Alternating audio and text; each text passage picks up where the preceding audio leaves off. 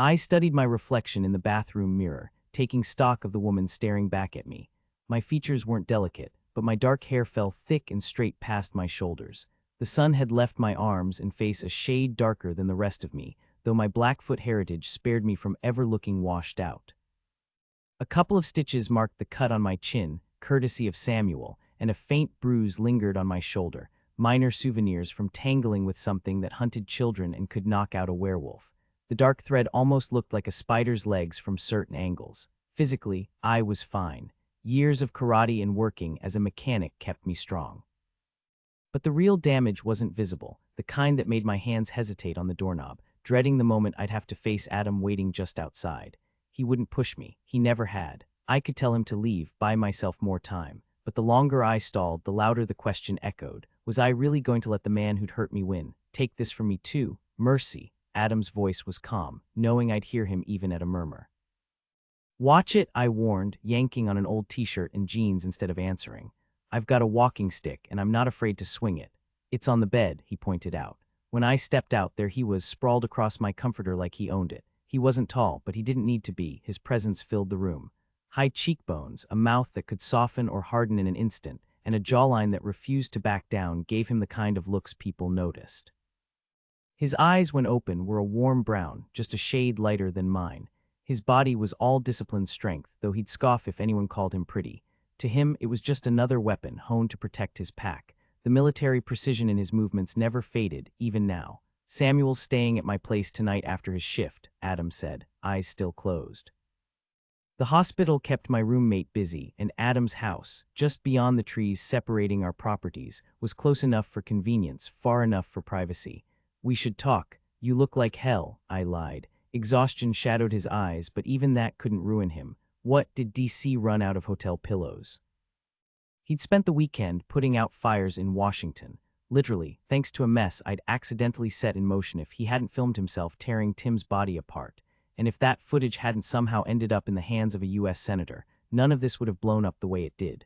So yeah, he bore some blame, but Tim carried most of it, along with whoever leaked the recording.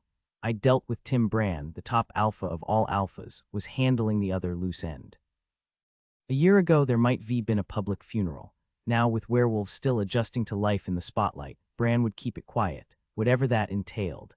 Adam's gaze locked onto me in the dim glow of the bedside lamp, his eyes dark and hollow. The weight in his expression was new, and I knew why, because he hadn't protected me. Guys like Adam don't take that lightly. Me, I've always believed my safety was my own job. Sure, I'd call in backup if needed, but the buck stopped with me.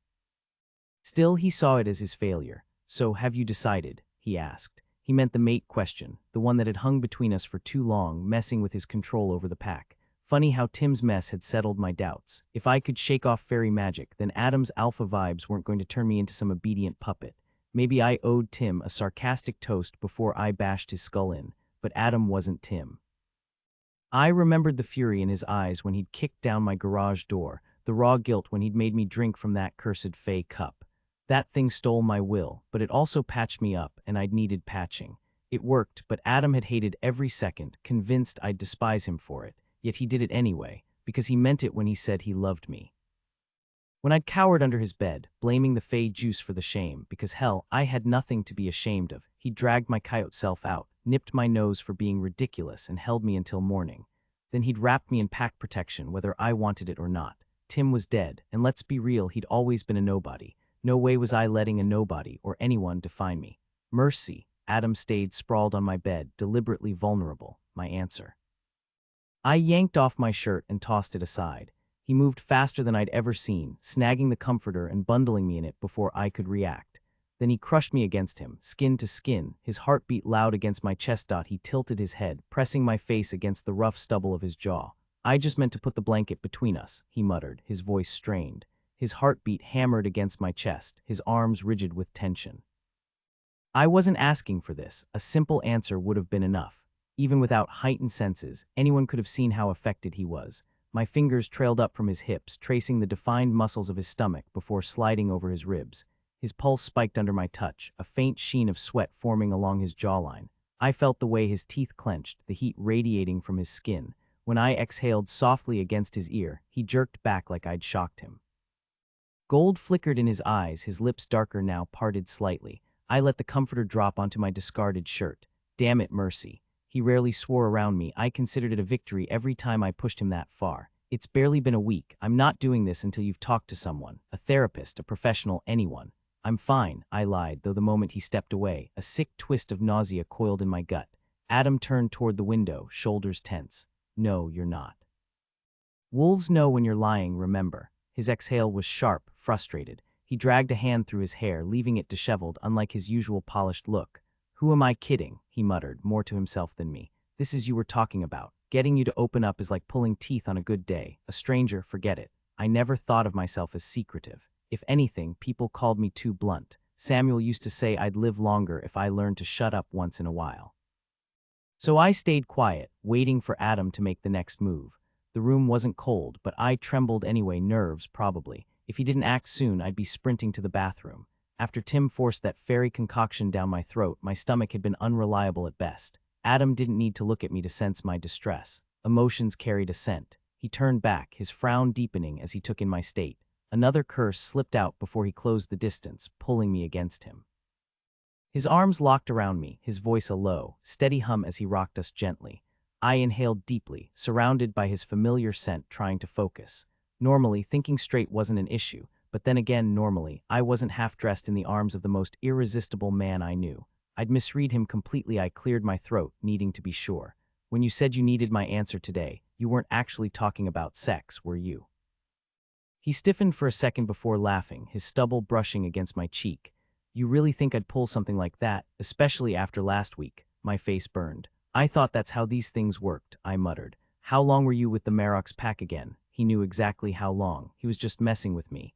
Nobody exactly gave me the full rundown on mating, I shot back. Samuel was the only one who even mentioned it.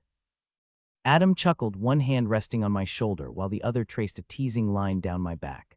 Oh, I'm sure he gave you the whole unfiltered truth, he said, voice dripping with sarcasm. My fingers had somehow found their way to the small of his back, gripping tighter. Probably not, so all you needed was my yes. A rough sound escaped him. It won't fix everything with the pack, not until it's official. But with Samuel out of the picture, I figured you could decide without pressure. If you weren't interested, I'd back off. If you were, well, I'd wait as long as it took. His words were calm, but his scent betrayed him, warm, sharp, distracted. Being this close, feeling the heat of him, the way his pulse jumped under my touch, someone once told me that being wanted is the most intoxicating thing in the world. Right then, I believed it. Of course, he murmured, still eerily composed. Waiting sounds better in theory than practice. So if I push too far, you tell me to stop. Got it. I hummed in response. His touch had a way of scrubbing away the memory of Tim better than any shower, but only when his hands were on me. Mercy. Sliding my hands under the waistband of his jeans, I let my nails graze his skin. He growled something unintelligible, but neither of us was paying attention. He turned his head, and instead of the intensity I expected, his teeth caught my lower lip in a playful bite. The sharpness sent sparks racing down my spine, all the way to my toes. Adam's teeth were dangerous like that. My fingers trembled as I fumbled with the button of his jeans, but he caught my wrist, suddenly alert. Then I heard it too. German car, he muttered. I groaned, sagging against him. Swedish, 4-year-old Volvo, gray. His surprise melted into understanding. You know who it is. A groan escaped me as I buried my face in his shoulder. Damn it, should have known she'd see the news. Gravel crunched under tires, headlights sweeping across the window as the car. My mom, I admitted. Her timing is unreal. I should have guessed she'd find out about. I couldn't bring myself to say it, what had happened, what I'd done to Tim, not while I was half-dressed with Adam standing there. You never called her, he pointed out. I shook my head. I should have called, but facing her was the last thing I wanted. Adam grinned, then nudged me. Get dressed. I'll keep her busy until you're ready. Ready? I scoffed. I'll never be ready for this. His smile faded and he leaned in, pressing his forehead to mine. Mercy, he murmured. It'll be okay. Then he was gone, shutting my bedroom door just as the doorbell rang. It chimed twice more before I heard the front door open. Adam wasn't exactly dragging his feet. I scrambled for clothes, my mind racing. Did we do the dishes last night? It was my turn. If it had been Samuel's, I wouldn't have cared. Stupid, I know Mom wouldn't give a damn about dirty plates, but it gave me something to focus on besides the panic clawing at my throat. Calling her hadn't even crossed my mind. Maybe in a decade, I'd feel ready. I yanked on my pants, skipped socks, and dug through the laundry basket for a bra. She knows you're here, Adam called through the door, his voice muffled like he was leaning against it. She'll be out in a sec. I don't know who you think you are, Mom's voice cut in, low and lethal, but if you don't move now, it won't end well for you. Adam was the alpha of the local werewolf pack, tough, ruthless when he had to be, and even he wouldn't stand a chance against my mom. Brah, brah, brah, I muttered, finally fishing one out and wrestling it on so fast I probably gave myself friction burns. Shirt, clean shirt. I tore through my drawers, tossing two aside before snagging one with 1984, Government for Dummies scrawled across the back. The oil stain on the shoulder wasn't going anywhere, but at least it didn't smell. Mercy. Adam's voice held an edge of desperation. Oh, how familiar that was. Mom, back off, I shouted. I'm coming. With a frustrated groan, I scanned the room. Where was that shirt I'd just been wearing? Vanished, like everything else when you're in a hurry. Finally, I took a deep breath and swung the door open, sidestepping Adam, who was braced against the frame. Hey, Mom, I said, forcing a casual tone. So you've met my mate. Yeah, no, not a conversation starter. You've met Adam. Mercy Thompson, she snapped. Care to explain why I had to find out about my own daughter from the news? I'd been avoiding eye contact, but when she hit me with the full name, I had no choice. Mom's barely 5 feet tall, 17 years older than me, which means she's not even 50 and could still pass for 30. And yeah, she can still fit into the same belt buckles she won barrel racing with back in the day. She's naturally blonde, or at least I think she is, but the shade shifts with the seasons. This year her hair had a warm, honeyed glow. Her wide blue eyes always gave her this innocent, almost doll-like look, paired with a delicate upturned nose and soft, full lips. Around strangers, she'd sometimes slip into that classic ditzy blonde act, fluttering her lashes and pitching her voice into that breathy, old Hollywood tone you'd recognize from films like Gentlemen Prefer Blondes or How to Marry a Millionaire. My mom, I'd bet good money she's never changed a tire in her life. The sharp edge in her voice was just a shield for the hurt in her eyes, so I didn't snap back. Instead, I just shrugged. I don't know, Mom. After it happened, I stayed in coyote form for a while. For a second, I almost laughed at the absurdity of calling her up and saying, hey, guess what? Your daughter's a shapeshifter now. She locked eyes with me, and I swear she saw right through me. Are you okay? I opened my mouth to lie, but years of living among people who could sniff out dishonesty made me pause. Mostly, I admitted. It helps that he's dead. My throat tightened, and I hated it. I'd already wallowed enough in self-pity. Mom was the kind of parent who could wrap you in a hug and make everything feel safe, but I should have known better than to doubt her. She understood standing on your own 2 feet better than anyone. Her fingers curled into a tight fist, but her tone stayed brisk. All right, she said, like that settled it. I knew she wasn't done, just saving the rest for later. Then she turned those big blue eyes on Adam, her voice sharpening. And who exactly are you, standing in my daughter's house at 11 o'clock at night? I'm not a kid, I muttered, crossing my arms. I can have whoever I want over, even overnight. Neither of them paid me any attention. Adam leaned against the doorframe, relaxed but deliberate, like he was making it clear he belonged there. He didn't show a trace of the panic I'd heard earlier, just raised an eyebrow, cool as ever. Adam Hauptmann. I live right behind her. Mom's scowl deepened. The alpha, the one with the teenage daughter. His sudden grin told me everything. My mom had just unwittingly charmed him. There was something about a woman who wasn't afraid to glare at him that he clearly liked. It hit me then. If I'd wanted him to stop flirting, I'd been going about it all wrong. I should have played coy, batted my lashes. Apparently, a little defiance was exactly his type. Too bad he was too busy enjoying Mom's glare to notice mine.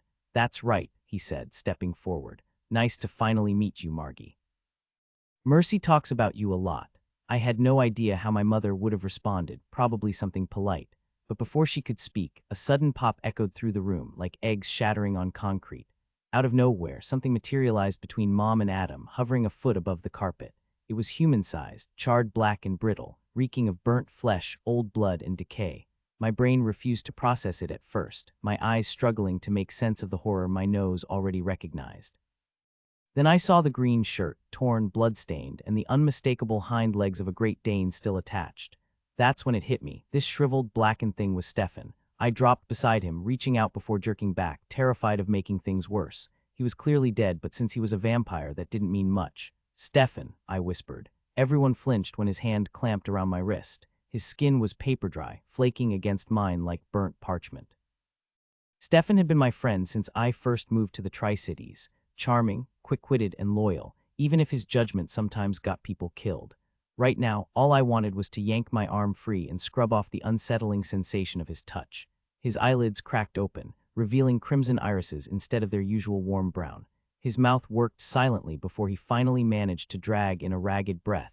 air whistling unnaturally from a gap in his ribs. His grip tightened, fingers like iron. She knows. His voice was a rasp, barely human. Then with terrifying focus, he pulled my hand closer, hissing one final word. Run. The friend I knew vanished, replaced by something ravenous. His eyes burned with madness, and I knew I should listen, except I couldn't break free. I wasn't a werewolf or vampire. I had no superhuman strength to save myself. Then came the sharp click of a gun's slide racking. A quick glance confirmed my mom had her Glock out, pink and black, because of course she'd own a gun that looked like a toy but could drop a man. It's fine, I blurted before she could pull the trigger. Normally, a bullet wouldn't faze Stefan, but in his condition, who knew what it would do? He's with us. My voice wavered as Stefan yanked me closer, but I forced confidence into my words. Adam seized the vampire's wrist, reversing the motion. Now Stefan was lifting himself off the floor inch by inch. Charred flakes of skin scattered across my beige rug as he bared his fangs, longer and sharper than I recalled. My pulse jumped, but I swallowed the urge to scream and flail like some panicked kid. Instead, I pressed against Adam, burying my face in his shoulder. The musky scent of werewolf helped drown out Stefan's burnt flesh stink. If the vampire needed blood to heal, I'd volunteer. Adam, it's fine, I murmured. Release him. Keep the gun ready, Adam ordered my mom. Mercy, if this goes south, call Daryl. Tell him to bring the pack. Then, because of course he would, Adam shoved his wrist towards Stefan's mouth. The vampire didn't react at first, still fixated on my arm, his grip unrelenting. No breath meant no scent, and his glassy eyes suggested he wasn't processing much. I should have objected. Stefan had fed from me once without consequences, and I trusted him not to drain me dry. Adam, less certain. Stefan's old words echoed. One time shouldn't cause issues. But I'd seen his sheep, the adoring humans who lined up to be his personal juice boxes. Great guys, sure, but that level of devotion reeked of vampiric mojo. After the year I'd had, I was done with magical puppetry. Arguing with Adam now would just spark a three-way meltdown between him, Mom, and me. Stefan froze when Adam's skin touched his lips. A sharp inhale, then his fangs punched into Adam's wrist, his free hand locking onto Adam's arm like a vice. The whole thing happened in a blink, cartoon fast. Adam hissed, though whether from pain or something else I couldn't tell. Last time Stefan fed from me, I'd been half dead. The memory was foggy. Now, sandwiched between them, Stefan drinking, Adam leaning into me, the moment felt weirdly private. Until I glanced over and saw Mom's Glock still trained on Stefan's skull, her grip steady as a sniper's. Her expression was eerily calm, as if watching corpses burst into flames and rise again to attack people was just another Tuesday. I knew better. She'd probably never even seen a werewolf in its true form. Mom, I said, keeping my voice steady. This is Stefan. He's a friend. She didn't lower the gun. You want me to just holster this? He doesn't exactly look friendly. I glanced at Stefan, who was recovering but still looked rough. Honestly, I'm not sure bullets would do much anyway. Silver might slow down a werewolf, but vampires, not so much. With a reluctant sigh, she slid the Glock back into the holster tucked in her waistband. Then how do you stop them? A sharp knock at the door cut her off. I hadn't heard a car pull up, too distracted, I guess. Best defense, Adam muttered. Don't invite them inside. Mom froze mid-step. Is that likely to be another one? Let me handle it, I said, shaking free from Stefan's grip. He shifted his hold on Adam, who gave a weak chuckle. He's too drained to feed fast. I'll be fine for a while, but if you could grab my phone and hit speed dial, I'll call in backup. One feeding won't cut it. Keeping my movements slow under Mom's watchful eye, I fished his phone from his belt and dialed his house. The knocking grew impatient. I smoothed my shirt, checking for anything that screamed vampire hideout. A bruise was forming on my arm, but nothing too obvious yet. I edged past Mom and cracked the door open. The woman on the porch was a stranger, at least at first glance. Around my age, with dark hair streaked with lighter shades, or maybe the other way around. Her makeup was flawless, thick enough to smell over the perfume that might have been subtle to anyone else. She looked polished, like a show dog, or someone who charged by the hour. Not exactly the type you'd expect at a trailer in the middle of nowhere. Mercy, the voice clicked before her face did. My nose was too busy with perfume to recognize her scent, and she looked nothing like the girl I'd known in college. Amber. Last time I'd seen her, she'd had a mohawk, a nose ring, and a tiny hummingbird tattoo by her eye. Now, she looked like she'd stepped out of a magazine. What the hell had happened to her? Amber and Charla had been inseparable back in high school, though it was Charla who eventually chose not to room together. Somehow, Amber had pinned the blame on me, even though we were barely more than passing acquaintances. Her laughter cut through the tension, sharp and humorless, as she took in my confused expression. I couldn't exactly judge. My own posture was rigid, my nerves frayed. Behind me, a vampire was feeding from a werewolf, and I couldn't shake the feeling Amber was hiding something too. "Long time no see," she said after an uncomfortable pause. I stepped onto the porch, shutting the door carefully, trying not to seem like I was barring her entry. "What brings you all the way out here?" She crossed her arms, her gaze drifting toward the overgrown field where my beat-up VW Rabbit sat lopsided on 3 flat tires. From this angle, you couldn't see the graffiti or the busted windshield, but it still looked like a junkyard reject. Adam and I had always joked about that old car. No way was I apologizing for it now. "Saw you in the news," she said. "You're in the Tri-Cities." I shook my head. "Spokane. It went national, you know. Faye, werewolves, murder, CNN couldn't resist." There was a flicker of something darkly amused in her tone, though her expression stayed eerily blank. "Fantastic. So the whole world knew about the attack. Yeah, hilarious, if I were some vengeful historical figure." Amber had never been one to reach out, and she sure as hell hadn't driven 2 hours just to remind me my trauma was public knowledge. "So you came all this way to tell me my rapist's death made headlines?" I asked, voice flat. "That's the big reunion." "Obviously not." She turned back to me, and just like that, the awkwardness vanished, replaced by a cool, polished demeanor I didn't recognize. "Remember that trip to Portland? After the play, we hit that bar and you swore up and down there was a ghost in the women's restroom." "I was wasted," I muttered. "Pretty sure I also claimed I was raised by werewolves." "Exactly," she said, leaning in. "Back then, I thought you were just spinning wild stories. But now, werewolves are real, the Fae are real, and you're dating one." Of course, the papers had dug that up, just what I needed. I used to avoid attention, it was safer that way. Lately. Not so much. Amber didn't care about my internal spiral. "If you were telling the truth about werewolves," she pressed, "then the ghost story was probably real too. Most people would have forgotten something like that. But Amber, she never forgot a damn thing. That trip was the last time I touched alcohol. When you're the kind of person who carries other people's secrets, you can't risk losing control." Amber stood on my porch, her voice tight. "There's something in my house," she said. A flicker of movement caught my attention, but when I turned, nothing was there. The wind shifted, and I caught the scent, sharp, metallic, unmistakable, vampire. "And you think I can help?" I asked, crossing my arms. "Shouldn't you be calling a priest?" She shook her head, her fingers twisting the strap of her purse. "No one believes me," she said, her voice hollow. "My husband thinks I've lost it." The porch light glinted in her eyes, wide and dark, too dark. Was it fear or something else? This wasn't the Amber I remembered. The woman in front of me wore designer clothes and looked like she'd break under pressure.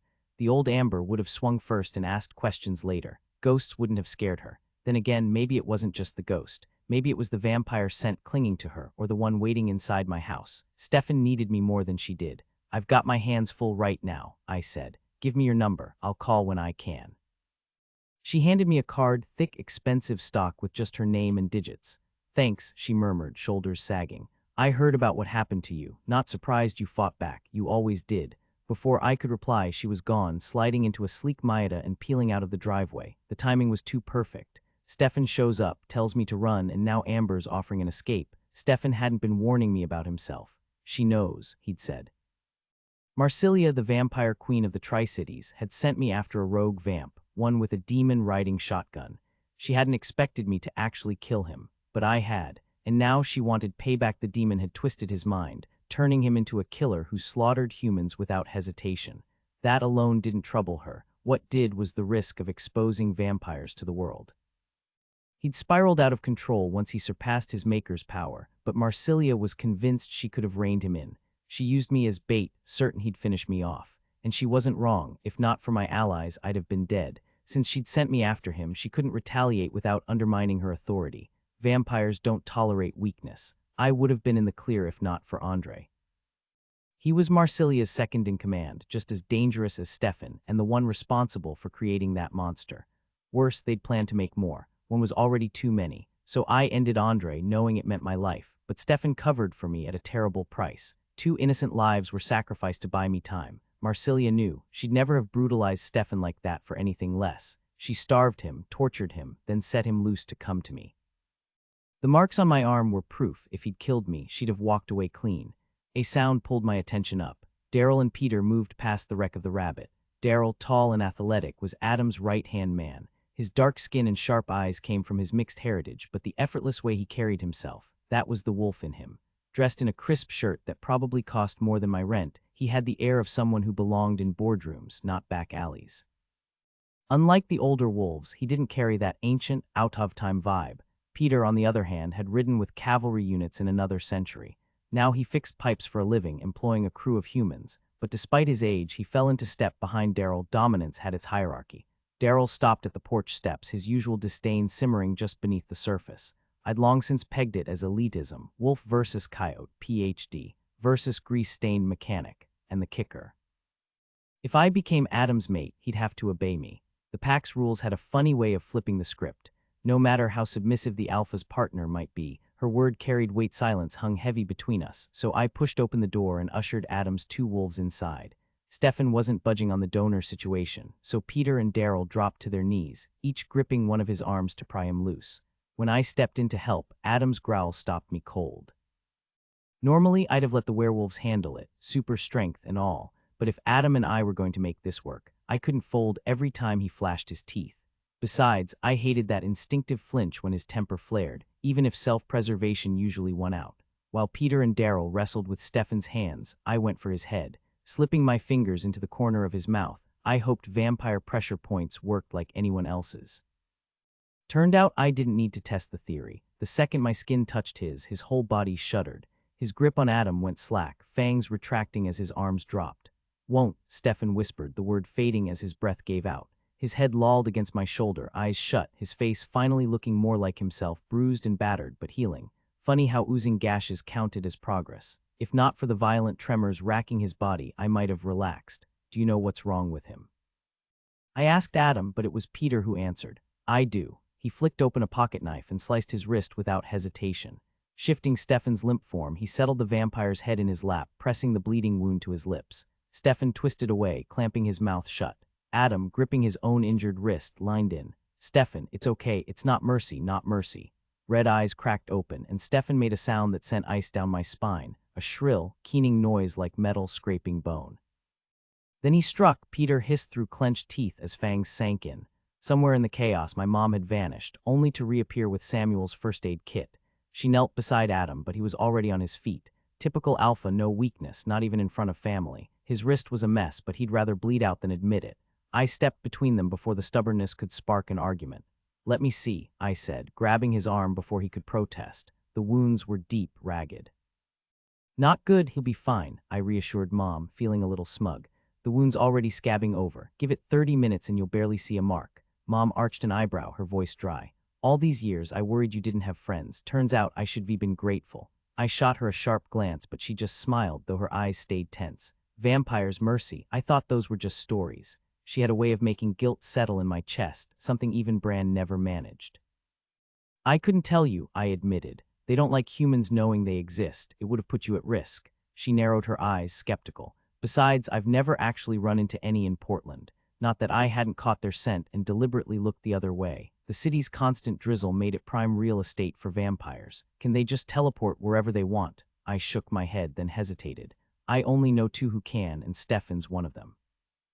Adam was watching Stefan feed, his expression tight. I hadn't realized they were more than just passing acquaintances. "Will he be okay?" Mom asked. Adam was pale but healing fast. Being an alpha meant his pack's strength sped up recovery. But if Stefan took as much from Peter as he had from Adam, it'd take Peter longer to bounce back. Then Mom smirked, her dimples flashing. "I meant the vampire. You're really hung up on him, aren't you?" I'd been avoiding thinking about how bad Stefan looked, and how much of it was my fault. "I don't know, Mom," I muttered, leaning into her for a second before pulling away. "Vampires aren't exactly my area of expertise. They're tough to kill, but I've never seen one this messed up survive." Daniel, Stefan's. Whatever he was had stopped feeding because he thought he'd lost control and slaughtered people. He'd looked rough, but nothing like this. "You care about him too," I said. She didn't sound shocked, but she would have been if she knew the whole truth. Stefan kept people like a pantry, though none of them seemed to mind. My illusions about him had shattered when he'd let 2 innocent people die, people I'd saved just to protect me. Wolf might V-snap their necks, but Stefan had orchestrated it. Still, seeing him like this twisted something inside me. "Yeah," I admitted. Adam nodded at Daryl. "Let him go, he's feeding now." Daryl released Stefan's arm and backed up like he'd touched something toxic. The living room was packed, but he still managed to press himself against the kitchen counter, lip curled. Adam gave him a long look before turning to Peter. "You holding up?" he asked. The werewolf's forehead glistened with sweat, his eyes squeezed shut as he turned away from the unconscious vampire draped over his lap. The way Peter reacted compared to Adam made me wonder if we'd picked the wrong wolf for this. Stefan's grip on Peter's arm looked painful, his fingers digging in like claws. Adam moved behind Peter, resting a hand on the back of his neck. The tension drained from Peter's shoulders instantly, his body sagging against his alpha's touch. "Sorry about this," Adam murmured. "If we'd had another option. Ben should be here any minute." Daryl stood frozen near the wall, staring at the floor like it held the answers to all his problems. Adam's comment hadn't been an accusation, but Daryl flinched like he'd been struck. Peter shook his head. "It's fine, just. Didn't expect that kind of pull from a vamp. Thought that mind control stuff was just stories.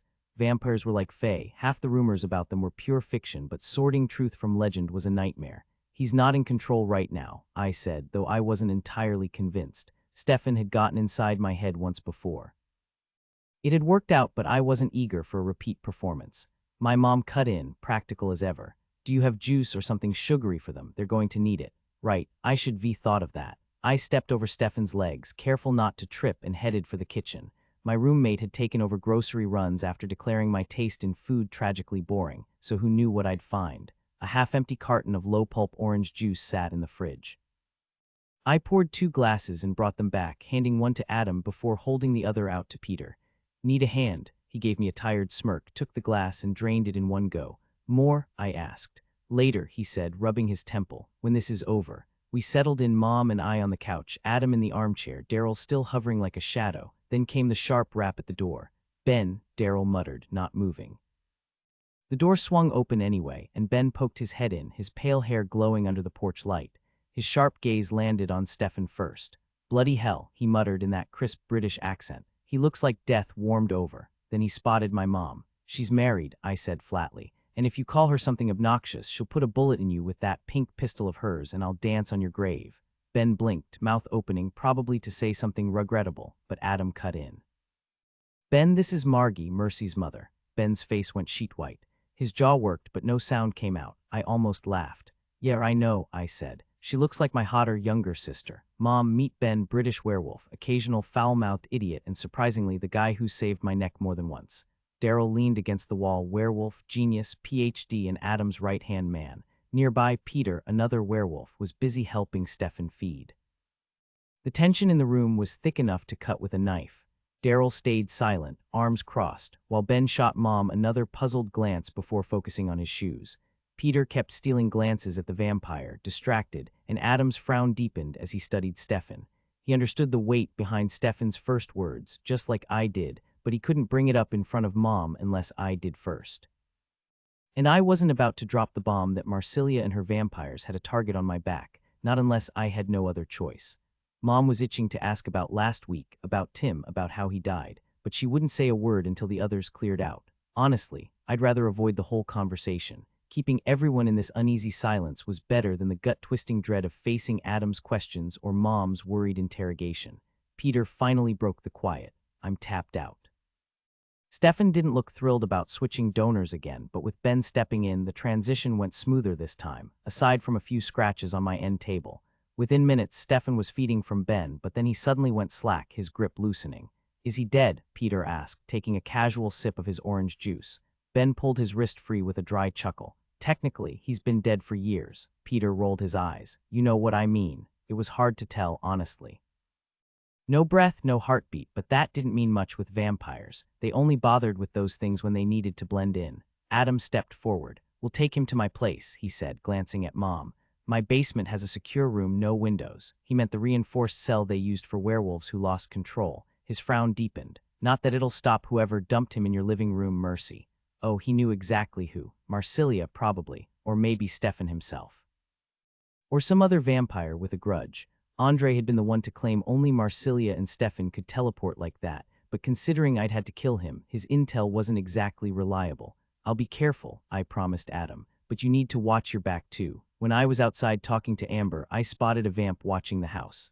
Adam's question came sharp and quick. "Who's Amber?" Mom beat me to it. "Amber, Charla's friend from college." I nodded.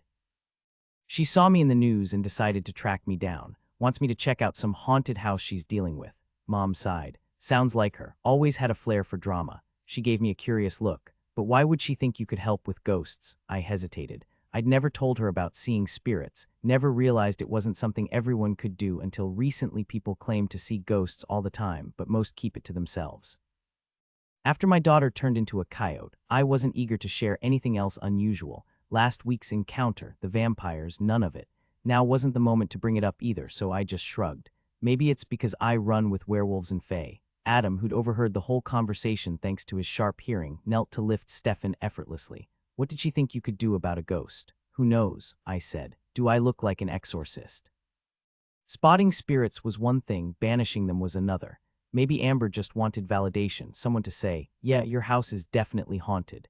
Daryl should have been the one carrying Stefan. Alphas don't usually do grunt work when others can, but Adam didn't seem bothered. I'll have someone keep an eye on your place tonight, he said, then glanced at my mom. Need somewhere to stay. Mercy's place is cozy. Mom shook her head. I'm at the Red Lion in Pasco.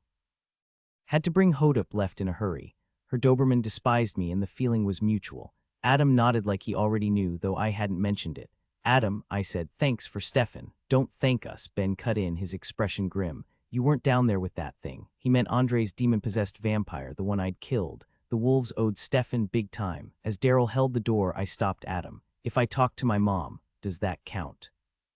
He'd insisted I open up to someone, and she wouldn't leave until I did. 2 birds, 1 stone. Instead of answering, he passed Stefan to Ben, then stepped close. His fingers brushed my jaw, light as a whisper, before he kissed me, slow, deliberate, like we were alone. Heat rushed through me, sharp and sudden. Despite the audience, a wave of suffocating terror crashed over me, stealing my breath and freezing me in place.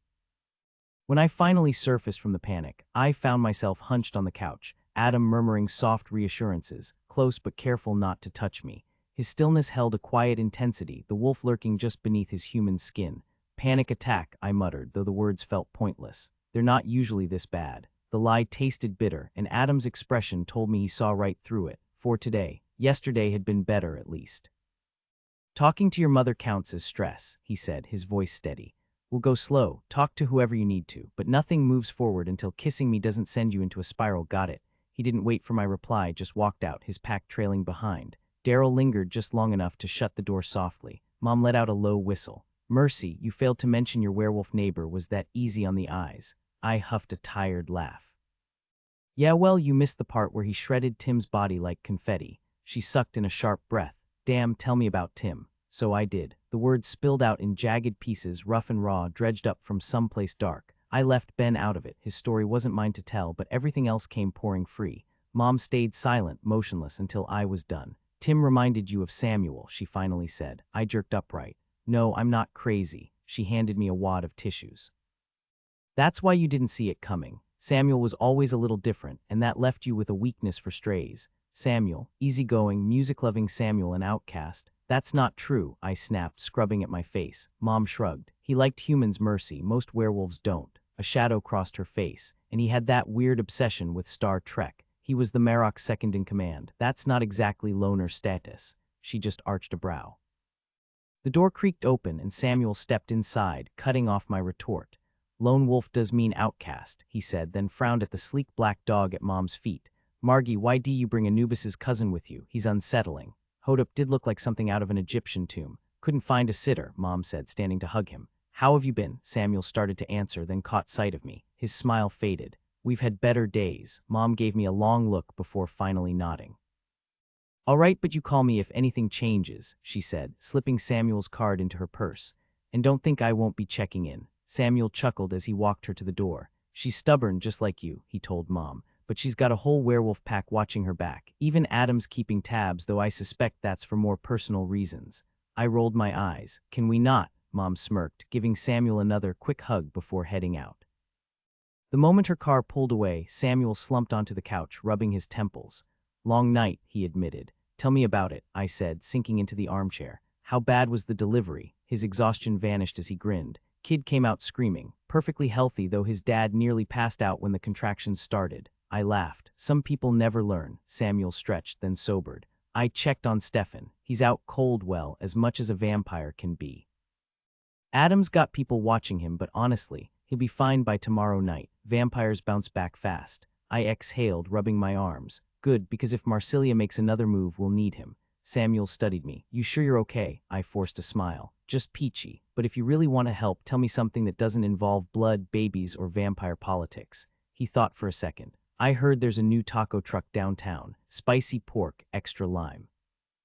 Now that, I said, is the kind of emergency I can handle. He called me exhausted and worthless before shoving me over here to babysit you, just in case Marsilia gets any bright ideas. Exhausted and worthless, I echoed, feigning sympathy.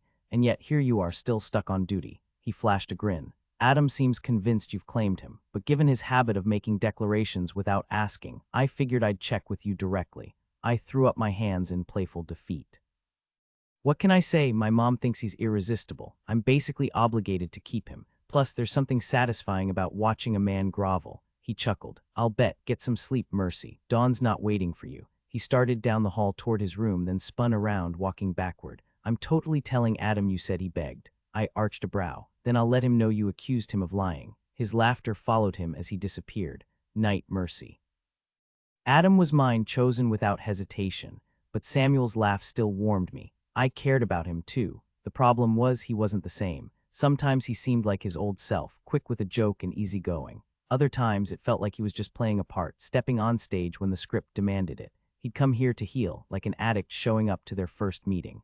But I wasn't sure if being around me was helping or just another distraction. He was ancient, older than I'd realized growing up in his father's pack. Werewolves don't die of old age like humans, but time still wears them down. Maybe if things had been different, if Adam hadn't been in the picture, if I'd said yes when Samuel first moved in, maybe that would have been enough to pull him back. His frown cut through my thoughts. You okay? But you don't fix someone by loving them the wrong way. And I didn't love Samuel like a mate, not the way I loved Adam. He didn't love me like that either. Almost, but not quite, and in love, almost doesn't cut it. I love you, you know, I said. His expression flickered before settling into something unreadable. Yeah, he said quietly. I know. His eyes turned wintry, then softened with a smile. Love you too. I went to bed wondering if, for once, almost might actually be enough. Samuel wasn't wrong. Morning arrived way too soon. I stifled a yawn as I pulled onto the street where my shop stood, then slammed the brakes. Every trace of sleep vanished. Overnight, someone had turned my garage into a graffiti canvas.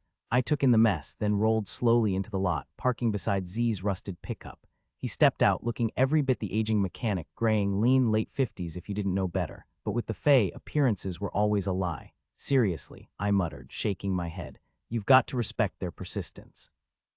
They must have camped out here all night. Z's jaw clenched. And nobody noticed. No cops called. Probably not, I admitted. This place is dead after dark. Studying the spray-painted words, patterns started emerging. Whoever tagged my garage had left behind more than just vandalism. The green paint guy, definitely young, probably around Ben's age if his word choices meant anything. Check this out. He spelled whore wrong here but got it right on the window. Wonder which one he did first. Z's voice was tight. I called Tony, woke him up, but he'll be here soon. His anger wasn't just about me. This garage had been his life long before I took over. A week ago, I'd have been furious too, but now this barely registered. The red paint was the real problem. Just 2 words repeated like a mantra, liar and murderer. Adam had set up cameras, but I already had a guess, Tim's cousin Courtney. After what Tim did, the list of people who'd still care was short. A car engine cut through the quiet morning. In another hour, with commuters flooding the streets, I might have missed it. But right now, no mistaking that sound. Z, I hissed, panic rising. Can you, I don't know, make this disappear for 5 minutes? He shot me a look that could have melted steel. Asking favors from the Fae, bad idea. But desperation won. My mom's coming. If she sees this, she won't leave, not with vampires hunting me. Especially not after Tim. Something in his expression shifted. Without a word, he yanked me closer to the garage, pressing his palm against the wall. If this works, I'm stuck here until it's done. Mom's car rounded the corner, and just like that, the graffiti vanished. You're a lifesaver, I breathed. Z grimaced. Hurry up, this isn't my usual magic. I nodded, stepping forward, then froze. The door. It wasn't just clean. It was wrong. The door was splattered with red and green paint, but the mark stood out, a carefully crafted X made from 2 crossed bones. The ivory-colored bones had subtle gray shadows and a hint of pink, clearly not the work of some angry kids with spray cans. It looked like something straight out of a pirate flag, just missing the skull. You should cover that up, Z muttered. Magic won't hide it for long. I leaned against the door, arms crossed. So what's wrong with it? I asked as my mom walked up, Hodop tugging at his leash. Z took the hint. It's ancient, poorly designed, and air-cooled engines need constant work. Hey, Mom.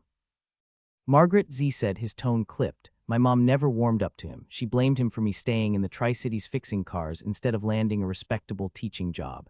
After a stiff greeting, she turned to me. Just wanted to stop by before heading home. Hodup growled, hackles raised, as if I were some kind of threat. I'm fine, I said, glaring at the Doberman. I usually like dogs, but this one, not a chance. Say hi to Kurt and the girls. Don't forget Nan's wedding, she reminded me. My half-sister was tying the knot in 6 weeks, and thankfully I only had to show up, not be part of the circus. It's on my calendar, I assured her. Z's covering the shop. She gave him a skeptical glance. Fine, she hesitated, then sighed when Hodup tensed. You should train him like you did Ringo. Ringo was a poodle, Mom. If Hodup and I got into it, we'd both lose. She shook her head. Take care of yourself. Love you. Drive safe. As soon as her car disappeared, Z wiped sweat from his brow and dropped the illusion hiding the door. That wasn't for you, he grumbled. I just didn't want her sticking around. We both stepped back to examine the vandalism, now mostly covered by a bold red lyre. The bone outline still showed through, thicker than the spray paint. The vampires dumped Stefan in my living room last night, I told him. He was in bad shape. Peter, one of Adam's wolves, thinks whoever did it wanted Stefan to attack me, clean us both out of the way. Stefan could barely speak, but he managed to choke out the words. Marsilia knew I was the one who ended Andre. Z ran his fingers along the damaged bones, his expression grim. This might be a vampire's doing, he muttered.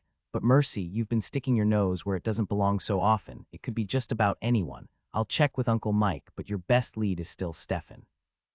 This doesn't carry the scent of fey magic. How bad is he hurt? If he were a werewolf, he'd be in a body bag, I admitted. The air around us felt thick with something unnatural, and I hated that my instincts were probably right. Z gave a reluctant shrug. For a bloodsucker, he's decent enough. Coming from Z, that was practically a glowing review. And yeah, there's magic here, just not the kind I recognize. Samuel says he'll pull through, I told him, just as Tony's unmarked cruiser rolled up. The car was subtle, extra mirrors, tinted windows, hidden lights, but still unmistakably cop. He slowed as he took in the wreckage, then parked beside us with a dry chuckle. You starting the holiday decorations early, Mercy. Tony had a gift for blending in. Today he looked every inch the clean-cut detective, but I'd seen him play roles so convincingly it was unsettling. No magic, just skill. I glanced back at the building. He wasn't wrong. The splattered paint had an accidental festive vibe. The green streaks ran long and thin, the red blobs round and clustered like some deranged attempt at garlands. If you squinted, you could almost read ho, ho, ho in the mess, assuming you ignored the extra letters and questionable word choices. Not exactly holiday cheer, I said, but the colors match. Honestly, if the white wasn't so grimy, it'd look like that little taqueria in Pasco, the one with the salsa that could melt steel. Tony smirked. Your boyfriend still got those cameras rolling. Yeah, but I don't know how to work the system. Z stepped forward. I do, let's take a look. I shot him a warning look. Vampires, remember. The last thing we needed was Tony spotting something he shouldn't. Z just shrugged, his expression saying if they're dumb enough to get caught, that's on them. I bit back my protest. As long as the vamps kept their fangs hidden and didn't toss a car through a window, they'd pass for human. And if they didn't, well, Tony wasn't an idiot. He'd figure it out or walk away alive. Tony had an uncanny understanding of the supernatural world, fae, werewolves, and whatever else might be lurking in the shadows. As Z tinkered with the security system, Tony gave me a long look. You holding up okay? The scent of concern rolled off him, mixed with something sharper like the tang of steel. Honestly, sick of hearing that question, I muttered. What about you? He grinned, flashing perfect teeth. Glad you asked. You think bright future's behind this? If we kept reading each other's thoughts, Tony was in trouble. Partially, I'm betting it's Tim's cousin, I said. She's with them, but this wasn't official business. This was personal, aimed at me, not the fae. You gonna take legal action? I rubbed my temples. Insurance might make me. If I want them to cover the repaint, I don't have a choice. And let's be real, I can't afford to pay out of pocket or waste time doing it myself. Not with everything else piling up, like the wreckage from that fae who tried to make me his snack, leaving Adam's place and car in shambles. And Z had casually reminded me he still expected payment for the shop repairs. Fae don't bluff. Tony drummed his fingers on the counter. What about Gabriel's family? There's a whole army of them, and they could use the cash. Cheaper than pros, plus they work fast. Gabriel was my go-to guy, a high schooler who handled everything from paperwork to phone calls. The mental image of his siblings swarming the shop with paintbrushes almost made me laugh. Last time they'd cleaned the office, they'd practically turned it into a new place. Who knew kids could be that efficient? Solid plan. I'll have Gabriel call his mom when he gets in. Z flicked on the security monitor. Adam's high-tech setup only recorded when motion triggered it, so we didn't have to watch hours of nothing. At 10:15, a scrawny rabbit hopped lazily across the pavement. Then at midnight, someone approached the garage door. Not the spray paint vandals, this was our bone-crossing artist. The camera should have caught their face, but they stayed just out of frame like they knew exactly where to stand. The only clear shot, gloves, old-school white ones with tiny buttons at the wrists. The footage stuttered in places, skipping whenever the motion sensors lost track of movement. And then, just like that, the screen went dark again. By 9 o'clock, I'd retreated to the garage, sealing myself in with the heavy doors despite the stifling heat and the inevitable spike in my electricity bill. I left Z to deal with the customers, poor souls who didn't realize they were about to face his legendary lack of patience. Back when I started working here, his 9-year-old kid ran the front desk, and honestly, that had been an upgrade.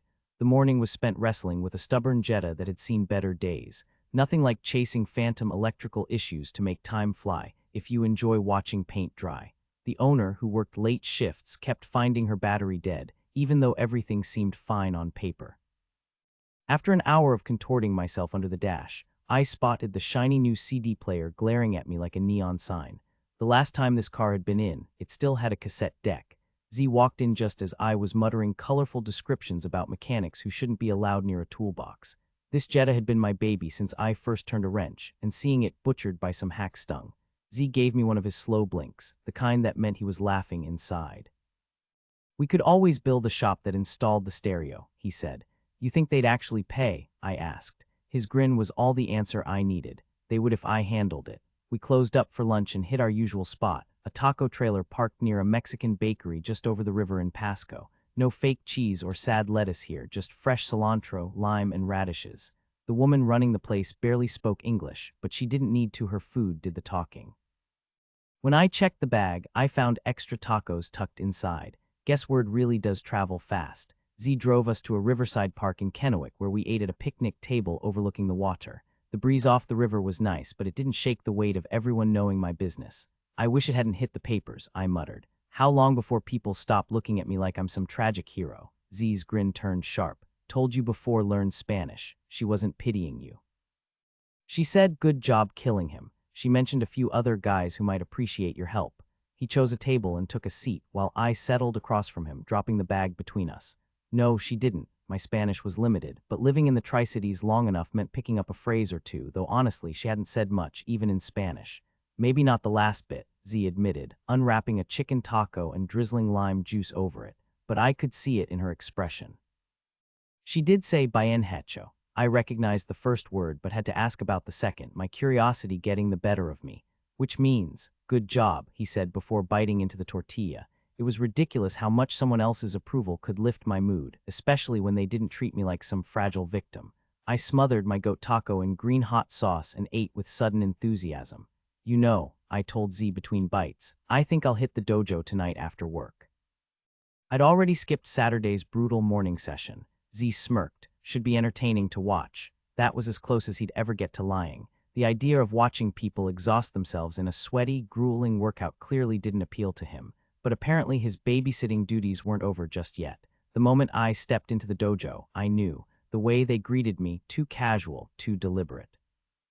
Sensei Johansson's jaw tightened when he spotted me, but he ran us through warm-ups with his usual merciless precision. By the time sparring started, the tension in my lower back had finally loosened, and I moved with ease. Then came Lee Holland, the dojo's resident brute, a brown belt with a reputation for targeting women when Sensei wasn't looking. He was the reason I was the only woman in the advanced class. No surprise he was still single. No one deserved that kind of misery. Sparring with him was almost therapeutic. No guilt in leaving a few bruises behind. Today, though, something was different. His gaze lingered on the stitches on my chin, his eyes burning with something twisted. It wasn't just competitiveness, it was hunger. The realization hit me like a punch. He was getting off on this, on what had happened to me. "You're weak," he muttered, low enough that only I could hear. I smiled. Funny, the last guy who said that didn't walk away. Then I drove my foot into his chest normally. I kept my movements at a human pace, but something in his stare made me drop the act. I might not have supernatural strength, but speed is just as deadly in combat. As he stumbled off balance, I shifted into high gear, circling behind him. Traditional martial arts focus on face-to-face combat, but our style thrives on striking from unexpected angles, keeping opponents disoriented. A sharp stomp to the back of his knee sent him crashing down. I gave him space to recover, hopping back a few feet. This wasn't life or death, just training. Our dojo avoided prolonged grappling. Shisei Kaikan was built for efficiency, for taking down enemies fast and moving on. It was born on battlefields where hesitation meant death. Lee wasn't done. He lunged at me, fury in his eyes, but I stayed just out of reach, deflecting and dodging. Then came the shout from across the room, "Sensei." "Lee's losing it. Enough, Lee," Sensei called, but Lee wasn't listening. If I hadn't been quicker, I'd have been flat on my back already. Still, pride comes before the fall, literally. I fell for a fake-out, and his left fist drove the air from my lungs, dropping me hard. Gasping, I scrambled up, and that's when I spotted Adam in the doorway, arms crossed, watching. That's when it hit me. I'd practiced this one insane move at his garage dojo, a spinning kick meant to unhorse an enemy. Back in the day, it was a suicide strike, something a foot soldier might use to take down a more valuable mounted warrior. These days, pure showmanship. Unless, of course, you happen to be unnaturally fast. Lee never saw it coming.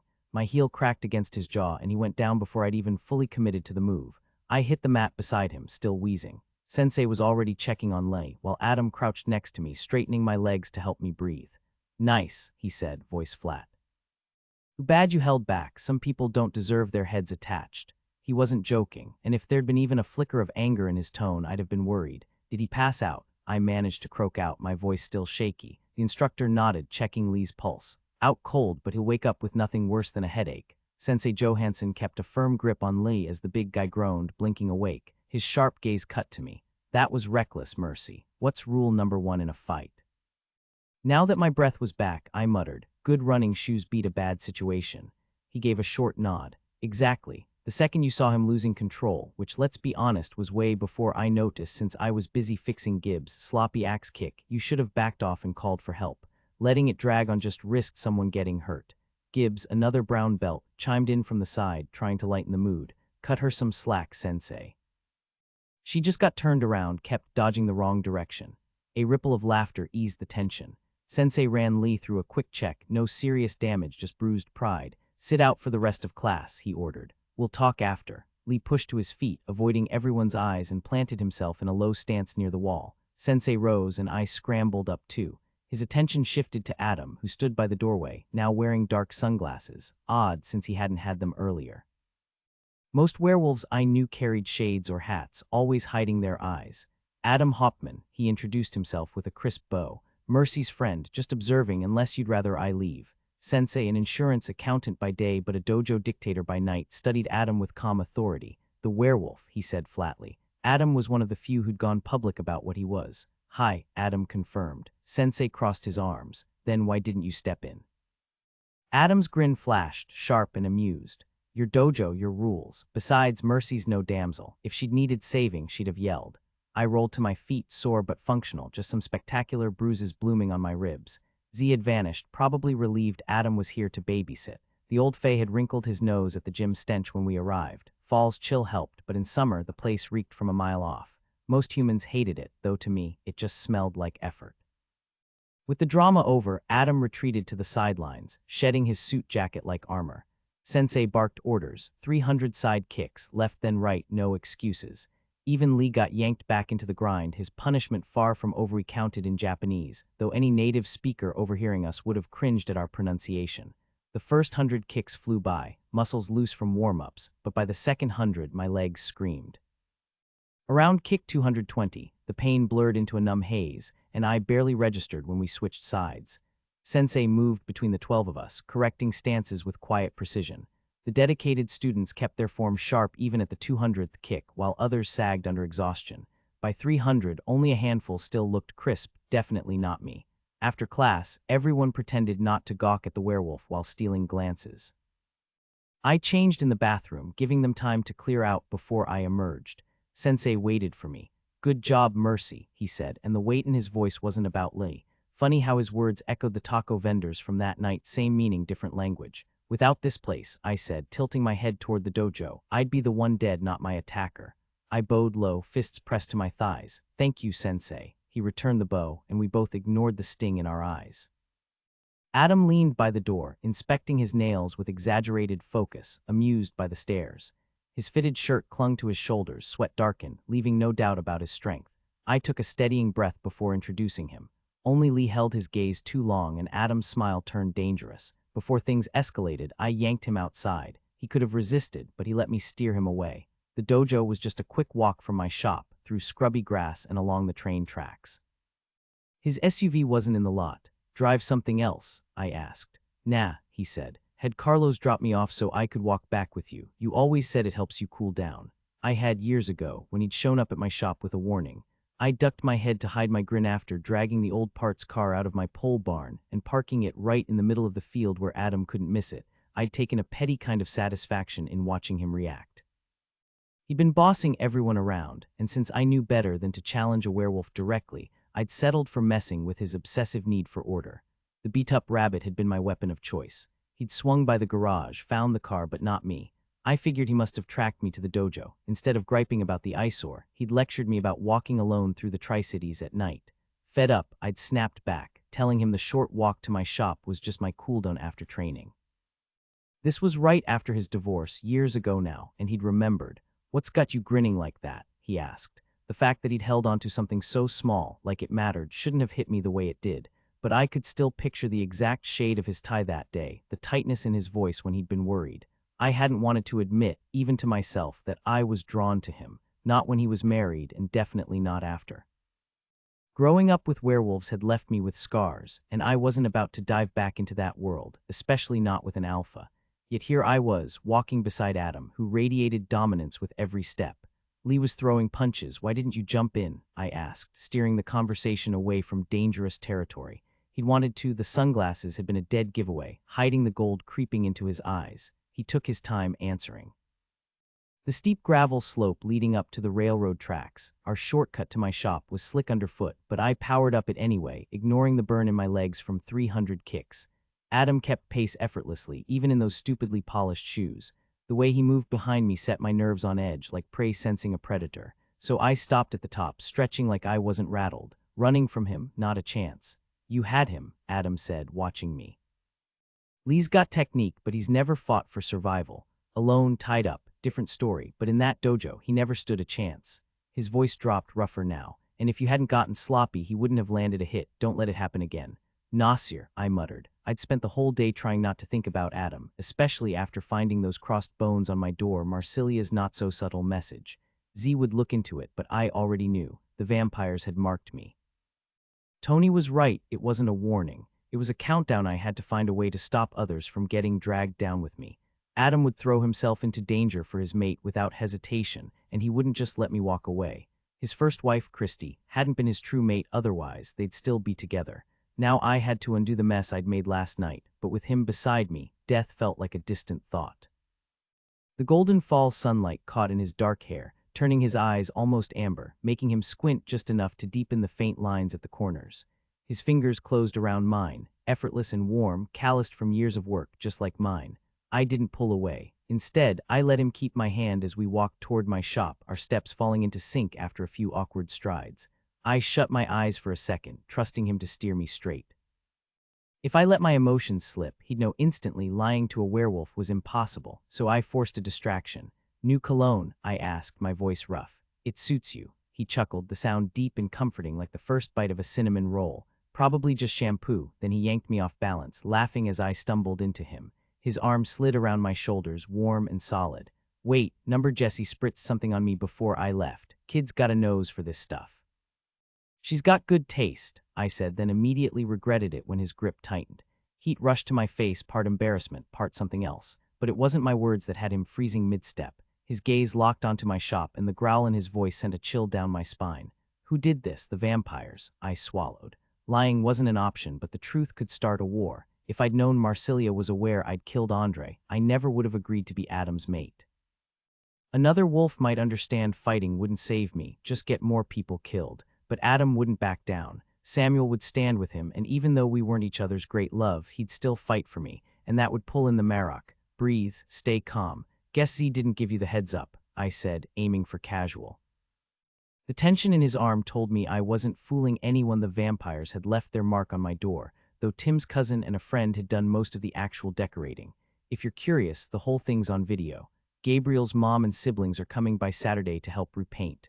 Adam was still tense, so I added, "The cops are handling it." Tony called it festive. Maybe I'd leave it up for a while. Adam's eyes burned into me. She still trusts her cousin. Adam thinks I fabricated everything to dodge a murder charge. I let sympathy slip into my voice, knowing Adam wouldn't like it. He saw things in absolutes, right or wrong, no gray areas. My attitude would annoy him, and that was good. Better he focus on Courtney than the vampires. He didn't relax, but he started walking again. Normally, I'd shower at the shop after practice, but I didn't want Adam getting a clear look at the crossed bones on my door. Keeping his mind off the undead was priority one until I figured out my next move. We climbed into my van again. My poor rabbit was still in the shop after a fae wrecked it last week. Maybe I should just leave town. If I moved into another vampire's territory, it might throw Marsilia off, especially if that vampire wasn't exactly her biggest fan. Running would sting, but staying meant death, and Adam wouldn't take that well. A lot of people could get caught in the crossfire. I even considered taking Marsilia out myself, which showed just how desperate I was. Sure, I'd killed 2 vampires before, one with a ton of help and dumb luck, the other while he was asleep. But Marsilia, that was like sending my cat Medea after a cougar. Not happening. I kept up a steady stream of chatter about Carmen Gias and engine types the whole ride home. Gas wasn't cheap, and Adam wouldn't mind walking the short distance back to his place. If he waited, I could walk with him after my shower. A glance at the sky told me I had time to clean up before Adam could corner Stefan. I needed answers, what the door art meant, whether running would even work. Stefan might know, but those weren't questions to ask in public. I'd figure out how to get him alone later. Mercy, Adam cut in as I pulled into the driveway, amusement and resignation in his voice, a tone I knew well. Why did the vampires paint bones on your door? No idea, I said, keeping my tone light. Might not even be them. The camera didn't get a clear shot. Z and I assumed it was the vamps because of Stefan, but he's checking with Uncle Mike to rule out the fae.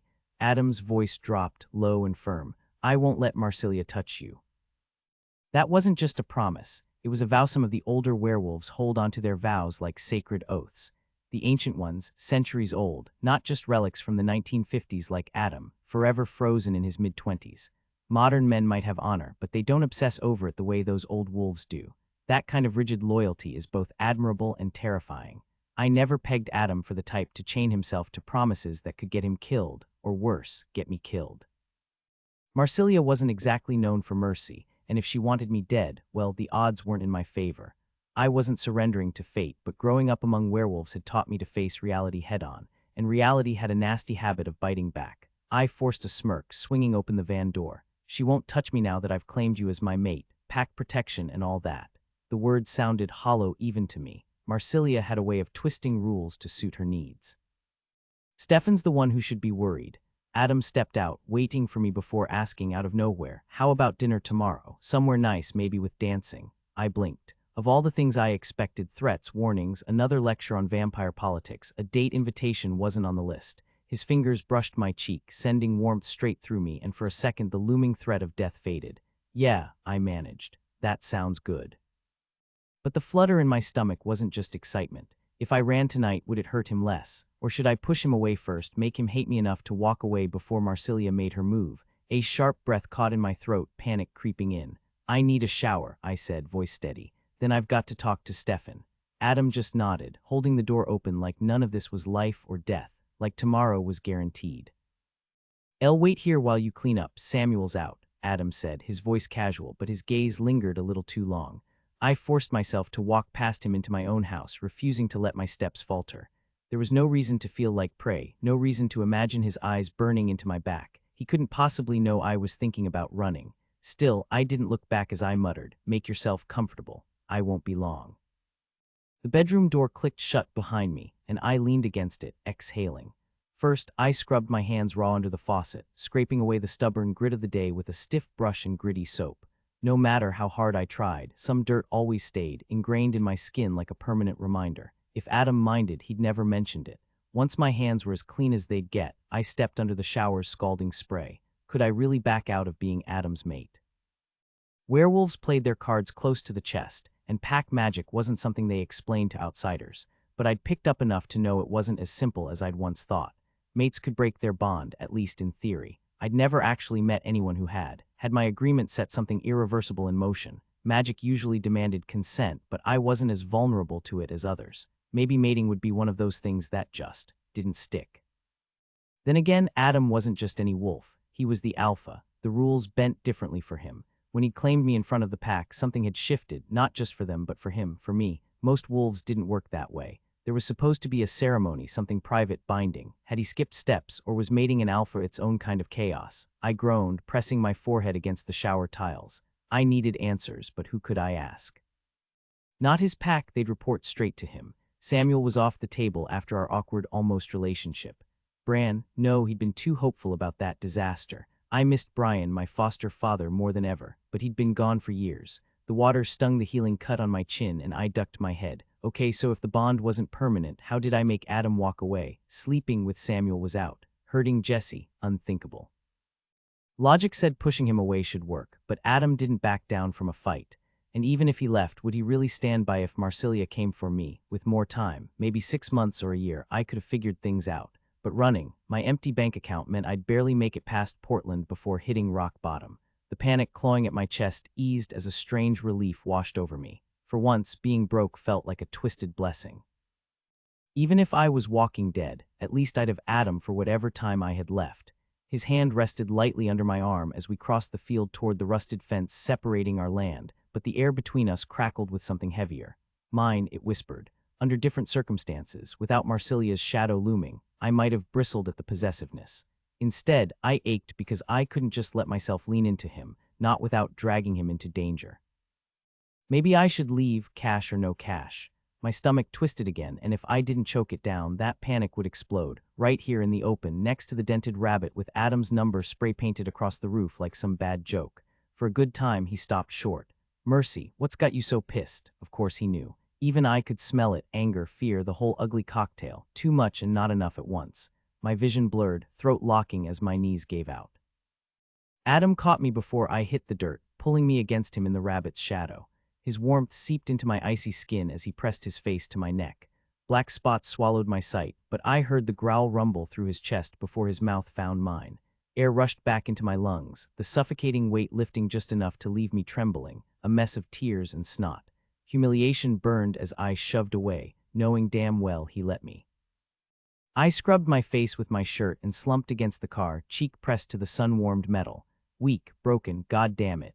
The despair hovered, ready to crash over me again. All dead, my fault. The thought looped, vicious and untrue, but the guilt felt real. Then Stefan's scent cut through the haze. Adam's eyes glowed gold, wolf close to the surface. He kissed me again, something small and metallic pressed between my lips, a scrap of flesh, his blood. It burned going down. Mine, he said, low and final. Not Stefan's. Dirt gritted under me, dry as bone. I licked my lips. Blood, his blood, alpha, pack. The taste lingered, sharp and claiming. Adam's voice snapped me back to reality. From now on, he declared, his words heavy with meaning, you're mine, my pack, my only. Blood streaked his face, his fingers leaving crimson smears as they brushed my cheek. Yours to you, mine to me, I echoed, my voice rough and unfamiliar even to me. The response came automatically, like muscle memory from hearing this ritual countless times before, though the only lover addition was new. By the time I grasped the weight of what we'd done, the magic had already taken hold, searing through me like wildfire. It reshaped something fundamental inside me, binding me to the pack through Adam's touch, his blood. The connection flared. Suddenly, I could feel them all. His to lead, mine to stand beside. Gasping, I tasted copper on my lips and met Adam's gaze. He stepped back, putting distance between us as I leaned against the car's dented frame. His forearm bore the marks of his own teeth. He can't touch you, Adam growled, his eyes molten gold with the wolf's presence. Not now, not ever, I won't allow it. Then it hit me, Stefan. He clawed his way into my thoughts while I was vulnerable, his panic flooding me like a nightmare. All dead, the words curdled in my gut. I knew exactly who he meant, the fragile humans who depended on him, now gone. Sunset painted the sky in oranges and purples. Bit early for a vampire to be up, don't you think? I quipped, trying to steady my racing heart. The pack's presence dulled but lingered, a permanent imprint now, no going back. Adam stood rigid, fists clenched, his back to me. I lost control, he muttered. I'm sorry. I rested my forehead on my knees, exhaustion and absurdity colliding. Seems to be contagious lately. Footsteps crunched through the brittle grass as he returned. Are you laughing? He asked, disbelief threading his voice. I lifted my head. The dying light haloed him, shadowing his face but not the guilt in his posture. He'd bound me to him without consent, without the pack's approval, though tradition mattered more than rules. He braced for my anger, but all I felt was the absurdity of it all. The world kept tilting, and here we were, making irreversible choices in a parking lot at dusk. Adam had always been the one to shoulder the consequences of his decisions, even the brutal ones. Lately, it seemed like every choice he made was for my sake. Stefan's influence had sunk so deep into me that his scent clung to my skin, and Adam had dragged me away to keep me safe. He was ready to face whatever came next, and we both knew there'd be fallout, just not from me. Adam, I said, my voice rough, thanks for shredding Tim into confetti. Thanks for shoving that last cup of fairy swill down my throat so I could actually use my arms again. Thanks for sticking around when I was unbearable. My laughter had faded by then. Most of all, thanks for pulling me out of Stefan's orbit. I'd take the pack over being his puppet any day. Thanks for making the ugly calls, for buying me time. I pushed off the wall and closed the distance between us, pressing my face into his shoulder. Thanks for loving me, even when I make it hard. His arms locked around me, tight enough to bruise. Love wasn't always gentle. I wanted to stay like that forever, but within minutes my skin turned clammy, my throat tightening like a vice. Tim's scars ran deeper than flesh. I had to step back before my body rebelled completely. Only then did I notice the wolves encircling us. 4 didn't exactly qualify as a pack, but with Adam included, the room felt crowded with predators. Ben's grin was unsettling on his usually scowling face. Warren looked smug as a fox in a henhouse, and Oriel's calm mask couldn't hide the tension in her stance. Then there was Paul, the pack's resident bigot, gaping like he'd taken a gut punch. Guess I'd just topped his list of least favorite people. Adam's hands settled on my shoulders. Pack, he announced, voice steady. Meet Mercy Thompson. Ours now. Awkward silence followed. Stefan might as well have been a corpse on that cot, stiff and sun-ravaged.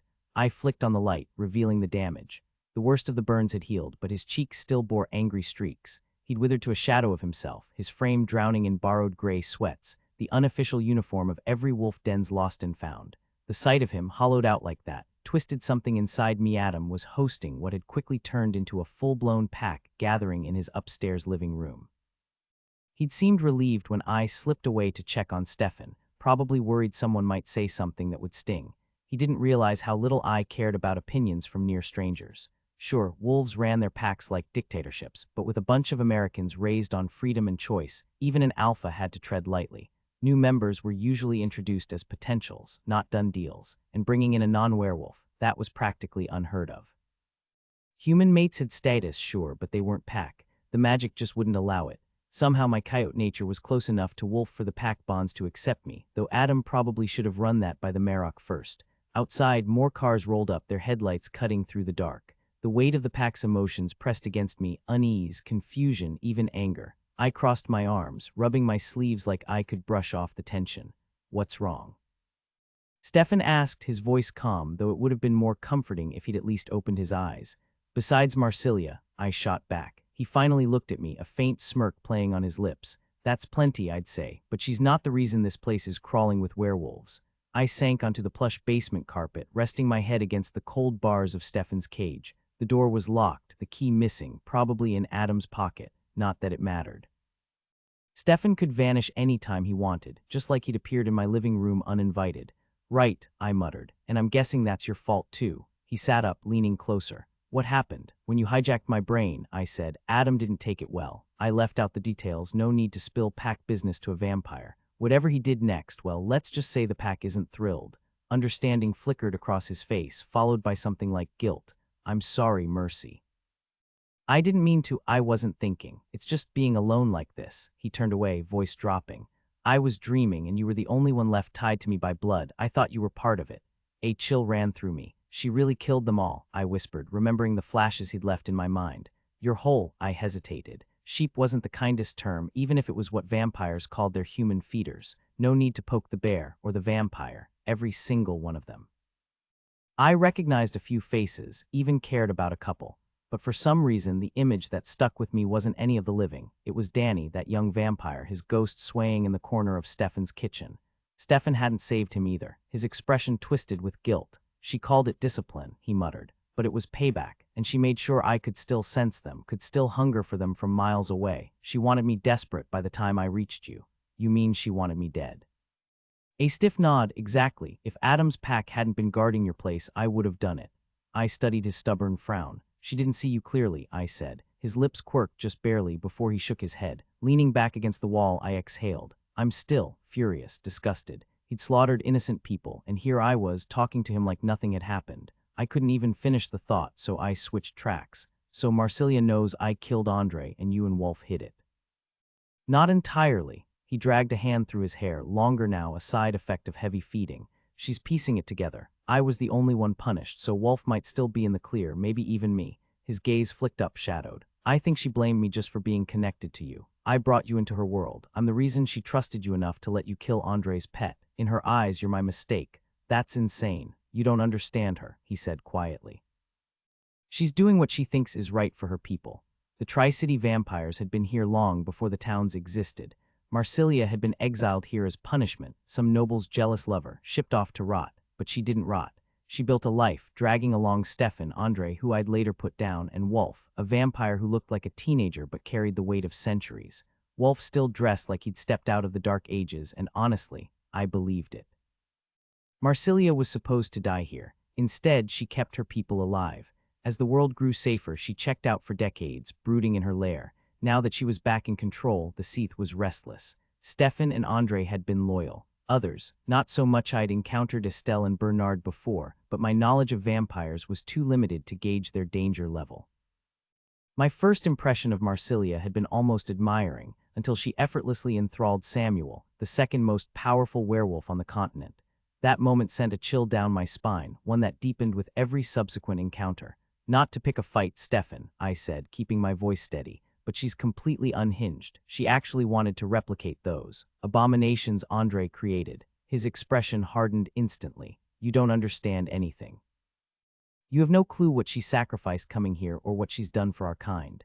Maybe not, I shot back, but I saw that monstrosity with my own eyes, so did you. There's no justification for making another. Demon-possessed creatures were nightmares given flesh. I took a sharp breath, struggling to rein in my frustration, but it slipped through anyway. You're right, though, I don't know what drives her, and honestly, I don't know you either. He just stared at me, his face unreadable.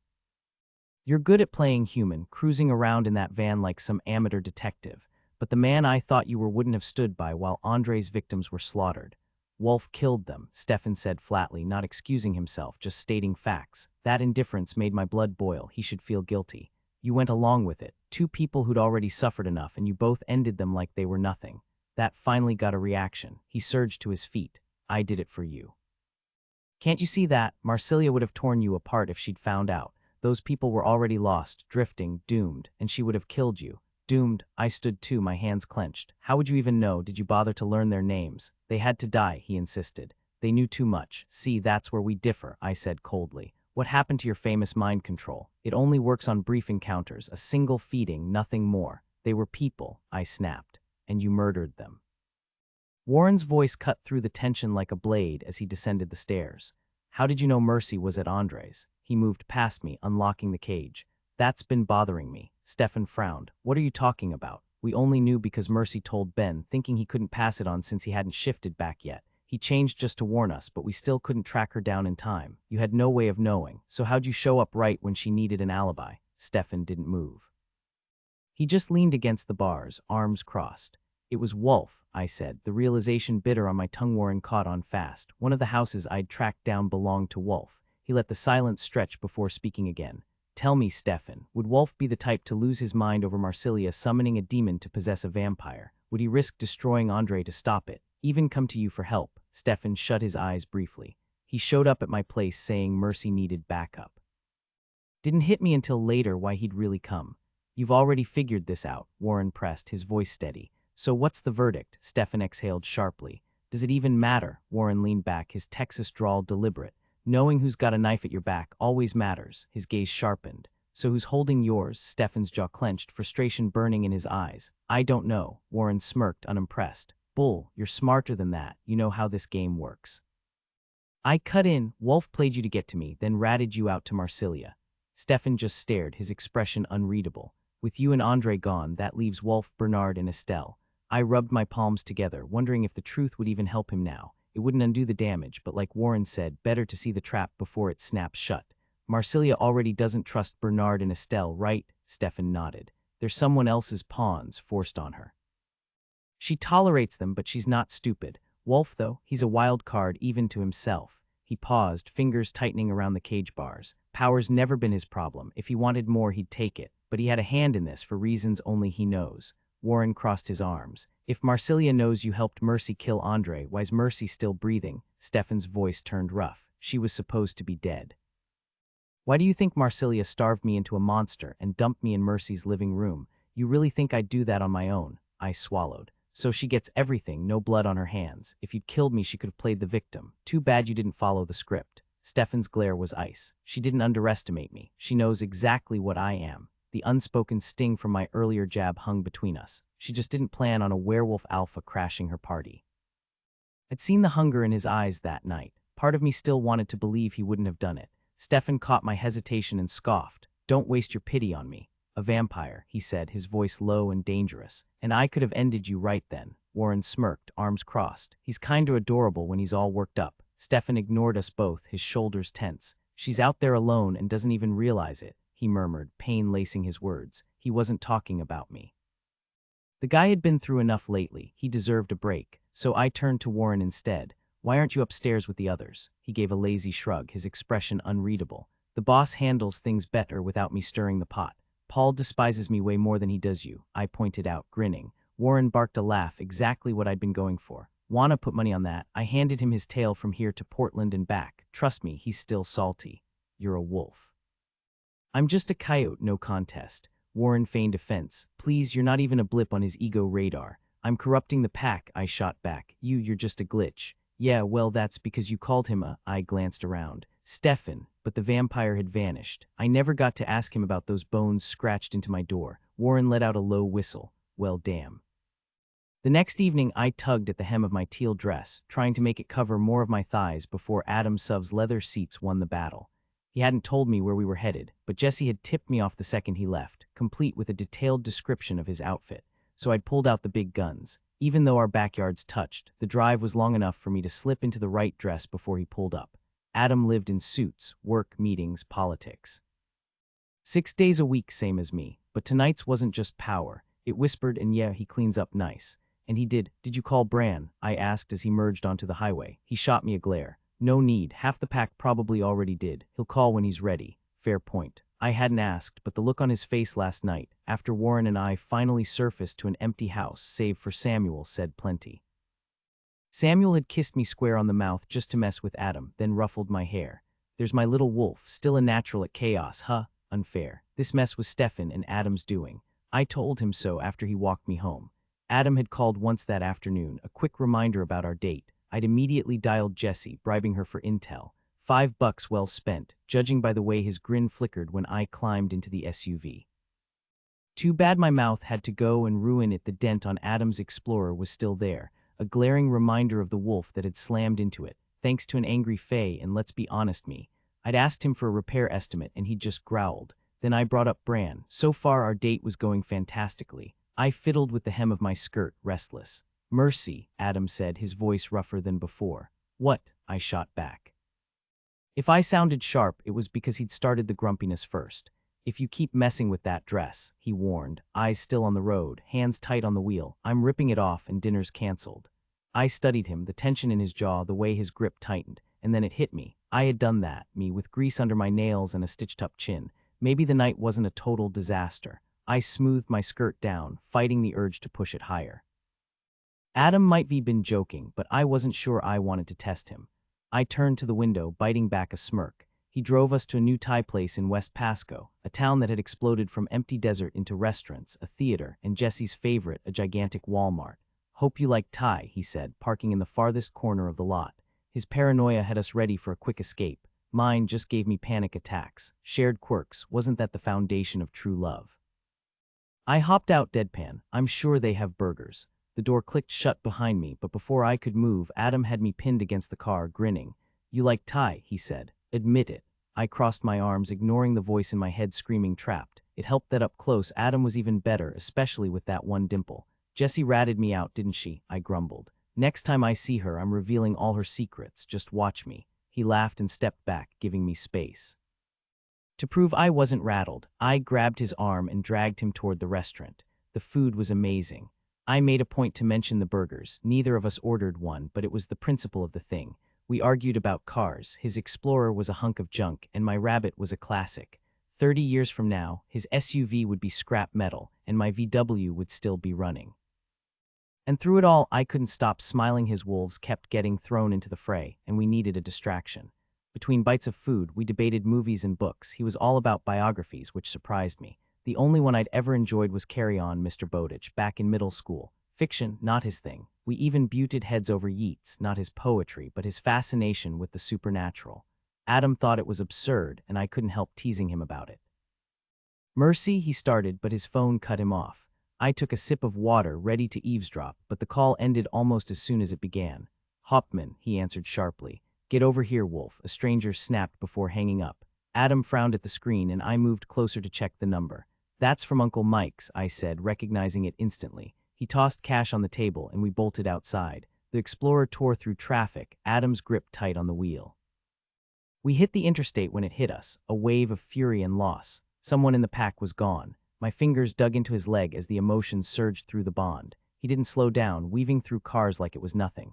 Silence hung between us until we screeched into Uncle Mike's lot, packed with the usual Fay vehicles, oversized trucks and subs. Adam didn't bother parking properly, just stopped near the entrance. I stayed on his heels as he shoved past the bouncer, who didn't even blink. The bar smelled like any other, beer, fried food, stale popcorn, but underneath was the sharp, wild scent of Fay. Earth, wind, fire, water, and something else, something alive. Normally it didn't bother me, but the blood, that was different. Uncle Mike's voice boomed, pushing the crowd tighter until we were trapped. Then Adam snapped. He started throwing people aside like they weighed nothing. Dangerous move. Some of these Fay looked human until they weren't. But when his suit tore, muscles twisting beneath his skin, I knew this wasn't just rage. Adam, I shouted, but my voice drowned in the chaos. I grabbed his shoulder and felt it. Magic, not Fay, something darker. I yanked my hand back like I'd been burned. My eyes darted through the packed bar, searching for anyone paying unusual attention to Adam, but the crowd was too thick. Then I spotted it, a small canvas pouch dangling from the ceiling beams right where Adam had suddenly gotten aggressive. 14 feet up in Uncle Mike's place, that bag might as well have been on the moon without a ladder. Just then, a wiry guy with delicate features paused beneath it. His whole body spasmed before he tilted his head back and unleashed a deafening bellow that rattled the entire building. The illusion masking his true form shattered like glass, sending a glittering cloud outward. Where a man had stood now loomed a hulking, frost-covered monstrosity, slate-gray skin stretched over a distorted frame, his features blurred like a wax figure left in the sun. Those jagged teeth and tiny silver eyes left no doubt about the mouth, though. Freakin' snow elf, someone muttered nearby as icy particles drifted from his body like a mini blizzard. When he snatched a woman up by her hair, she didn't even scream, just sliced through her own locks with a hidden blade and vanished back into the chaos. I spun toward Adam's last position, but all I found were pissed-off shifters and a blood-smeared path leading nowhere. The snow elf, now clutching fistfuls of severed hair, had everyone's attention. Perfect. Shedding my clothes faster than a prom dress after curfew, I let the shift take me, coyote form arriving with a rush of wild energy, not the agony werewolves endure. The crowd was wall-to-wall, a mosh pit of panicked bodies, but the snow elf's height made him an easy target. I vaulted onto shoulders, using drunk patrons like stepping stones. He swiped at me, but I wasn't aiming for him, just the bag. His frostbitten fingers grazed empty air as I twisted mid-leap, clamping my jaws around the pouch. The magic inside vibrated against my teeth, furious and alive for a terrifying second. I swung in midair before the cord snapped. Plummeting, I braced for the snow elf's crushing grip, but Uncle Mike caught me instead, hurling me toward the exit. The moment my fingers closed around the bag, my suspicions were confirmed. This was dark magic meant for the wolves. Somehow, Uncle Mike sensed it too. "Get that cursed thing out of here," he growled, vanishing into the crowd. Dodging bodies like a character in a twisted children's rhyme, I ducked and weaved until I burst outside. The weight of loss pressed on me. Someone from Adam's pack was gone. Not knowing if Adam was safe made it worse. And then there was the small matter of a furious 7-foot-tall elf barreling after me. Whoever coined the term clearly never met this guy, more wrecking ball than delicate woodland sprite. The bouncer's face was priceless when he finally registered the threat, bolting just as I vaulted onto the sidewalk. We sprinted side by side for 3 steps before he wisely peeled off, leaving me as the sole target. The elf, if we're calling him that, slammed into the doorway, demolishing the frame. Chunks of wall sailed past my head as I zigzagged, barely dodging a semi-truck roaring toward the warehouses. On the opposite curb, I turned to see him kneeling in the parking lot, disoriented. His silver eyes locked onto mine. "You okay?" he rasped. "God, I haven't lost control like that since. Well, the last war, tell me I didn't hurt you." He blinked at the debris, guilt flashing across his face. The bag's magic had worn off. I dropped it, yipping reassurance. Changing back wasn't an option. My favorite sundress and those stupidly overpriced sandals were still inside. Call me old-fashioned, but streaking in front of a half-recovered mythical berserker wasn't on my bucket list. As he fumbled with the wreckage, the first patrons began spilling out, their drinks forgotten. One of Uncle Mike's crew, easily spotted by his emerald green vest, stood near the edge of the parking lot, motioning for me to stay back. I couldn't tell if it was the same bouncer from earlier. I'd need to see that look of sheer panic on his face again to be sure. Clutching the bag, I retreated until my back hit the rough brick wall of an abandoned warehouse, putting some distance between me and the road. The lot was clearing out fast, with Uncle Mike's people guiding cars and helping the snow elf tidy up. Adam's sleek sedan and Mary Jo's rugged Jeep stood alone. I'd fixed up her Jeep for free once when she took a shift guarding me. She's a firefighter, barely over 5 feet but built like a tank with nerves of steel. The weight of loss settled over the pack like a heavy fog. Someone was gone. I could feel it in the quiet, the way the others sensed the absence. They knew who it was, but I wasn't tuned into their bond well enough to tell. All I had was Mary Jo's Jeep and the sinking feeling in my gut. By the time Uncle Mike stepped through the wrecked doorway, only a handful of cars remained. He gave the snow elf a quick pat before vaulting over a concrete divider and heading my way, my crumpled dress in hand. I yanked it on, no time for modesty, but at least I wasn't exposed. I shoved the bag toward him. What the hell happened? He scooped it up, his expression darkening before he let out a low, predatory growl, nothing like his usual easygoing self. "Cobweb," he called, "get rid of this mess for me." A tiny glowing speck, like a firefly, though we don't get those here, hovered over the bag before both vanished. "Did it mess with you too?" I asked. Uncle Mike's always been an enigma, powerful enough to keep a bar full of rowdy fae in line. "No," he admitted, jaw tight. "But someone planted it in my territory, and I didn't catch it." He wiped his hands, his usual grin sliding back into place, but I knew better. The fae wear masks, and his didn't fool me anymore. "Clever coyote," he said. I didn't think to check why they were snarling, just assumed werewolves being werewolves. By the time I stepped in, it was too late. I didn't wait for another vague answer.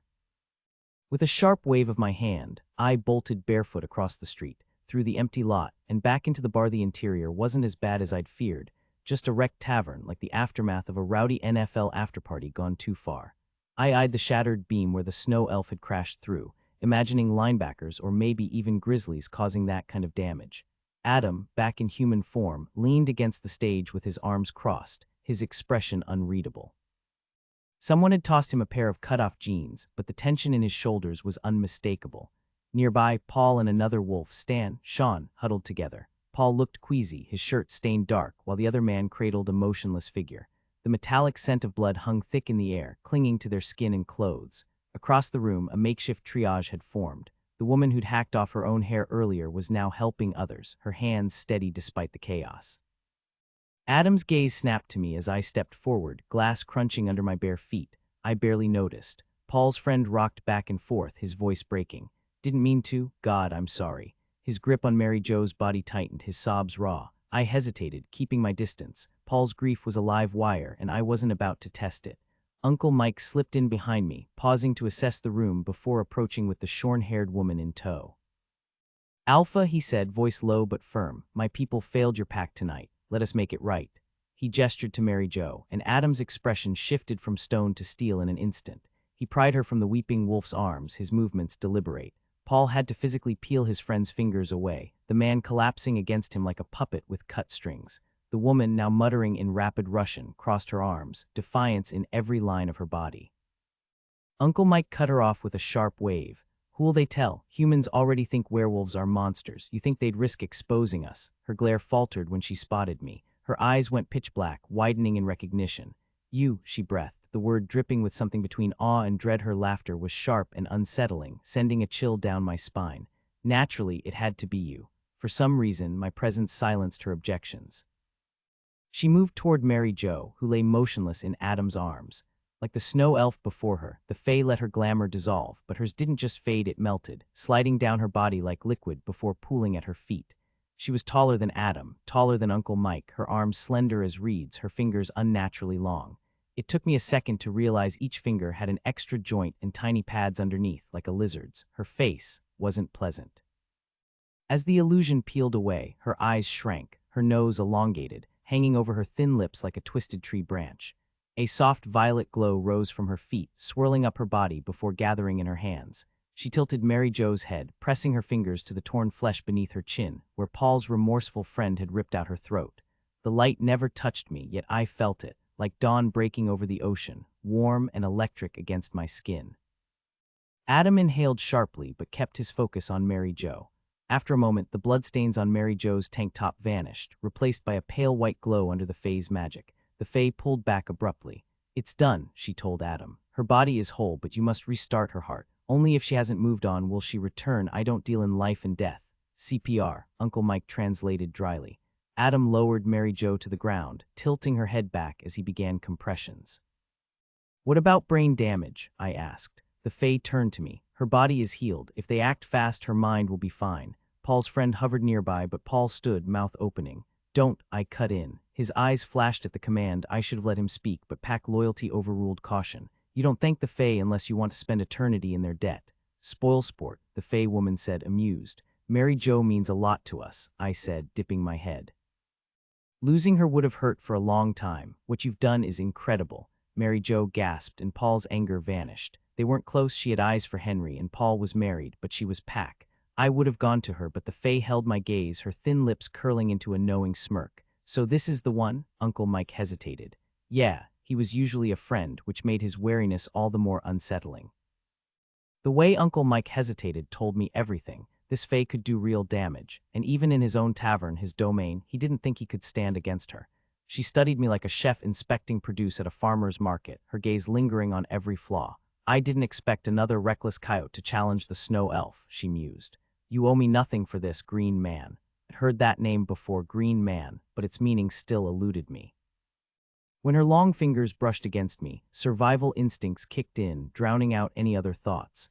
"I did this because of you, little coyote," she said, her voice sharp. "Do you have any idea how much chaos you've unleashed? The Morrigan claims it's your gift, rash, quick, and lucky, just like the trickster himself. But unlike Coyote, you won't rise again at dawn." I stayed silent. At first, I'd assumed she was just another Fae from the Tri-Cities, one of the denizens of fairyland. The reservation near Walla Walla meant to keep humans and Fae from tearing each other apart. But healing Mary Jo, that wasn't some minor parlor trick. Magic like that meant power, real power, and Uncle Mike's tension confirmed it. "We'll finish this conversation later, Green Man," she said before turning back to me. "Who are you, little coyote, to shake the Great One so thoroughly? You broke our laws, yet your defiance worked in our favor. Siebold Adalbertsmitter is innocent, humans caused the mess. So tell me, should I punish you or reward you?" She laughed, the sound sending a chill down my spine. "Consider yourself rewarded." The light swirling around her feet darkened, thickening into a stone disk about 3 feet wide and half a foot thick. It solidified beneath her, lifting her effortlessly like some cursed magic carpet. The edges curled upward, forming a shape I recognized from old tales, not a dish but a mortar, a witch's mortar. And then she was gone, not vanishing like Stefan, but moving faster than my eyes could track. I'd seen Fae phase through walls before, so that part wasn't shocking. Small mercies, I'd already had enough surprises for one night. The first rule about the Fae, don't catch their attention, but nobody tells you what to do once you have. "I thought Baba Yaga was just a witch," I muttered to Uncle Mike, my voice hollow. "Who else would ride a flying mortar?" "Witches aren't immortal," he said dryly. "Of course she's not a witch. Baba Yaga haunted stories across Eastern Europe, and she wasn't exactly the hero in any of them. Child-eating, house-moving, nightmare fuel." I glanced at Adam, still focused on Mary Jo, who trembled like she was fighting off hypothermia but at least seemed alive. "What about that bag?" I asked, my mind racing. "What if someone finds it washed up by the river?" I asked. Uncle Mike shook his head. "Running water strips magic from enchanted fabric fast. That trap was meant for wolves." I already knew that it had reeked of vampire. But why did it only affect the walking mountain? And what even is a snow elf? That's not a thing. As far as I was aware, elf was just a catch-all term humans used for the Fae. Uncle Mike hesitated, choosing his words carefully. Getting answers from the Fae was like squeezing water from a rock. "The government makes us register and label ourselves," he finally said. So we pick names that suit us. Some use old titles, others invent something new, just like humans have been making up names for us for centuries. My personal favorite, Jack Be Nimble. No clue what that's supposed to be, but we've got a dozen of them in the reservation alone. I smirked. The government had no idea what they were dealing with, and the Fae weren't about to enlighten them.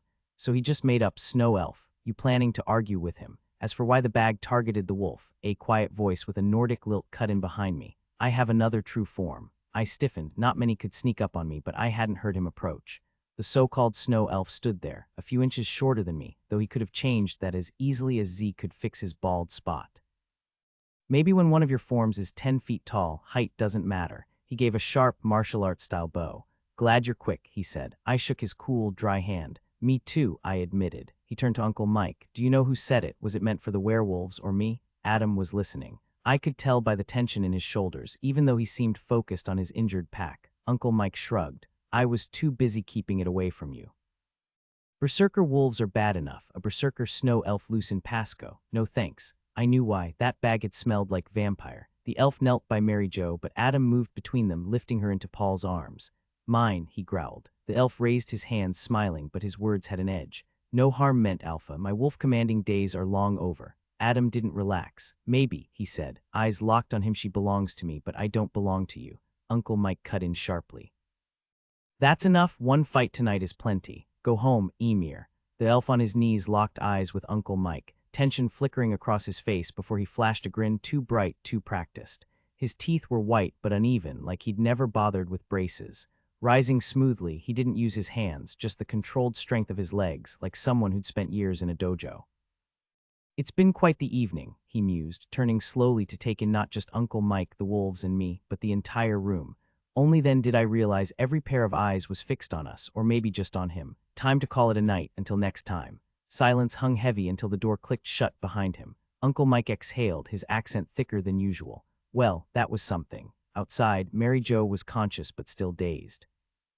Adam directed Paul and his friend Alec, not Sean or Stan, to take her back to his place. Paul bundled her into the car, then hesitated, his gaze dropping to my bare feet. You shouldn't be out here like that, he muttered, more to the pavement than to me. The engine roared to life and they were gone. Adam shook his head. That was his way of saying thanks. Let me say it properly. Trust me, I'd rather face a dozen angry Fae than have to bail Paul out from Baba Yaga. I smirked. Maybe I should have let her take him. Would have saved you the trouble. He stretched his neck with a tired chuckle. Could have been a lot worse. My eyes drifted past him to his SUV. The damage was worse than I'd thought, not just a flat, but the rear wheel bent at a sharp angle. Define worse. Please tell me your insurance covers Snow Elf incidents. Adam already had his phone out. After tonight, this barely makes the list. He pulled me close, his bare skin warm against mine. Jesse, he said when his daughter answered. We need a ride. Uncle Mike's place. It's been eventful. Later, on his back porch, Adam kept his voice low, though we both knew the pack was listening. Some date, he murmured. I nudged him. At least you can't say I'm boring. His laugh was quiet, but his eyes stayed serious. He'd cleaned up at Uncle Mike's and changed clothes, but the scent of blood still clung to him. You should check on Mary Jo, I said. I need sleep. She'd pull through better without me there, stirring up the pack's instincts. Adam hugged me, lifting me just enough that my borrowed flip-flops barely brushed the ground. Wash those cuts first, he said. No infections on my watch. Adam stood on the porch, his gaze following me as I headed home.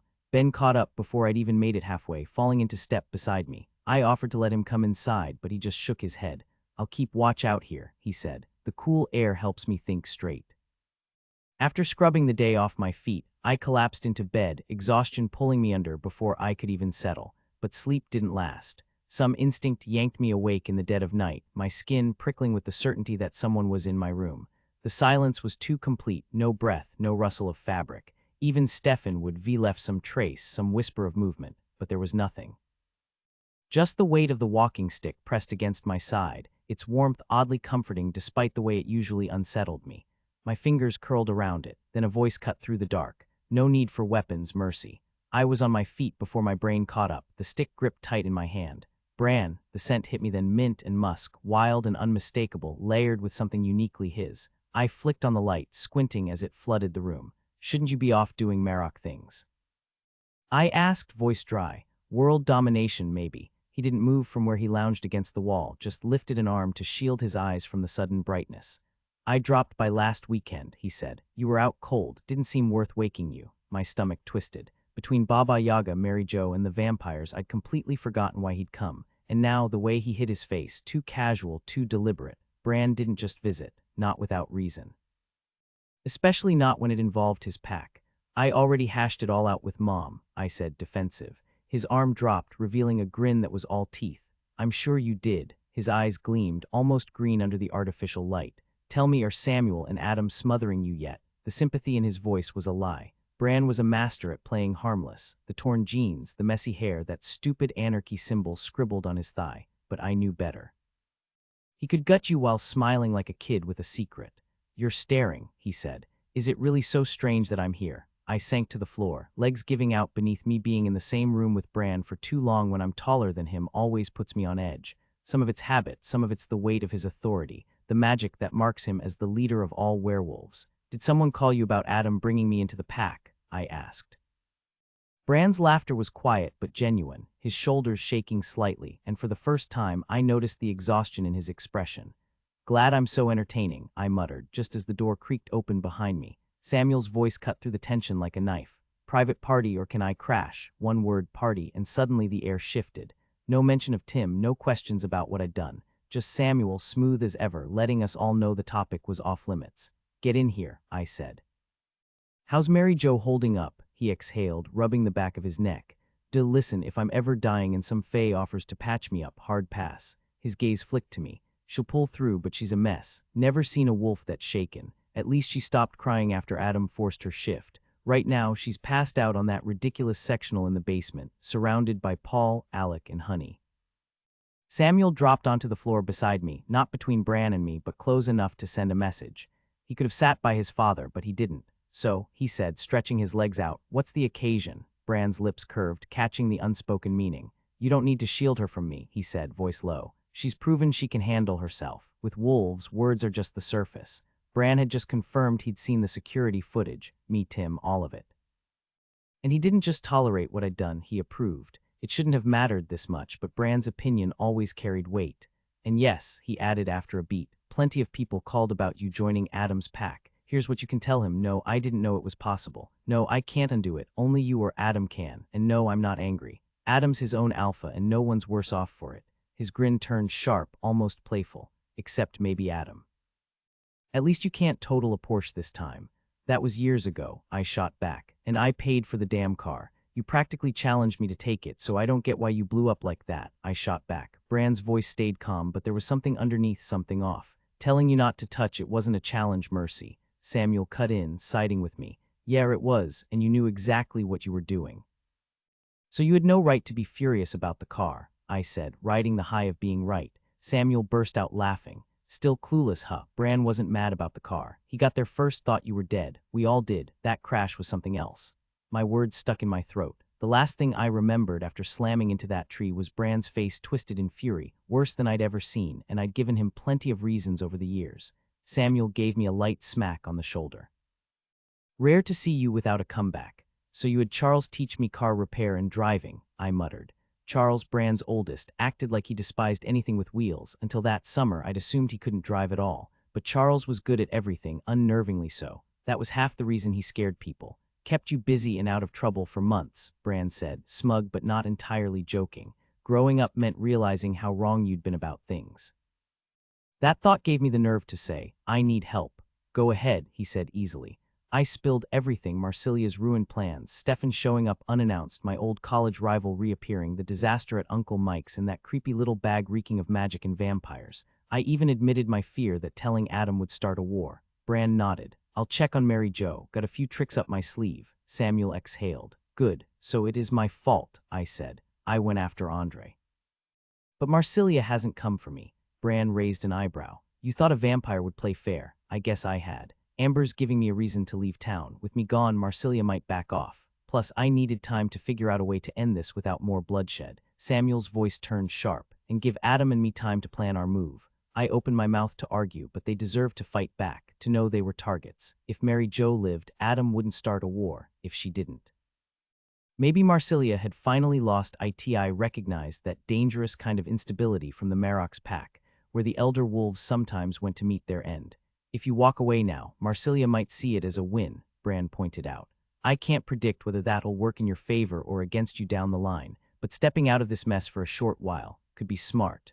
I noticed he didn't promise Marsilia would stop coming after my people.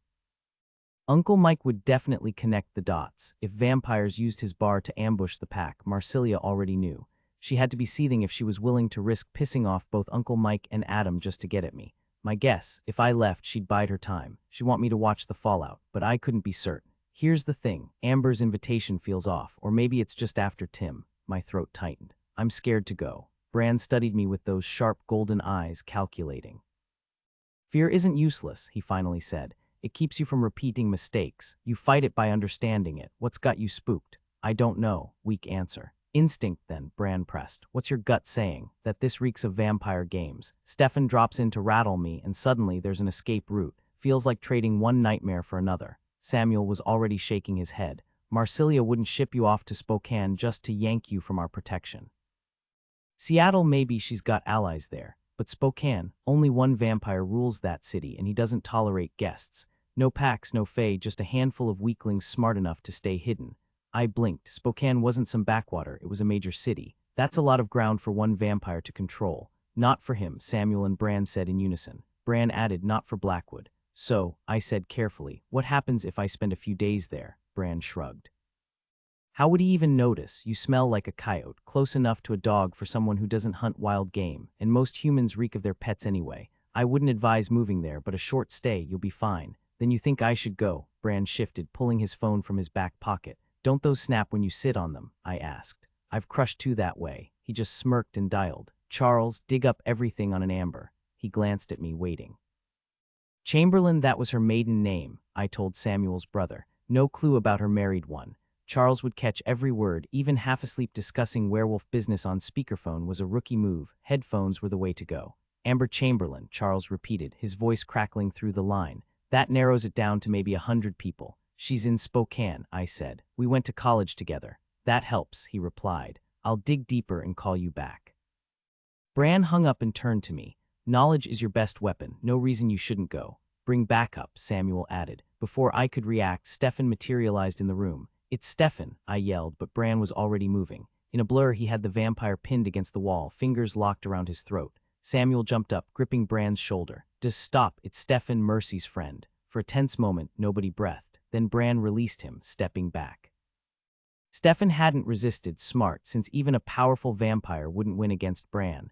This was the same Stefan who'd once been a Renaissance mercenary, now looking more rigid than I'd ever seen him.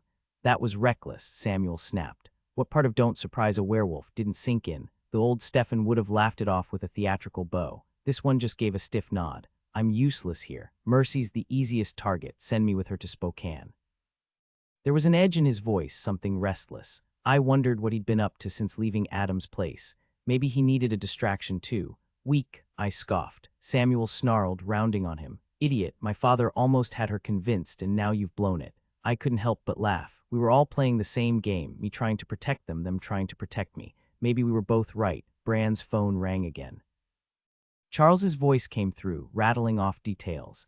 Amber was married to Corbin Wharton, a corporate lawyer 10 years older. They had an 8-year-old son with an undisclosed disability. Addresses, phone numbers, even tax records. Charles had hacked his way through it all. Thanks, Bran said. Can I go back to sleep now? Charles muttered before hanging up. I met Samuel's gaze. Things will be simpler if I leave. He nodded. We can handle ourselves, but you're the one at risk. If you're not here and Marsilia doesn't have a clue where you are, we might actually get her to the negotiating table, Bran said, glancing at Stefan. But a vampire in Spokane, that's like waving a red flag in front of a bull. Stefan just shrugged, his usual nonchalance in place. I've got my ways. I stood in this room for 15 minutes before any of you noticed. If I feed properly, no one will even suspect what I am. You always smell like vampire to me, I pointed out. And popcorn, the rich, buttery kind you get at the movies. No idea why. Maybe it's some weird vampire quirk since I've never actually seen him eat the stuff. He held up his hands. Fine, no one without Mercy's knows then. If I'm in the same room as the monster, maybe he'll pick up on it. Otherwise, I'll be a ghost. Samuel frowned. The monster, James Blackwood, Stefan clarified. Vampires love their dramatic titles. Stefan was the soldier, fitting, given his mercenary past. Wolf was the wizard, which, yeah, he could pull off some creepy magic. but a vampire called the monster. That was a hard pass for me. Stefan leaned in. There's more. I can jump from place to place and I can take Mercy with me. Bran's focus sharpened. How far? Stefan gave another half-hearted shrug, like even standing straight was too much effort. Anywhere, but dragging someone along, that'll wipe me out for a full day afterward. His gaze flicked to me. I've got the address. Of course he did. He'd overheard Charles giving it to the rest of us. I can scout it tonight and find a safe spot to hole up during daylight. Bran arched a brow at me. I'll call Amber in the morning, I muttered. It felt like retreating, but Bran seemed convinced it was the right move. Stefan gave a theatrical bow and vanished before he even straightened. He used to hide that trick, I said, unease creeping in. The fact that he wasn't hiding it anymore, that felt like a warning. Samuel smirked. You only agreed to go to Spokane because he looked pitiful, didn't you? You were ready to dig in your heels until those sad puppy eyes got to you. I shot him a glare. Hey, I'm not saying he doesn't have a reason to look miserable, Samuel said, raising his hands. Just remember, pathetic or not, he's still a vampire. And if he decides to stop playing nice, you're outmatched. You've cost him Mercy. He might not be as friendly as you think. I hadn't considered that. So I did for about half a second. If he wanted me dead, he could have done it when he showed up starving, or any time tonight. You want me gone, so stop stirring the pot. Samuel's frown deepened. I'm not stirring, but you can't forget what he is. Vampires aren't the good guys, no matter how charming Stefan acts. I like him too, but you're ignoring the reality. The memory of those two dead people, just because they'd seen me stake Andre, flashed in my mind. I know what he is, I snapped. Vampire, Bran said simply. Evil, absolutely. His grin made him look like he should still be in homeroom, but his mistress messed up big time when she decided to toss him aside. She shattered him, I murmured, meeting Samuel's gaze. You and Adam stay out of trouble. I'll keep Stefan distracted chasing shadows. Of course, bringing a vampire along for ghost hunting would be pointless. Spirits vanish the moment they catch a whiff of undead. Samuel knew it too, his grin sharp despite the gravity in his eyes. We'll handle things here. Bran lingered, his voice low. Call if you need me. I should check on Mary Jo soon. His lips brushed my forehead, then Samuel's, who had to stoop like a willow branch. I wasn't sure if Bran actually remembered Mary Jo, but then again he'd never met a wolf he couldn't name, which reminded me, hey Bran, he paused at the door.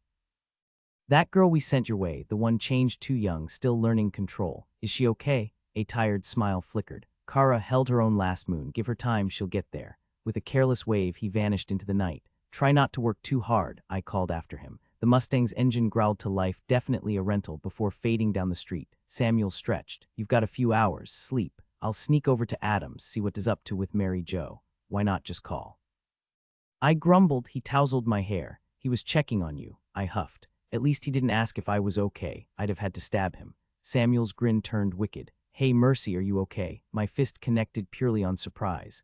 Now I am, I said as he collapsed dramatically, rolling like I'd thrown a knockout punch. The highway unspooled ahead, Spokane's skyline still miles off. Trees thickened along the roadside, nature's welcome sign. My phone buzzed. I answered without slowing.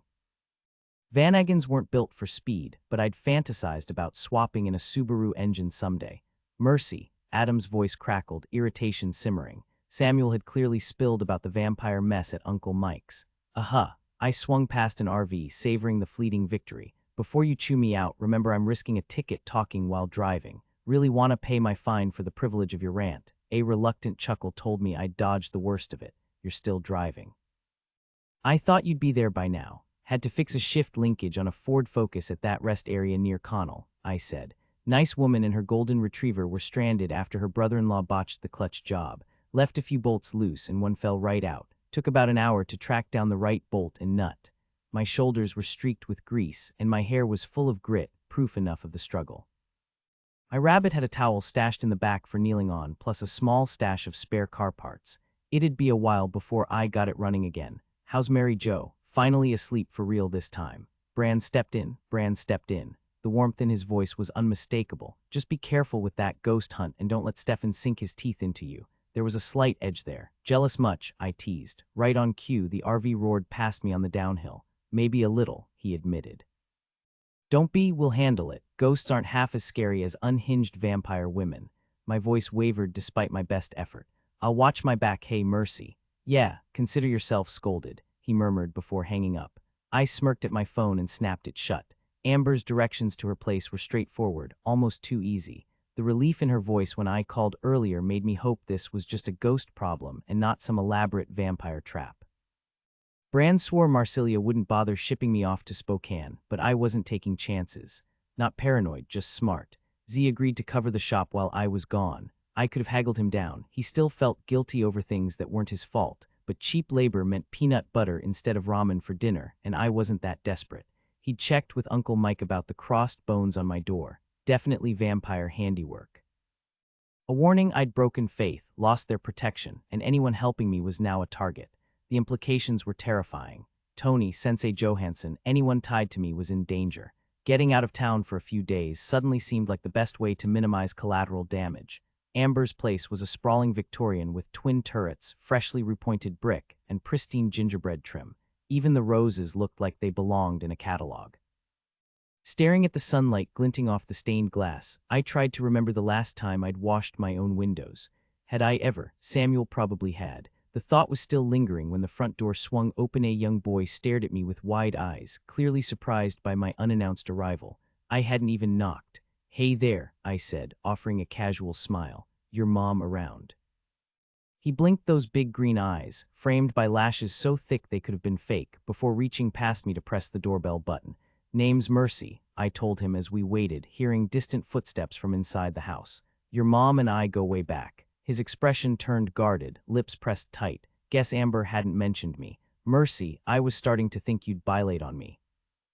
Amber's voice carried that frazzled edge, like she'd been juggling too much before I even showed up, and that was before she got a good look at me, still smudged with grease and road dust.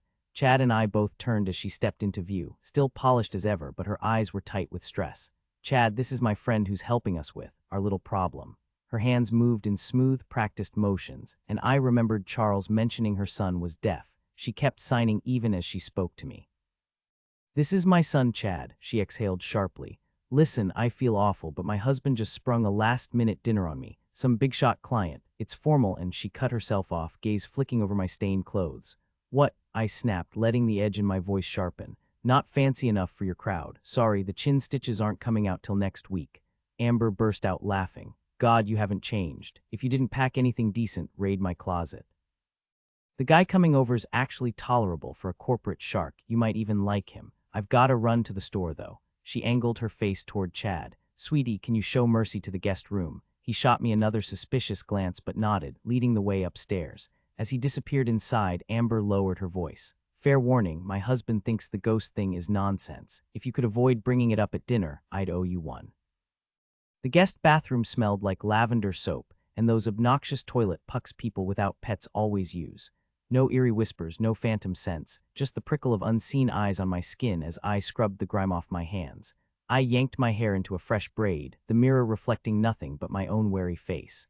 Still, the creeping sensation didn't fade. Someone or something was watching. Maybe it was just my imagination running wild, but I still hurried through cleaning up. No eerie messages appeared on the walls, no shadowy figures in the mirror, nothing out of place. When I opened the door, Amber was right there, tapping her foot. She didn't seem to notice how she'd made me jump. "I need to get Chad to practice, then grab groceries for dinner," she said. "You coming?" "Sure," I replied, trying to sound nonchalant. The idea of staying alone in that house didn't sit well with me, so much for my ghost-hunting bravado. Nothing supernatural had even happened, and I was already on edge. I claimed the front seat, earning a glare from Chad, who slumped into the back. The kid clearly wasn't impressed with me. The ride stayed quiet until we dropped him off, his reluctance obvious. Amber, tougher than I gave her credit for, ignored his pleading look and left him with the bored-looking coach. As she pulled away, she finally broke the silence. "So, you gave up on teaching history?" Her voice was tense, like she was bracing for an argument. Then again, she'd never been the relaxing type. "Gave up isn't exactly it," I said. "I took a mechanic job to pay the bills while waiting for a teaching gig, then realized I'd rather fix engines than grade papers." Seizing the moment, I added, "I thought you were going to be a vet." "Yeah, well, plans change," she muttered. A beat passed before she admitted, "Chad happened." The honesty seemed to catch her off guard, and she clamped her mouth shut. At the store, I wandered off while she inspected tomatoes. They all looked fine to me. I grabbed a candy bar, half to test how much she'd mellowed. Not much. By the time she finished scolding me about sugar, we were almost home. She'd loosened up enough to finally talk about her so-called ghost. "Corbin doesn't believe in hauntings," she said, weaving through traffic. She glanced at me, then away. "Truth is, I haven't seen anything either. I just told him I did so he'd stop picking on Chad." She exhaled sharply. He thinks Chad would be better off at some fancy boarding school, a special place for problem kids. Problem, I scoffed. Kids seemed more likely to bury his nose in a book than cause trouble. Amber let out a strained laugh. Corbin doesn't get him. Classic jock dad, nerdy son. I couldn't resist. Does Corbin know he's not the dad? She slammed the brakes so hard the seatbelt dug into my chest. Cars honked as we sat frozen in the middle of the road. Thank God we were in her sturdy Mercedes. Her old Mayata wouldn't have handled that stop half as well. You're forgetting, I said casually. I knew Harrison just as well as you did. We'd laugh about how ridiculously long his eyelashes were, never seen anything like them until today. Harrison had been her great romance for all of 3 months before she traded him in for some pre-med guy. Amber accelerated again, waiting for the traffic to thin. Oh right, I forgot you knew him, she murmured. Funny how things work out. Corbin knows Chad isn't his, but the kid doesn't. It never used to be an issue, but now, Corbin's been acting off. She shook her head. Still, he's the one who told me to call you. Saw that article about you in the paper and said, isn't that the girl who used to talk to ghosts? Why not have her come check it out? I figured I'd pressed enough, so I switched gears. What exactly does this ghost do? Rearranges everything, she said. Chad's room gets shuffled around like clockwork. He swears he's seen furniture moving on its own. She paused. And it breaks things, smashed a couple of my father-in-law's Chinese vases, shattered the glass on Corbin's diploma. Sometimes things just vanish, car keys, shoes. Once Corbin's important documents ended up under Chad's bed. He was furious. At Chad, she nodded. I hadn't even met the guy, and already I didn't like him. Even if Chad was behind it all, which I had no proof of, shipping him off to some boot camp wasn't exactly a solution. We picked up a sullen Chad, who clearly wasn't in the mood to talk, and Amber dropped the ghost subject. Later, I tried helping in the kitchen, but Amber banished me after criticizing my apple-peeling skills.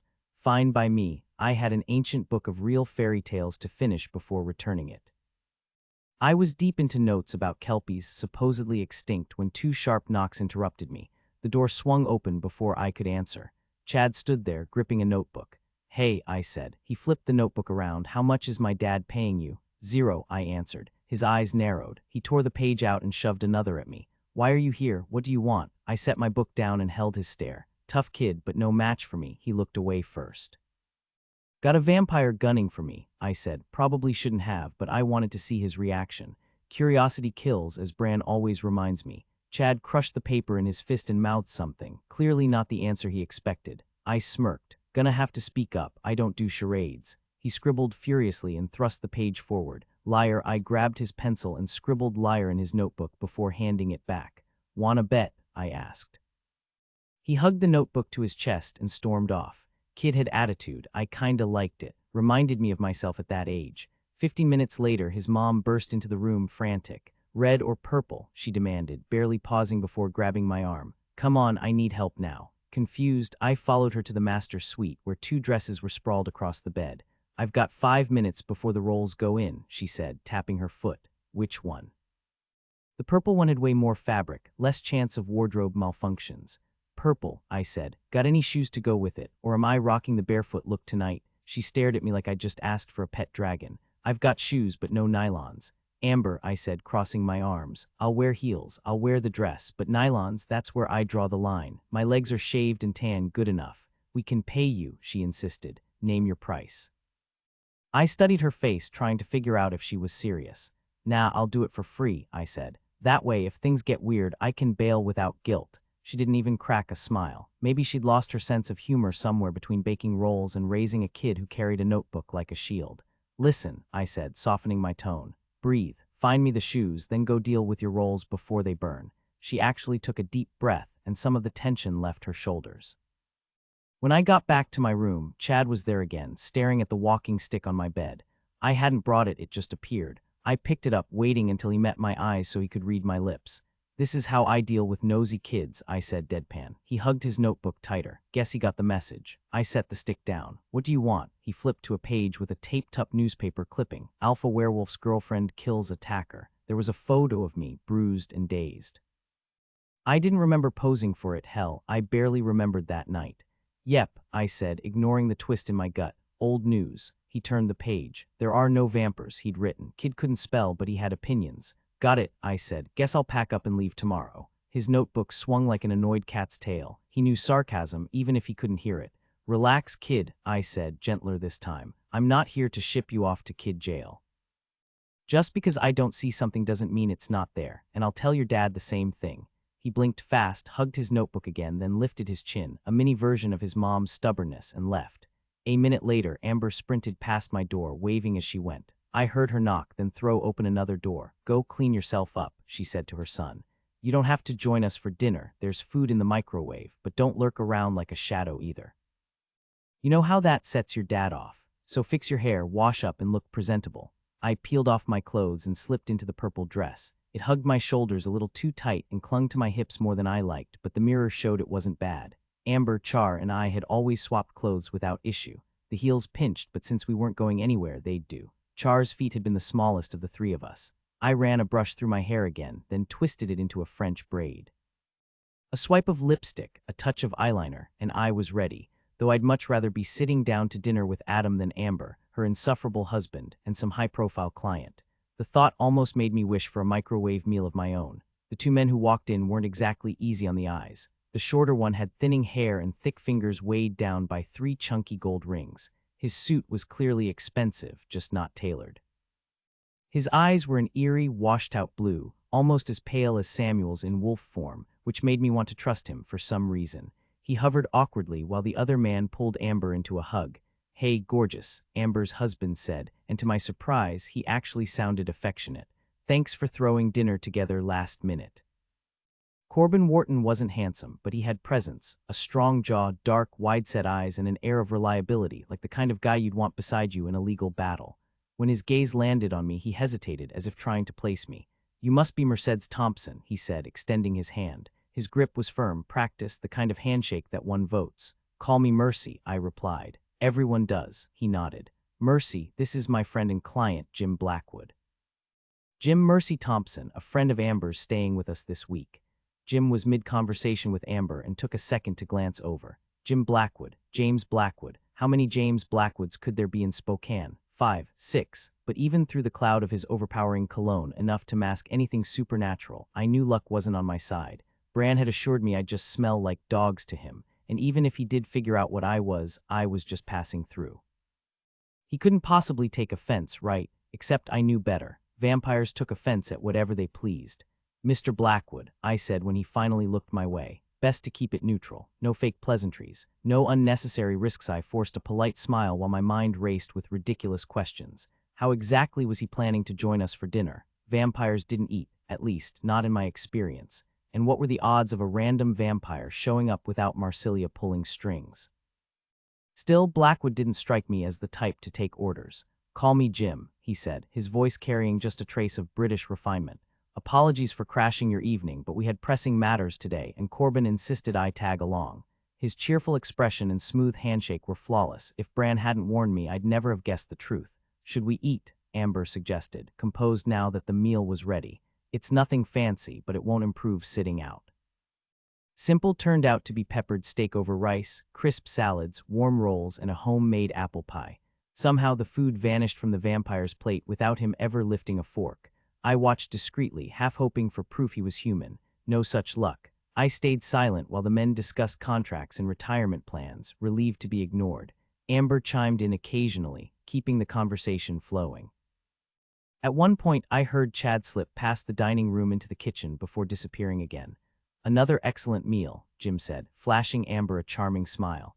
Lovely, witty, and such a skilled cook. I keep warning Corbin I might just steal you away someday. A shiver ran down my spine. He meant it, but Corbin and Amber laughed like it was an old running joke. Then his gaze landed on me. You've been awfully quiet. Corbin mentioned you and Amber went to school together. What do you do back in Kennewick? I fix things, I muttered, staring at my plate. Things? He sounded far too interested.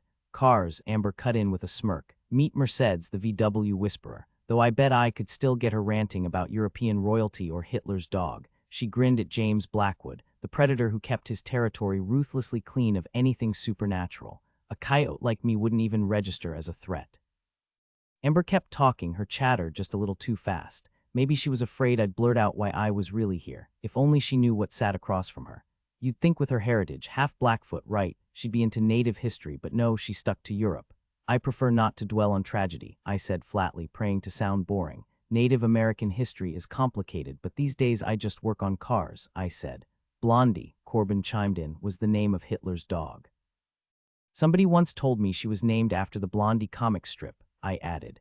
That little theory had sparked endless debates among the history nerds I knew. Honestly, I was hoping the conversation would steer toward Hitler. At least he was safely dead, unlike the corpse in the next room. The vampire studied me. You're Native American. His gaze lingered a little too long, but I kept mine fixed on his jaw. Eye contact was a bad habit I'd learned to avoid, especially around werewolves.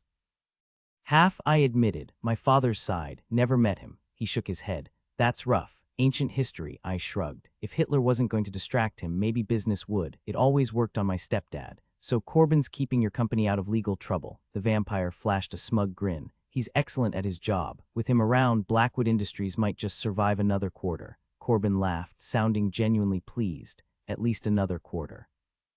Amber raised her glass. To making money, lots of it. I pretended to sip my wine, knowing my idea of making money was a far cry from theirs. Finally, he left. It hadn't been as bad as I'd feared. The guy was smooth, and hopefully, he still thought I was just some boring mechanic.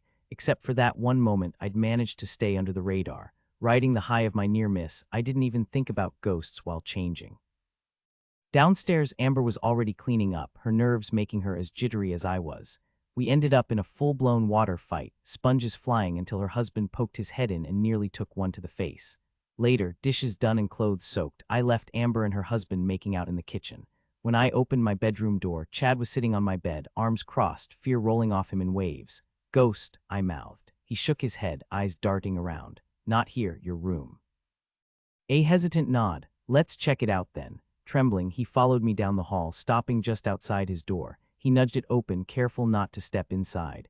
I'm guessing that bookcase isn't usually face down on the floor. I said. He shot me a glare, but some of the tension left his shoulders. I shrugged. Look, my partner has a kid. Partner felt too casual for what Adam meant to me, and I grew up with 2 little sisters.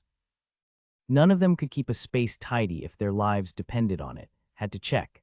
The room was a disaster zone, though it was tough to tell how much was typical teenage chaos and how much was supernatural interference.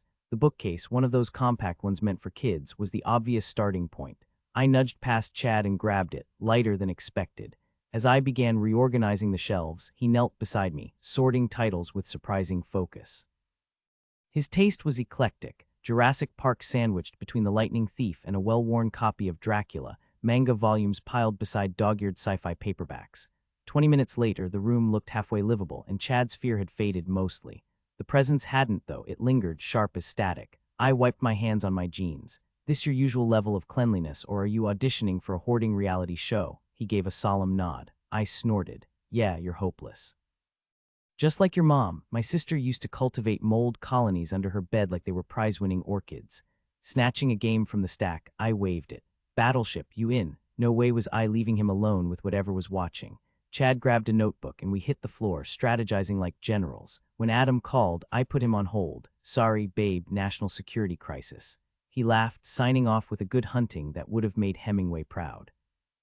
Chad annihilated my fleet with terrifying precision, his smug grin widening every time I groaned. Torpedo hit, you monster. A knock cut through our theatrics. Chad stiffened, eyes darting to the door.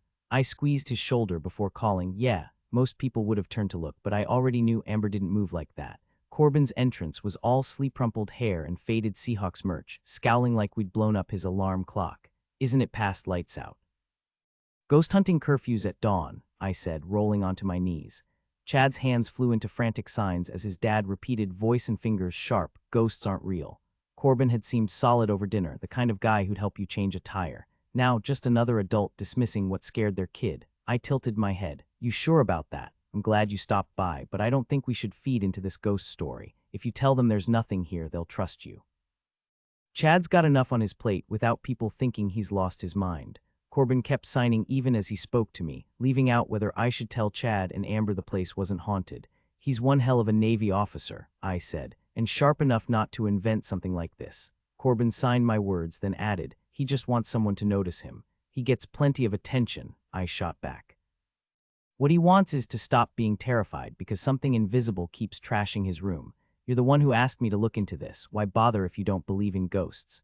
A sharp crash cut through the room as the toy car on Chad's dresser suddenly launched itself, skidding across the floor before slamming into the bookshelf. I'd noticed it rocking slightly for the past 15 minutes, so I wasn't startled. Chad, deaf to the noise, didn't flinch. But Corbin, he nearly jumped out of his skin.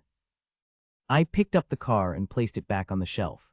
"Let's see if it happens again," I said, kneeling beside Chad so he could read my lips. "Whatever's here just knocked that car down. We're all going to watch and see if it does it again." Corbin, still shaken, sat beside Chad and gripped his shoulder. We all stared as the car slowly spun in place before tumbling backward. Then the entire bookshelf toppled forward, crushing Chad's plastic battleships.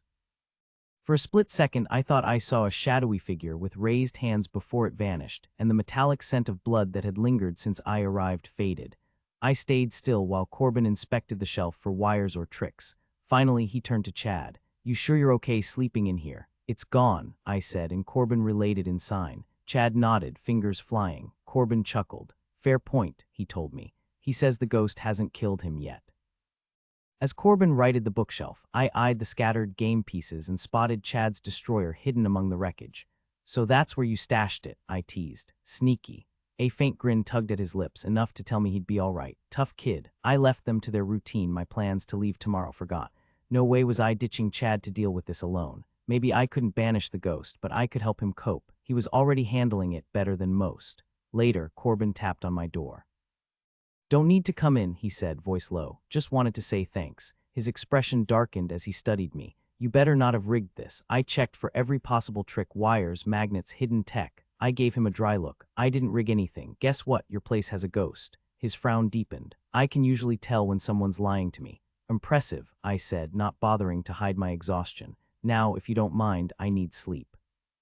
He took a step back but hesitated, turning halfway down the hall. "If it is a ghost, is Chad in danger?" I shrugged. The metallic scent of blood had set me on edge. Most spirits carried traces of their lives, like Mrs. Hannah, who used to swing by my shop before and after she passed. She always smelled like lavender detergent, Chanel No. 5, and her 3 Persian cats. Blood, that was different. Still, I kept my voice steady. Ghosts rarely hurt people. The worst I've heard of is the Bell Witch in Tennessee, supposedly killed a guy named John Bell centuries ago. But poison in his medicine, could have been a human. We locked eyes, tension thick between us. "You're dating a werewolf," he pointed out. "Yep, and you believe in ghosts." "And fae," I added. "I work with one." After that, ghosts aren't exactly shocking, are they? I shut the door and collapsed into bed. Surprisingly, sleep came fast, probably because I was running on fumes. But when I woke up, 2 fresh puncture marks decorated my neck, paired with a vivid bruise. My lamb pendant was missing. Staring into the bathroom mirror, Samuel's warning echoed in my head. "Don't assume Stefan's still your ally." Then it hit me. Stefan needed to feed to stay hidden. A chill ran down my spine. Had he been here, or worse, had it been James Blackwood, the vampire who terrified even the things that scared me? The door swung open. Chad froze, his gaze locked on my neck. "No," I said before he could ask. I wasn't kidding about the vampires. I left out the part where I'd apparently been dinner. Some truths were better left unsaid. Dealing with ghosts was enough trouble without adding vampires to the mix. Maybe I shouldn't have mentioned that, I admitted, tossing my toothbrush into my toiletry bag. "Keep it between us, okay? Vampires prefer staying off the radar, and they get pretty creative about keeping their secret."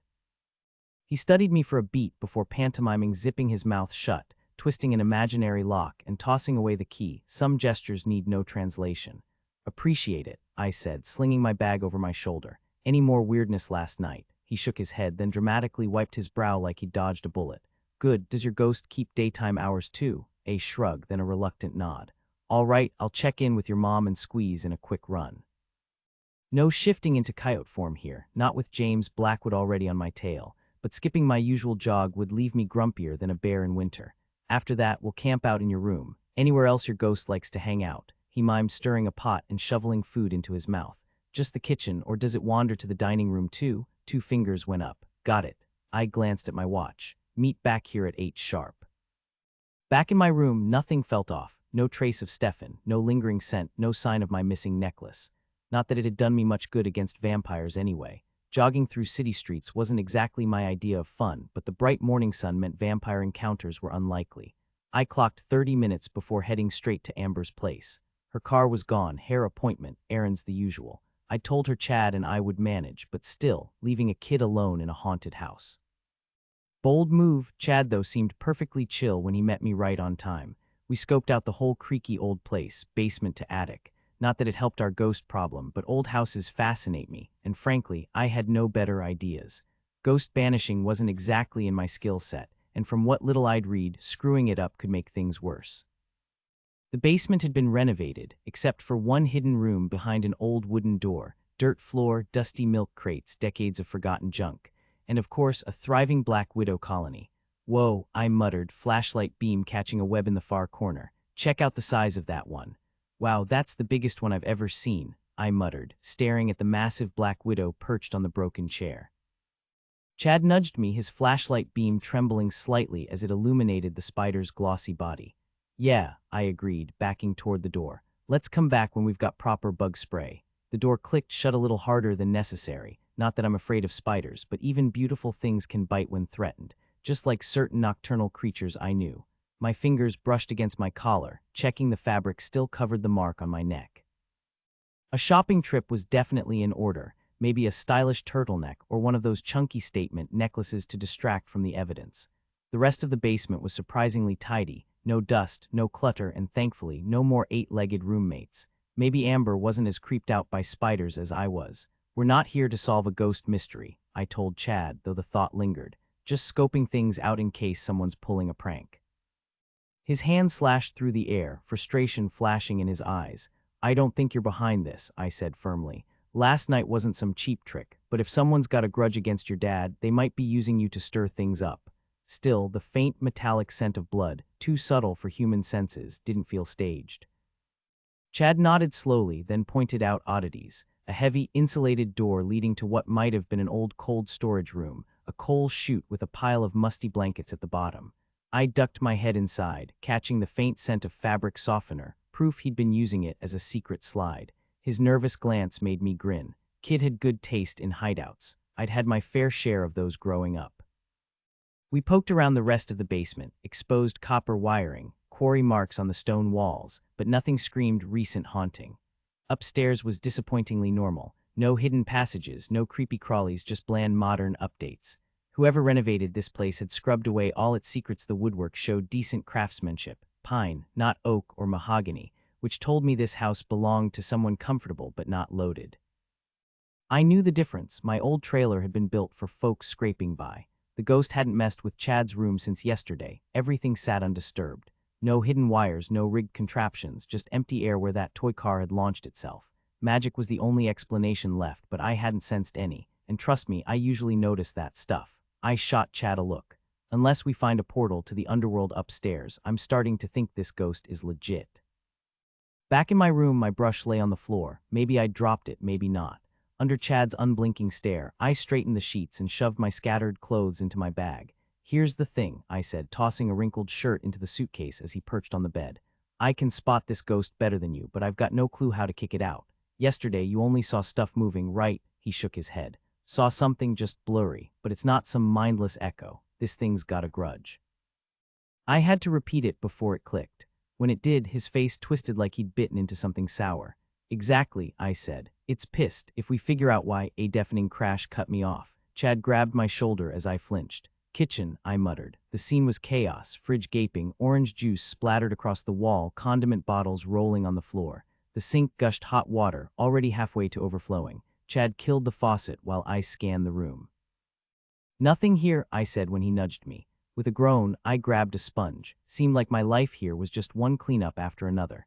Chad mopped up the juice while I scrubbed sticky streaks off the wall. The dents looked old, some of them anyway. After sandwiches and chips, because ghost hunting works up an appetite, we headed upstairs. The attic wasn't some cobweb-covered junk pile. Behind a closet door, narrow stairs led to a sleek home office, cherry desk, high-end computer, zero dust. Not exactly the haunted relic I'd expected. The space was designed to feel open and bright, with skylights balancing out the imposing cherrywood bookshelves packed with heavy legal volumes. The only playful touch was a delicate lace pillow perched on the narrow window seat beneath the room's single window. You mentioned there was another room like this, I asked, hesitating on the stairs, not wanting to intrude. Chad motioned for me to follow him across the second floor to his parents' bedroom.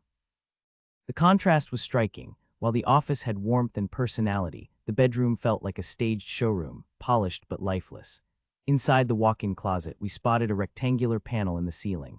After dragging a chair beneath it, I managed to unlatch the hidden handle, revealing a collapsible staircase. Once we moved the chair, the steps unfolded all the way to the floor. Armed with flashlights, we climbed into an attic that felt far more fitting for the house, dusty, mysterious, untouched. Unlike the office, there were no skylights here, just a single grimy window filtering weak sunlight through layers of white paint. 4 weathered steamer trunks stood against the wall beside an antique Singer sewing machine, its gold lettering still visible despite years of wear. Surprisingly, the attic was nearly spotless. No cobwebs, no thick layers of dust. Leave it to Amber to keep even her attic pristine. The trunks were locked, but Chad's crestfallen expression had me pulling out my pocketknife. A few careful twists with the smallest blade, and the first trunk popped open before I could finish humming my usual lock-picking tune. A bad habit, sure, but since I'm not planning a life of crime, I don't sweat it. Inside, we found yellowed linens with delicate embroidery, flowers, baskets, all the expected old-fashioned touches. The second trunk held more intrigue: house blueprints, which we immediately unfolded, property deeds, diplomas belonging to strangers, and brittle newspaper clippings from the 1920s. Births, marriages, deaths, nothing tragic, just the quiet milestones of lives long past. As Chad studied the blueprints, I got lost in the obituary of Ermelinda Gay Hallfenster Magini's Curtis Albright, marveling at the sheer determination it must have taken to collect that many last names. Ermelinda passed away at 74 back in 1939. Her father, a Confederate captain during the Civil War, had relocated the family westward, striking it rich in the lumber and railroad industries. Though she'd given birth to 8 children, only 4 outlived her, each raising large families of their own. After being widowed twice, she shocked local gossipers by marrying a much younger man 15 years before her death. "Ata girl," I muttered with a grin, just as the attic stairway snapped shut with a force that rattled the floorboards. Chad jerked his head up from the blueprints, oblivious to the faint click of the lock. By the time I reached the door, it was hopelessly sealed. Pressing my face against the wood, I detected no lingering scent of an intruder. Who'd bother locking us in an attic anyway? It wasn't like we'd starved to death up here. Unless, of course, someone decided to torch the place. I shook off that cheerful notion, blaming our resident ghost. Weren't there legends about spectral arsonists? The Borley Rectory fire supposedly started by restless spirits, though if memory served, that Halser guy turned out to be full of it. "Well," I announced, nudging a trembling Chad, "at least we know our ghost's got a mean streak and a brain." He clutched the wrinkled blueprints like a lifeline. "Might as well keep poking around, right?" When he didn't budge, I added, "Your mom's bound to come home eventually. She'll hear us yelling." Then it hit me: phones exist. Mine buzzed uselessly in my pocket. Amber's landline rang downstairs. "She's got a cell, yeah." Chad rattled off the number, but her voicemail picked up. I left a detailed so's, then tossed him a grin. "She'll bail us out. If not, we'll bug your dad. Now wanna crack open that last trunk." He sighed but helped me jimmy the rusted latch. Inside, stacks of vintage 78 RPM records gleamed under the dusty attic light. Someone had organized them meticulously. A pile of kids' albums, including A Pristine Story of Hiawatha and Jackpot, a snow-white set with an illustrated booklet that looked original to the 1937 film. Chad made a face at the Disney relic, so I shelved it carefully. My phone chirped. "Not Amber," I told him, flipping it open. "Adam, what's up?" New detail: the snow-white booklet's condition sparks a mental note to research its collectible value later. Tone shift: the ghost's antics shift from eerie to darkly humorous with the arson quip. "Ever heard of the Mellow Kings?" I asked. There was a brief silence before Adam's deep voice hummed a few lines. "Chip, chip, chip," went the little bird. "And something stole my heart." He paused. "Let me guess, this isn't just a random music trivia question. Chad and I are digging through a crate of old vinyl," I explained. "Chad," his tone was carefully even. "Amber's kid, I'm holding a Mellow Kings single from 1957. Pretty sure it's the newest thing in here." "Wait, no." Chad just pulled out a Beatles sleeve. "No record inside, though. So yeah, the Mellow Kings win." "Got it. Any progress on the ghost situation?" "A little." I glanced at the door trapping us in the attic. "What about you? How's the vampire diplomacy going?" "Warren and Daryl are meeting 2 of her enforcers tonight." "Which ones?" "Bernard and Wolf." I tensed. "Tell them to watch their backs. Wolf isn't just some bloodsucker." Bernard had left zero impression on me, or maybe I was just remembering Stefan's disdain. Adam chuckled. "Thanks, Captain Obvious. Don't worry about us. Seen Stefan lately?" My fingers brushed my neck. "Pretty sure he snacked on me last night." Didn't seem like the right answer. "He's been laying low, might show up tonight." Downstairs, the front door creaked open. Gotta go. Amber's back. Call you later, he said before the line went dead. Footsteps pounded up the stairs and Chad burst into the room. Your mom's home, I said, carefully sliding records back into the crate. The weight of them was ridiculous. Had they hauled this thing up here with a forklift? Amber jiggled the attic door. It's locked, I called. Something's stuck on your side. She yanked the stairs down, breathless, her hands flying in frantic sign language. We're fine, I cut in. Cool record collection, by the way, ever get it appraised? She blinked at me like I'd materialized out of thin air. Her pupils were off too wide even for the dim light. The records, they were here when we moved in. Corbin checked, just junk. Good shopping trip. Shopping? Her voice was distant. I frowned. Amber, you okay? Her smile hit me like a sugar rush, unnervingly bright. Amber wasn't the sunshine type. Something was wrong. Oh yeah, found a sweater and some gifts. She waved a dismissive hand. How'd you get stuck up here? I shut the trunk with a thud. Unless you've got a prankster breaking in, I'm blaming the ghost. As I moved past her toward the door, the air between us felt heavier than the crate of records. The scent of vampire hung in the air, sharp and unmistakable. Was Stefan hiding somewhere in this house? I hesitated, scanning the room as Chad stomped down the creaky attic stairs, leaving his mother and me surrounded by the metallic tang of blood and that eerie, undead presence. You okay? Amber asked, stepping closer. Her skin carried traces of sweat, intimacy, and the lingering musk of a vampire. Definitely not Stefan. Just running errands today, I pressed. Got my hair done, paid some bills, normal stuff. Why, what's up? She wasn't lying. She had no clue she'd been prey for a vampire. Recently, sunlight poured through the windows, but the realization chilled me. I needed Stefan now. Nightfall couldn't come fast enough. Slipping out the back door, I whispered his name into the shadows. Stefan, no answer. It wasn't reckless to call for him. He'd been watching me, hadn't he? He had to be close. But after 30 minutes of silence, I gave up. Back inside, Amber lounged in front of the TV. Heading to bed, I told her. Her neck was smooth, unmarked, but vampires aren't picky about where they feed. My own throat stayed hidden under a thrift store scarf, a flimsy shield against the supernatural. The closest thing I'd found to a sacrificial lamb, a cheap sheep-shaped hair clip, not exactly divine protection. You look wrecked, she said, stifling a yawn. Tell me about it. She muted the show and turned to me. Corbin told me what happened last night. Even if you can't fix everything, just knowing Chad's not making it up. It helps. I touched the bite beneath the scarf. Amber's problems ran deeper than ghosts, but I was just as useless against the real threat. Glad to hear it, I muttered. Night. Alone in my room, sleep was impossible. Did Corbin know his client was a vampire, that his wife was being used as a midnight snack, or was he as clueless as Amber? And why would a skeptic like him drag me into this mess unless the vampire wanted me here? But why? Some twisted game. Marsilia wouldn't team up with another vampire, especially not one who hoarded territory like a dragon with gold. Then there was Blackwood. Amber had gone to him in broad daylight. Since when did vampires walk in the sun? My knowledge was spotty, but that wasn't normal. Where the hell was Stefan? I whispered into the dark. Stefan, show yourself. Maybe he needed an invitation. Stefan, you're welcome here. Still nothing. Silence gnawed at me. My phone buzzed, and my pulse kicked up the second I saw Adam's name.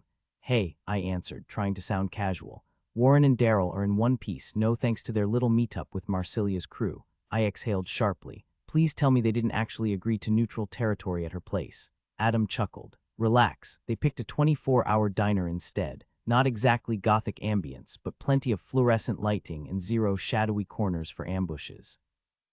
Did they get anywhere? Not really, he admitted, though his tone stayed easy. Mostly just sizing each other up, but Warren thinks Marsilia's after something bigger than just you. Wolf dropped a few hints. She knows I won't budge on you, but maybe there's room to deal elsewhere. How's your end? Oh, you know, I said, grinning. The walking stick decided to tag along to Spokane. Consider it my supernatural souvenir. He laughed, the sound warm and rough, and I curled my toes under the motel blanket. Just don't adopt any livestock, and you'll be fine. The stick had a history of doubling sheep births. Fairy gifts always came with a catch. Why it had latched onto me, I had no clue, but it was becoming weirdly familiar. Any progress with your ghost problem? Now that I wasn't trapped in an attic, I could fill him in without him racing over in full protective mode. Blackwood might. V mostly ignored me, but Adam, the alpha of the Columbia Basin pack, would get his attention. When I finished, Adam asked, why lock you in the attic? I shifted on the lumpy mattress. No idea. Maybe it was just convenient. There are fae that pull pranks like that, but this was definitely a ghost. Still no sign of Stefan, though. That's what's bugging me. He's keeping Marsilia's people off your back, Adam pointed out. Sure, I muttered, rubbing the tender spot on my neck. Could a vampire have done this? But the dread in my gut said no, not with Blackwood waltzing in and out of Amber's place, not with her being lured and fed on in broad daylight.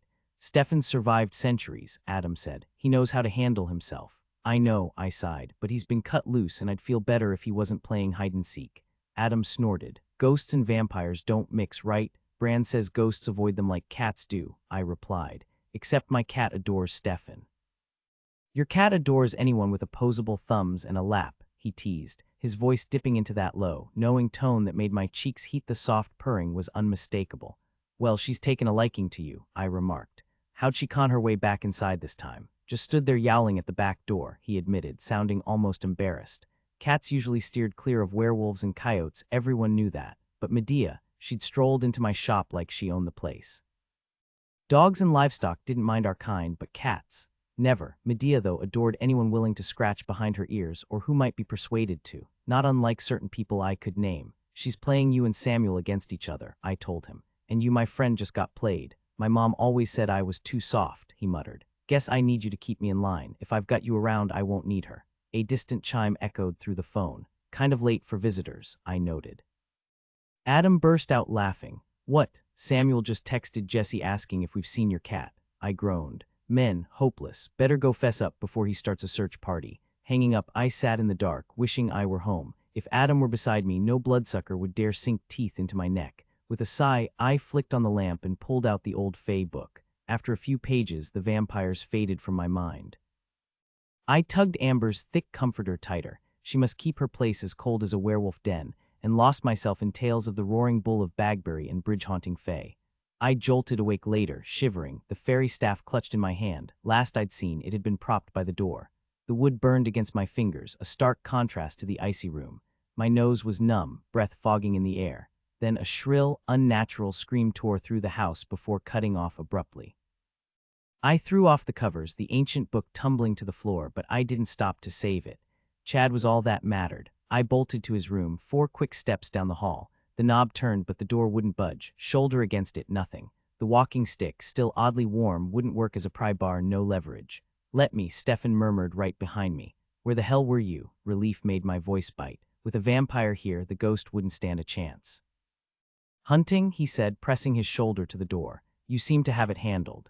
Yeah, I snapped. Looks can be deceiving, clearly. Wood splintered as the door gave an inch, then wrenched free, slamming against the wall with a crack. Stefan stumbled inside. If my room had been cold, Chad's was Arctic. Frost coated everything like some eerie, delicate lace. Chad lay motionless in the middle of his bed, his chest eerily still, but his wide eyes full of terror. Stefan and I rushed toward him, but the ghost hadn't left. It clung to the room like a winter storm. The comforter had fused to Chad's body and the mattress frozen solid. I tossed the walking stick aside and yanked at the fabric with both hands. It shuddered under my grip, cold and slick with melting frost. Stefan acted fast, tearing the blanket apart near Chad's neck before hauling him off the bed like he weighed nothing. I snatched up the staff and followed them into the hallway, mentally kicking myself for letting my CPR certification expire. Once we were clear of the room, Chad gasped like he'd just surfaced from deep water. You need an exorcist, Stefan muttered. I ignored him, focusing on Chad. You all right? The kid straightened up, his wiry frame belying the steel in his spirit. He nodded, and Stefan steadied him as he swayed slightly. That was new, I admitted, glancing back at the bedroom where condensation dripped down the fogged-up window. I turned to Stefan. I thought ghosts steered clear of you. He was staring into the room, jaw tight. Yeah, me too. His gaze flicked to me, then narrowed. He tilted my chin up, inspecting my neck. You've got another bite mark, cara mia. Chad's eyes darted between us before he mimed fangs with his fingers. Yeah, I know, Stefan said, signing along. Vampire. Who would have guessed a centuries-old predator knew Assel? Chad signed something rapid fire, and Stefan shook his head. Not her, she wouldn't leave home. This is someone else. He shot me a look Chad couldn't see. How do you manage it? 500,000 people in this city, and you stumble into the one vampire lurking around. Did you offer him a midnight snack? I swallowed the knot in my throat. Being bitten twice by someone I barely knew should have been terrifying, but anger was easier. James Blackwood had got to me while I slept, or worse, made me forget. Just my charm, I deadpanned. Chad didn't need to know the details. He signed again, impatient. Right, Stefan said. I'm Stefan, Mercy's associate. Chad crossed his arms, shooting me a what's he really doing here glare. I played dumb, and since my sign language was non-existent, he was stuck guessing life wasn't fair, but I wasn't about to lie to him, and the full truth wasn't an option either. They need to leave this place, Stefan insisted, and I'm taking you back to the Tri-Cities. He hesitated, glancing at Chad before cutting himself off, probably more about Blackwood. Give me a minute to get dressed, I said. Thinking straight is hard when I'm standing around in just a t-shirt and boxers. I changed in the bathroom, catching a glimpse of the second bite mark in the mirror. Wrapping my new silk scarf around my neck, I tried to push down the unease. Going home, what good would that do? Had I even done anything useful here? My goal was to help Amber and stay off Marsilia's radar, mission half accomplished at least. But Amber, that was still up in the air. My reflection stared back at me, exhaustion and frustration etched into my face. Blackwood had them now. A shiver ran down my spine. No cold spot, no scent, no sound, just the unmistakable feeling of being watched. Back off, I muttered to the empty air. Every hair on my arm stood on end. I braced for an attack, but nothing came, just that eerie presence, lingering longer than it should have. Stefan's knock broke the tension. You okay in there? Peachy, I lied. Something had happened, but I couldn't make sense of it. Tired, scared, pissed, I brushed my teeth and stepped out. Stefan and Chad were deep in debate, gesturing wildly from opposite sides of the hallway. Stefan, he threw his hands up in exasperation. How can anyone argue that Dragon Ball Z beats Scooby-Doo? Kids these days have no respect for the Augs. I kissed his cheek, keeping my voice low. You're a good man. He ruffled my hair like I was a kid. Chad's room looked untouched, no frost, no signs of struggle, just 2 shredded pieces of comforter as the only evidence. There are vamps who can pull stunts like this, Stefan mused, waving at the mess. Move things, kill from a distance, but a ghost with this kind of juice, never heard of one. Most are just sad echoes trying to play human. No vamp scent, just fading traces of blood. I'd seen the ghost barely, but it was real. Still, I turned so Chad wouldn't catch my words. You think Blackwood's faking it? Stefan shook his head. Nah, not his style. Wrong lineage. There was this vampire from Mumbai. He caught himself, tapping his forehead. Dot, not feather. His crew could have pulled off tonight's show, except for the cold. That part doesn't fit. The vampires Blackwood created could only turn Native American women, and every last one of them had been wiped out over 100 years ago. Honestly, I suspected Blackwood had been around even longer than that. Chad's eyes were glued to Stefan's lips, fascinated. He signed something quickly, and Stefan responded with sharp, deliberate gestures. They're gone. No, not by my hand. Someone else did it. Yes, I'm certain. He shot me a look. You mind explaining to the kid that I'm more of a Spike than an angel, not exactly the heroic type? I fluttered my lashes dramatically. You'll always be my hero. Stefan recoiled like I'd slapped him, his expression darkening. Whatever Marsilia had done to him still haunted him. Stefan, he spun back with a sharp hiss, his glare sending Chad stumbling into me. I'm a monster, Mercy. I wasn't about to let him wallow in that brooding vampire nonsense. Yeah, we noticed.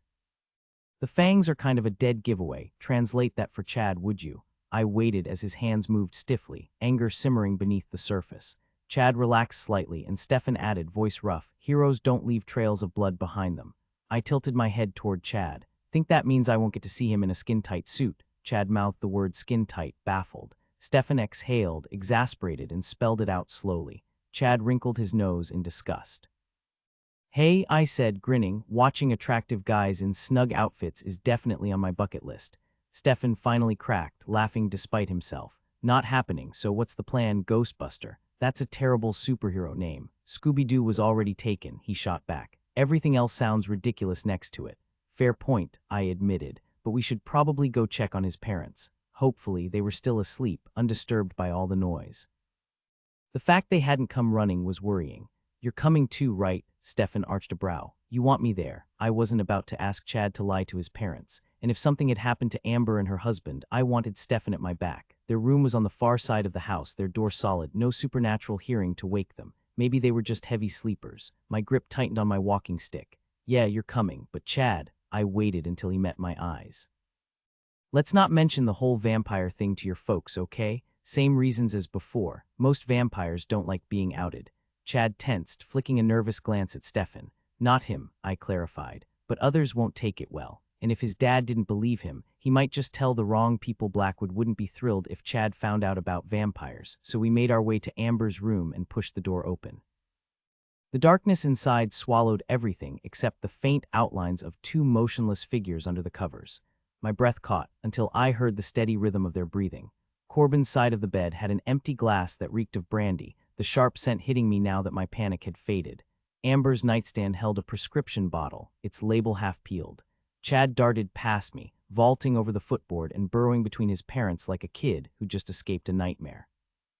The icy press of his feet did what all the noise hadn't. Corbin jolted upright. Chad, his gaze snapped to us. "Mercy, who's with you and why are you in my bedroom?" Amber stirred, her voice groggy. "Corbin," then she saw Chad then us and her drowsiness vanished. "Mercy, what's going on?" I gave them the rundown, carefully omitting Stefan's undead status, or even his name, really. They barely registered his presence. The moment they heard Chad had stopped breathing, nothing else mattered. "I've never dealt with anything like this," I admitted, rubbing my temples. "You need to get Chad out of here tonight, a hotel somewhere safe." Corbin's expression stayed unreadable as he swung out of bed, snagging a robe in one fluid motion. He strode down the hall but didn't enter Chad's room, just lingered outside, staring at the wreckage inside, the shredded comforter, the eerie stillness. When he returned, his jaw was tight. "First, we pack. Second, we find a hotel. Third, I call my cousin's brother-in-law. He's a Jesuit priest. I'm heading home." I cut in before he could politely tell me to get lost. Blackwood was still a problem, one nibbling on Amber, but I had no idea how to stop a vampire who'd apparently been untouchable for decades. "There's nothing more I can do, and I've got a shop to run." Amber hugged me, her grip fierce with gratitude. Mostly, I figured, because I'd made Corbin believe Chad hadn't been lying.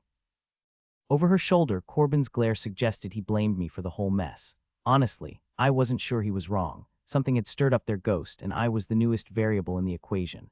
Stefan stayed quiet until we were nearly past Spokane, the airport lights fading behind us. "Need me to take the wheel?" "No," I said, gripping it tighter. Tired or not, nobody drove my Vanagon but me. Soon as Z and I finished rebuilding the Rabbit, the van was retiring to the garage. Besides, sleep.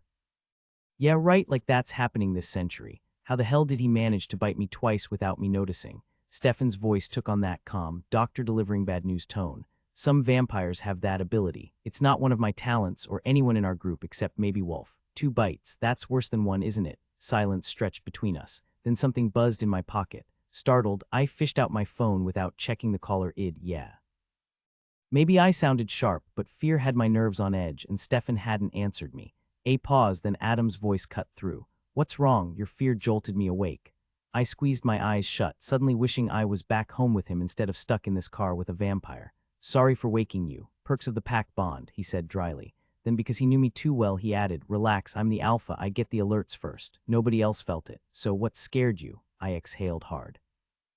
"The ghost and the vampire." He nudged the whole story out of me before letting out a low chuckle. "Only you could visit Spokane and get bitten by the one vampire in the entire city." The amusement in his voice didn't fool me. I could hear the anger simmering underneath. But if he was playing it cool, so could I. Stefan basically said the same thing. "Not my fault I didn't know Amber's husband's top client was a bloodsucker." Adam snorted. "The real question is why we didn't see this coming." "But you're safe now." "Yeah, then we'll deal with it when you get back." The line went dead, no goodbye. I turned to Stefan. "All right, lay it on me. What does Blackwood having fed on me twice mean?" "I don't know," he admitted, rubbing his temples. "With a full blood exchange both ways, I can track someone anywhere, summon them if they're close. Eventually, it can even force a master-slave dynamic. But that's with mutual exchange. A simple feeding, less dangerous, though with you who knows.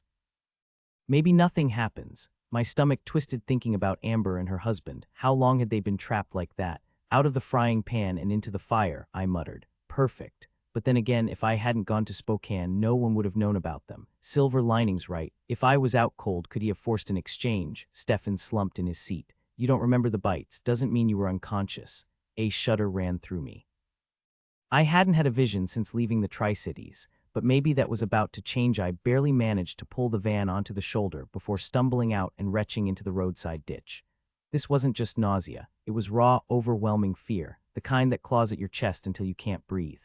My pulse pounded in my ears, my vision blurred with tears, and for a moment I thought I might shatter. Then, just like that, it faded. Warmth flooded through me, pack magic, Adam's presence, the unspoken reassurance of the wolves, so much for not dragging them into my mess.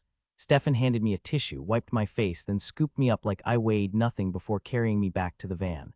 "I can drive," I muttered, but my voice was weak. The panic had receded, but the pack's vigilance lingered, a silent promise they'd step in if I faltered again.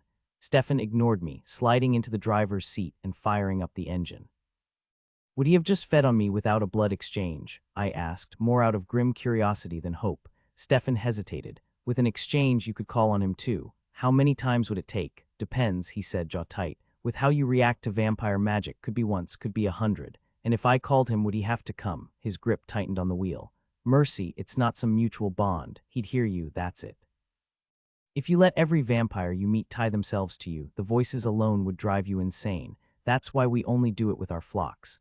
The humans get strength, temporary pain immunity. You felt that. The vampire gets a servant, eventually a slave. I swallowed hard. Sorry, I didn't mean to piss you off. I just need to know what I'm dealing with. He exhaled, patting my knee. I get it, it's just hard. The man I was would have hated what I've become.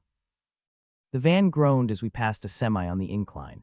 If he was just snacking on you, maybe no exchange happened. Except what? Your memories, blocking them that thoroughly, with your willpower, feels like an exchange. Most masters feed on their own kind, but Blackwood doesn't share territory. Maybe he compensates by binding every meal. I chewed on that, drifting off until the exit for Ritzville jolted me awake. Home was close. Stefan's voice cut through the quiet.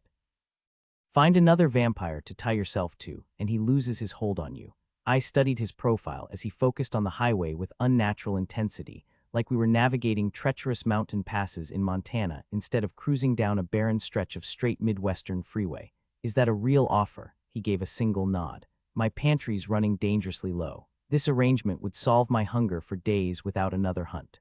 I chewed my lip. Even if I refused, I knew there were layers to his proposal. With vampires, there always were. Stefan wasn't necessarily hiding ulterior motives, but nothing came without strings. You'd be making an enemy, I pointed out. James Blackwood controls Spokane single-handedly, holding off every supernatural faction, not just our kind. That kind of power means he's territorial and ruthless. He won't take kindly to you interfering with his claim on me. Stefan shrugged one shoulder. Doubt he could reach you all the way from Spokane to the Tri-Cities. Probably wouldn't bother if he swaps blood with every meal, but if you're tied to me, he drummed his fingers on the wheel. That's a guarantee. We've already shared blood once, and I can make sure it's tolerable. If Black would summon me, if he turned me into one of his puppets, Adam would rally the pack. Mary Jo had already paid too high a price for my messes. As long as I stayed in Tri-Cities territory, Blackwood might never realize Stefan was the reason his call didn't work. Adam's my mate, I said, debating whether to mention my pack status. Could Blackwood use me to get to him? Stefan shook his head. No more than I could. The old ones tried. Marcelia's maker had a thing for werewolves. Blood bonds and pack bonds don't overlap. He once took an alpha's mate, a werewolf herself, thinking he could control the whole pack through her. It backfired spectacularly. Marcelia prefers werewolves on the menu, I muttered, remembering the chilling evidence firsthand. He shot me a sidelong glance. From what I've observed, feeding on them is habit-forming, not my taste though, first and last time. This was either a brilliant move or a catastrophic mistake. Is it forever? I asked. This link between us. His grip tightened on the wheel. He opened his mouth, hesitated, then exhaled sharply.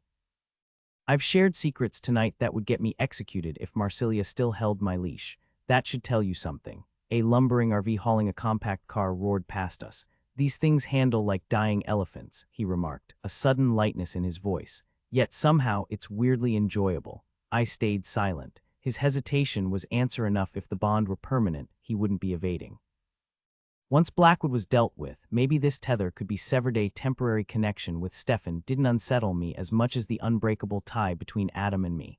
Marcelia can sever the bonds between a master and their thralls, he explained. She can either claim them for herself or simply dissolve the link.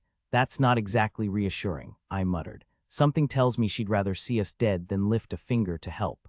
Fair point, he admitted quietly. But Wolf might be another option. From what he's hinted, he has the same ability. His tone turned icy, nothing like the Stefan I knew, and he owes me enough that even if Marcelia has marked me as an enemy, he couldn't refuse. He exhaled, shaking his head. But once our bond is gone, Blackwood could sink his claws into you again. Wolf wasn't exactly an upgrade from Marcelia. Still, what choice did I have? I'd left Amber behind to regroup, but I couldn't abandon her to Blackwood's cruelty. Maybe Z still carried enough guilt over me getting hurt while helping him, enough to lend me his enchanted blade and the amulet I'd used against vampires before. Maybe even another stake with the right kind of magic. Killing Marcelia had never been a real option. For one, I'd seen the inside of her seeth. For another, she had too many followers who'd retaliate without hesitation. So why did I think I could take on Blackwood? I knew the version of James Blackwood I'd met wasn't his true self, but he hadn't terrified me.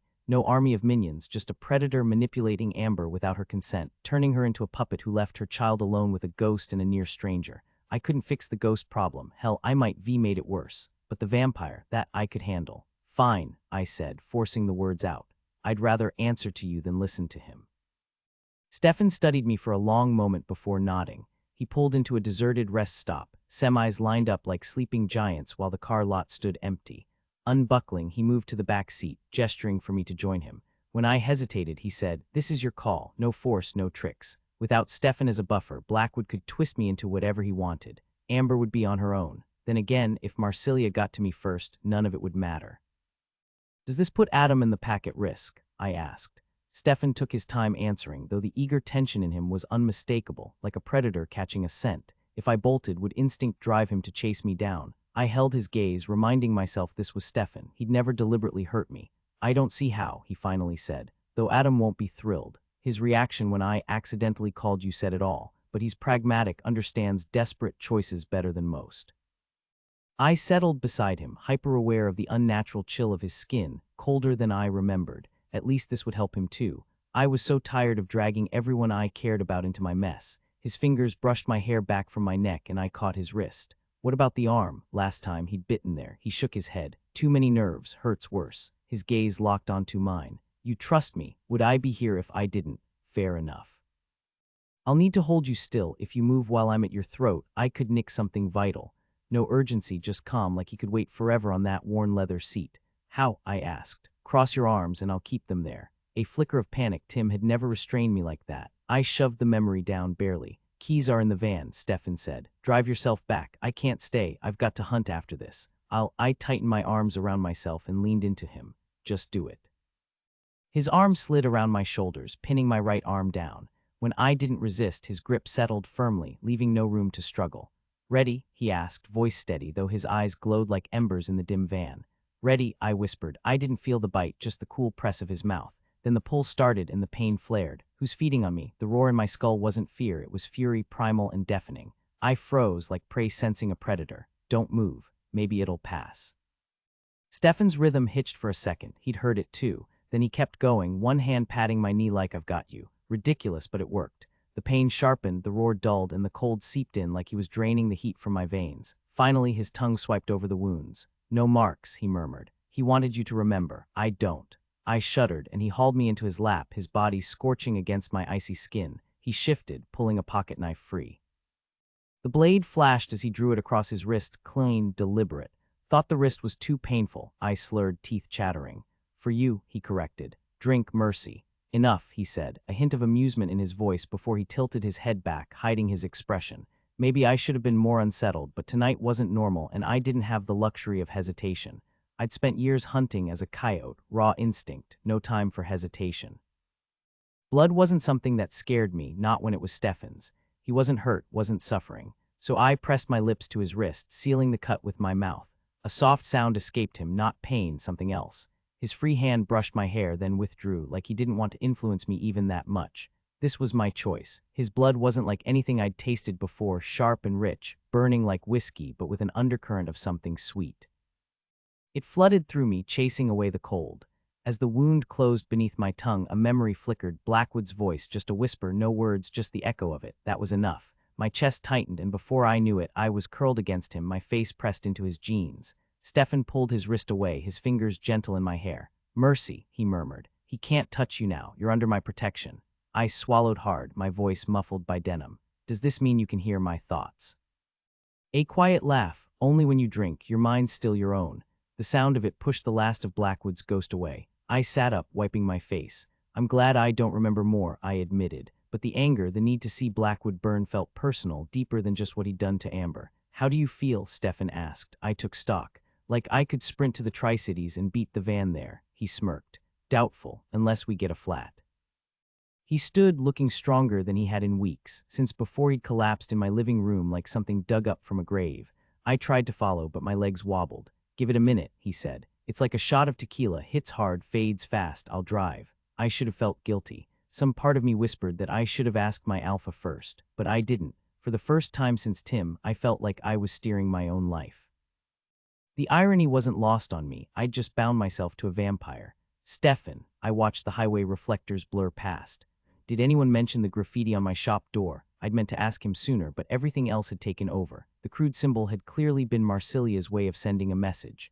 No one told me about it, he admitted. But I saw it myself. The glow of passing headlights flashed crimson in his eyes, unnerving, like a predator caught in a sudden spotlight.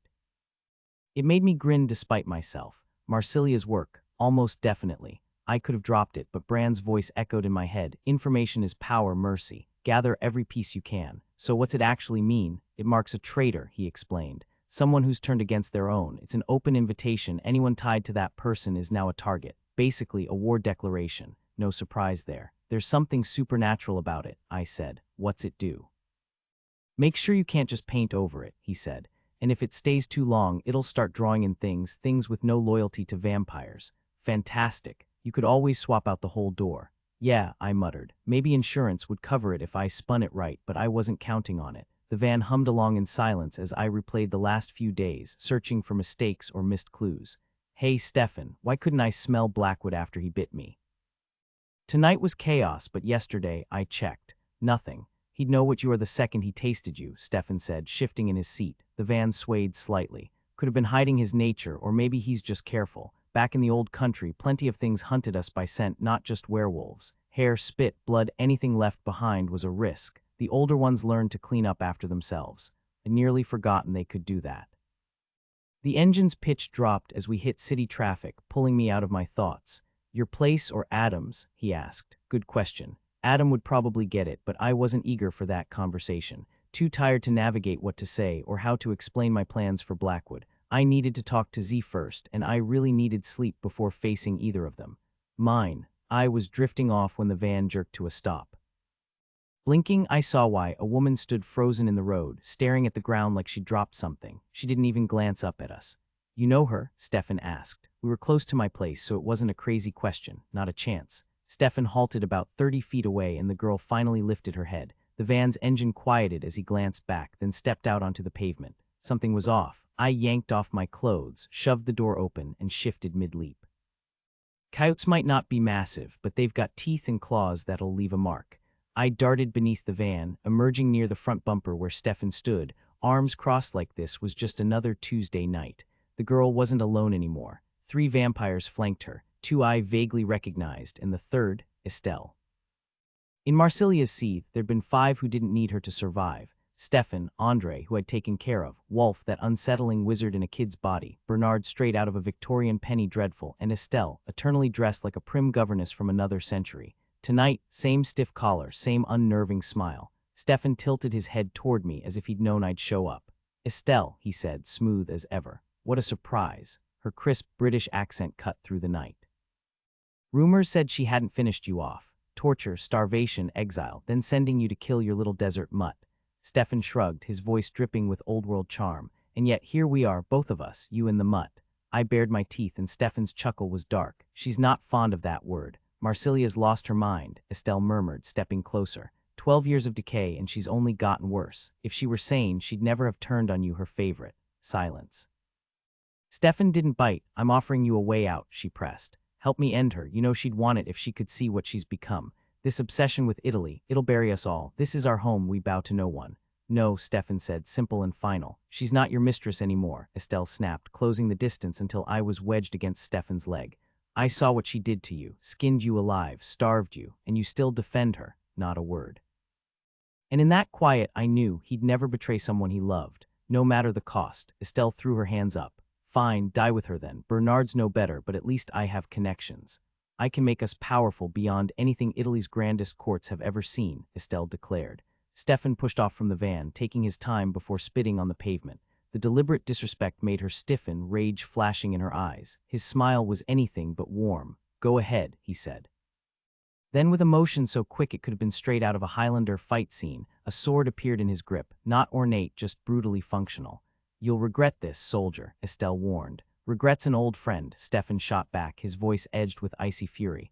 Letting you walk away tonight might be another mistake. Maybe I should fix that. Remember who turned on you, she hissed. You know where to find me, don't wait until it's too late. In a blur, the vampires vanished, their human followers scrambling after them. Stefan stood motionless, sword still in hand, as a sleek black Mercedes roared to life and tore down the street. The night swallowed it whole. "Anything?" he asked, scanning the darkness. I inhaled deeply, but the wind carried nothing but Stefan's scent. "Gone," I said, heading back to the van. Ever the gentleman, he waited outside until I was decent. "Well, that was something," I muttered as he climbed in and started the engine.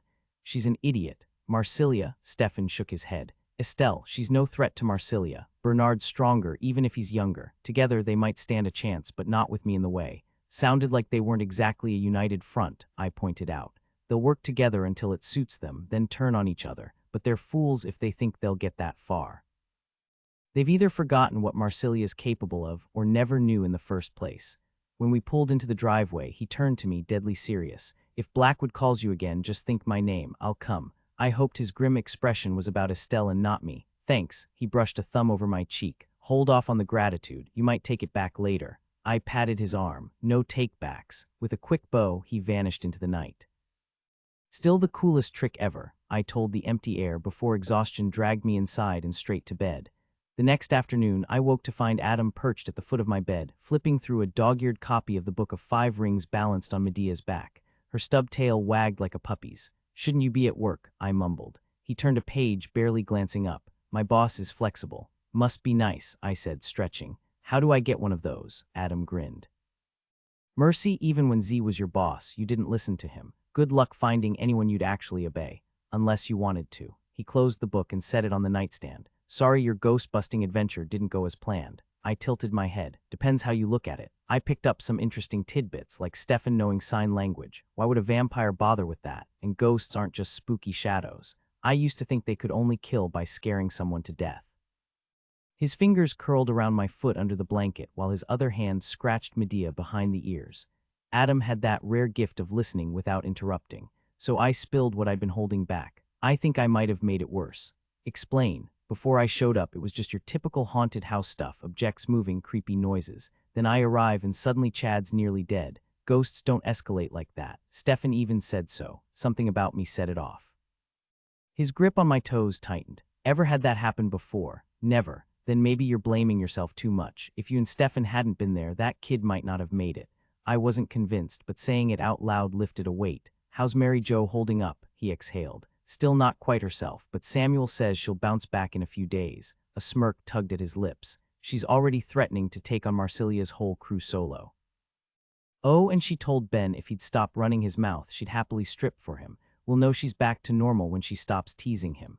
I snorted. Mary Jo had always been fearless, being a werewolf just amplified it. Ben, on the other hand, was a walking disaster of bad attitudes and worse jokes. Together, they were a Molotov cocktail waiting to ignite. "Any more vampire drama?" "None. But no progress in negotiations," I pressed. He shrugged. "Relax, Mercy. We've got it handled." Something in his tone made me narrow my eyes. "What aren't you telling me? Let's just say we've got two guests. Unlike Stefan, they can't vanish into thin air. You're keeping them until Marsilia apologizes for Uncle Mike's, pays reparations to Mary Jo, and promises no repeat performances. You really think she'll cave?" Brand's delivering the message personally. "She'll cave." The tension in my ribs loosened. Marsilia might be ruthless, but she wasn't stupid. If Bran brought the pack down on her, her seethe wouldn't survive the week. "So she'll have to focus on me instead," I muttered. Adam's grin was all teeth. "The deal is she won't come after the pack unless one of us goes after her first." I stretched my legs out, considering. "She doesn't even know I'm part of the pack. Once we get that apology and signed promise from her, I'll enjoy breaking the news." Pushing up from the couch, I shifted onto my knees until our faces were inches apart. I brushed my lips against his, though his hands stayed tangled in the cat's fur. "I admire your strategy," I murmured. "How about I sweeten the deal with pancakes after I clean up?" He leaned in, kissing me harder but still not moving his hands. When he pulled back, both of us were a little breathless. Then his voice softened. "Now tell me why you smell like Stefan." I lifted my arm, sniffed. The scent was stronger than a shared car ride would explain. "Huh, that's strange, Mercy." "Why do you reek of vampire?" "Because we swapped blood," I admitted, then launched into the explanation Stefan had given me during the drive from Spokane.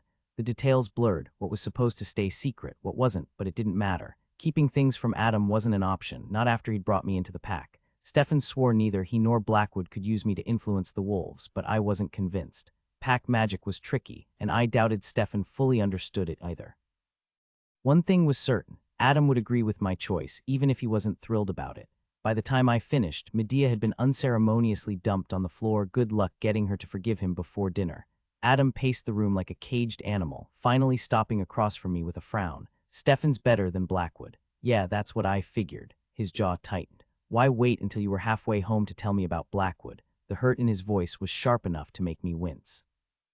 He exhaled, frustrated. I'm trying here, but you've got to meet me halfway. Why keep me in the dark until it was too late to do anything? You're right, I should have told you. The look he gave me was raw, so I forced myself to keep going. I'm not used to relying on people, Adam. The words tumbled out faster now. And lately I've dragged you into enough messes. A vampire bite, gross, sure, scary, but it didn't seem dangerous, just a creepy bloodsucker like a supernatural mosquito. Been bitten before, remember. Nothing happened. If I'd told you, you'd have hauled me back. And there was Chad, this brave kid, barely 10, getting tormented by a ghost. I thought I could help. Plus, staying out of Marcelia's way meant she might actually listen to you. Stefan's concern finally hit me right before we got back after that second bite, when it clicked just how dangerous they really were. I swallowed hard, fighting the sting in my eyes. I messed up. Again, every move I make just makes things worse. I turned away, but he didn't let me. No, he said, sinking onto the bed beside me. You're not stupid, you were right. I'd have dragged you home myself if I had to, ropes, gag, whatever it took, and your friend Chad would have been dead. I leaned into him just a little and he nudged back. You never used to be this much trouble, he teased, though his voice softened. Remember what that Faye at Uncle Mike's said. Maybe you've got a bit of coyote in you now. Chaos follows you like a shadow. His fingers brushed my neck lightly. That vampire's going to regret this. Stefan, he chuckled, dark but real. Him too, probably, but I meant Blackwood. Adam stayed until I'd cleaned up, even ate the pancakes I burned. Samuel walked in halfway through, reeking of hospital soap and exhaustion. He didn't say a word, just scraped the last of the batter into the pan. Bad days looked like that on him, someone past saving. He drowned his stack in syrup, then stared at it like it held all the answers. Guess I wasn't as hungry as I thought, he muttered, dumping it down the disposal. The grinding sounded like frustration. I knew the drill. What was it this time? Johnny tripped over his own feet, or my wife's clumsy. Kid got mauled by their pit bull, he snapped, pitching his voice into a mocking falsetto. But Iggy's such a sweetheart. Sure, he's bitten me before, but he loves Ally. He paced, then dropped the act. It's never the damn dogs, it's the idiots who own them. The kind of people who want a pit bull are the last ones who should have one, or kids, who leaves a toddler alone with a dog that's already killed another animal. His jaw tightened. Now the dog's dead, the kid's face is shredded, and the mom's playing victim like it's everyone's fault but hers. She'll carry that guilt forever, I offered. Samuel shot me a look. Doubt it. She's too busy making sure the world knows she's blameless. By the time she's done, everyone will be feeling sorry for her. Adam nodded. Same pattern as German Shepherds years ago, then Dobermans and Rottweilers. The ones who pay the price are always the innocent, kids and dogs. You can't rewrite human nature, Samuel. After all you've seen, you should know when to stop banging your head against the wall. Samuel turned to argue but froze when he caught sight of my neck. Yeah, I know, I said before he could speak. Only I'd go to Spokane and get bitten by the one vampire in the entire city on my first day there. No laughter, just Samuel's grim expression. 2 bites means he owns you, Mercy. I shook my head. Not quite. 2 blood exchanges mean ownership, so I had Stefan bite me again. Now he's my vampire, not Spokane's resident nightmare. Samuel leaned against the counter, arms crossed, and shot Adam a disbelieving look. You signed off on this, Adam shrugged. Since when does Mercy ask permission? But if she had, I'd have said yes. Stefan's a better option than Blackwood. Samuel's frown deepened. She's your second now. That means Stefan has a claim on your whole pack. No, I cut in. Stefan says it doesn't work that way. Been tried before, failed. A vampire's pond is what it's told, Samuel growled, his voice rough with worry. I let the pawn comment slide this time. When he orders you to summon the pack, you won't have a choice. And if a vampire, your master, spins a different story, who do you think people will believe? Old vampires lie smoother than they tell the truth. True enough. Vampires don't sweat, don't have a pulse, hard to catch them in a lie, but lies still carry a weight. I forced a careless shrug. Ask Stefan tonight if you want the details. Adam stepped in. If she calls the pack, she's using my power, and she can't if I don't allow it. Relief washed over me, though I kept my face neutral. Good. Let's keep it that way for a while, okay? A while? Samuel scoffed. Did Stefan promise to release you later? Maybe when Blackwood gets bored. Vampires don't let go of their pawns, not unless they're dead. I could see the fear in his eyes, but it didn't soften my sharp reply. I didn't have a choice. I didn't mention Wolf's ability to break the bond. Some secrets were worth keeping, even from Adam. Adam pinched the bridge of his nose, looking exhausted. I know. A vampire can't keep an alpha as a pawn, Adam said.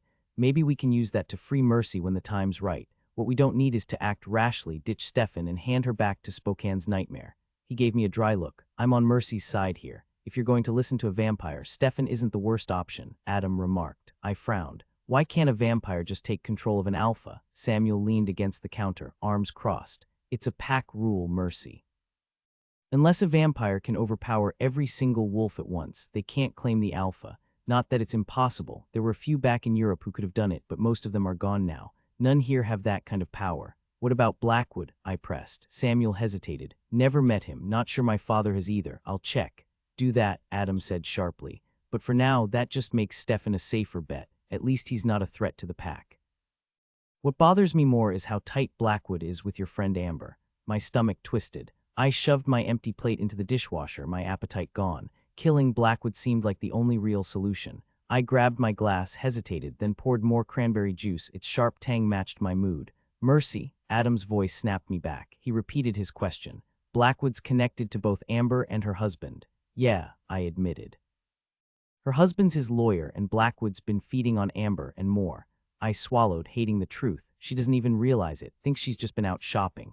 I clenched my jaw. Her husband, I doubt he knows his client is draining his wife, but who knows what else he's involved in. Samuel's expression darkened. When did the haunting start? A few months ago, I said. Adam's eyes flicked to Samuel, right around the time that demon-infested vampire showed up.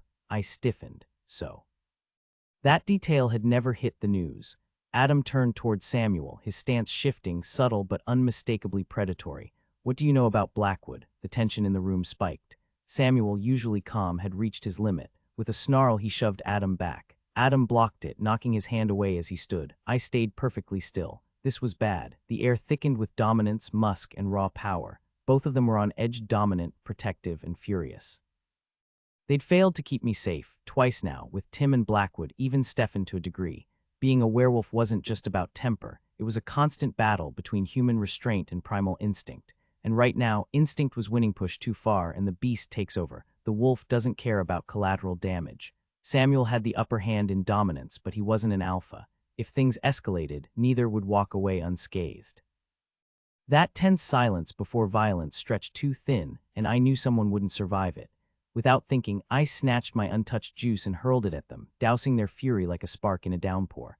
The liquid hit them both square in the face, their noses practically touching. The way their eyes locked onto me would have sent most people sprinting for the door, but I wasn't most people. I stabbed a forkful of pancake from Adam's plate, the bite turning to paste in my dry throat. Reaching for Samuel's coffee, I washed it down, the bitterness cutting through the syrup. Fear is useless with werewolves, they smell it. But if you've got the guts, you can hold their gaze, if they let you. Adam exhaled hard, shoulders pressing into the wall behind him. Samuel gave me a stiff nod, but I caught the flicker in his eyes, more haunted than he wanted to admit. He wasn't the carefree wolf from my childhood. Maybe he'd never been as easygoing as I remembered, but he'd damn sure been better than this. Rough day at work, Samuel muttered, tossing a damp towel at Adam, who caught it blindly, only for the soggy end to smack his cheek. Thanks, Adam deadpanned, wiping juice and now water from his face. I polished off the rest of his pancakes, then knelt to clean the sticky floor. Samuel would have done it, just not in front of company. Adam finally broke the silence, eyes still avoiding Samuel's. So, Blackwood, anything beyond stay out of Spokane, Samuel shrugged. My father's got files, net worth, shell companies, bribes, but he doesn't know him. Anyone who's held territory that long, yeah, he's bad news. He moves in daylight, I added, remembering Amber's abduction. Both men snapped their attention to me, and I quickly looked down, the weight of their dominance pressing in. Adam's voice was rough when he asked, "What's your read on him?" Samuel's temper ran hotter than usual these days. Does he even understand what mercy is? He sent his lackey to drag her into his territory and marked her as his own. Yeah, I'd say he knows, Samuel snapped. I held up a hand. Hold on, why would a vampire be after me? Samuel arched a brow. Marsilia wants you dead. Stefan's got his own creepy plans, and Blackwood, same deal apparently. You're telling me he orchestrated all this just to get me to Spokane? I scoffed. First off, there was a ghost, not some vampire illusion, an actual ghost, and ghosts hate vampires. Though this one had lingered longer than I'd expected. Second, why me? Ghosts aren't my area, Samuel admitted, but the why you part, that's got a dozen possible answers. Adam kept his gaze low. First guess, Marsilia. She figures out what happened to Andre, knows she can't touch you directly, so she cuts a deal with Blackwood. He turns Amber into his puppet, and when the moment's right, he sends her to reel you in, just as Marsilia dumps Stefan in your lap. When you survive, Amber lures you to Spokane. A few wolves get roughed up. Mary Jo nearly bled out. I cut in. Could have been worse. The memory of the snow elf sent a chill through me. Way worse. You think Marsilia would care, Adam countered. You panic over your friends, see the threat on your shop door, and boom, you take Blackwood's bait straight to Spokane. Samuel shook his head. Doesn't add up. Vampires don't play nice like we do. Blackwood's not the type to do favors. Adam dropped his voice into a mock horror movie whisper. Come closer, dearie. Just fetch me Mercy and I'll give you a treat. I rolled my eyes. Surface level maybe, but dig deeper and it falls apart. Amber's husband and Blackwood. That history goes way back. Marsilia couldn't have just called him up and handed him my name. Amber and I hadn't spoken in years. Sure, the timing had made me suspicious, but Marsilia pulling Amber's strings? No way. And the idea of some grand vampire conspiracy? Even less likely. I exhaled.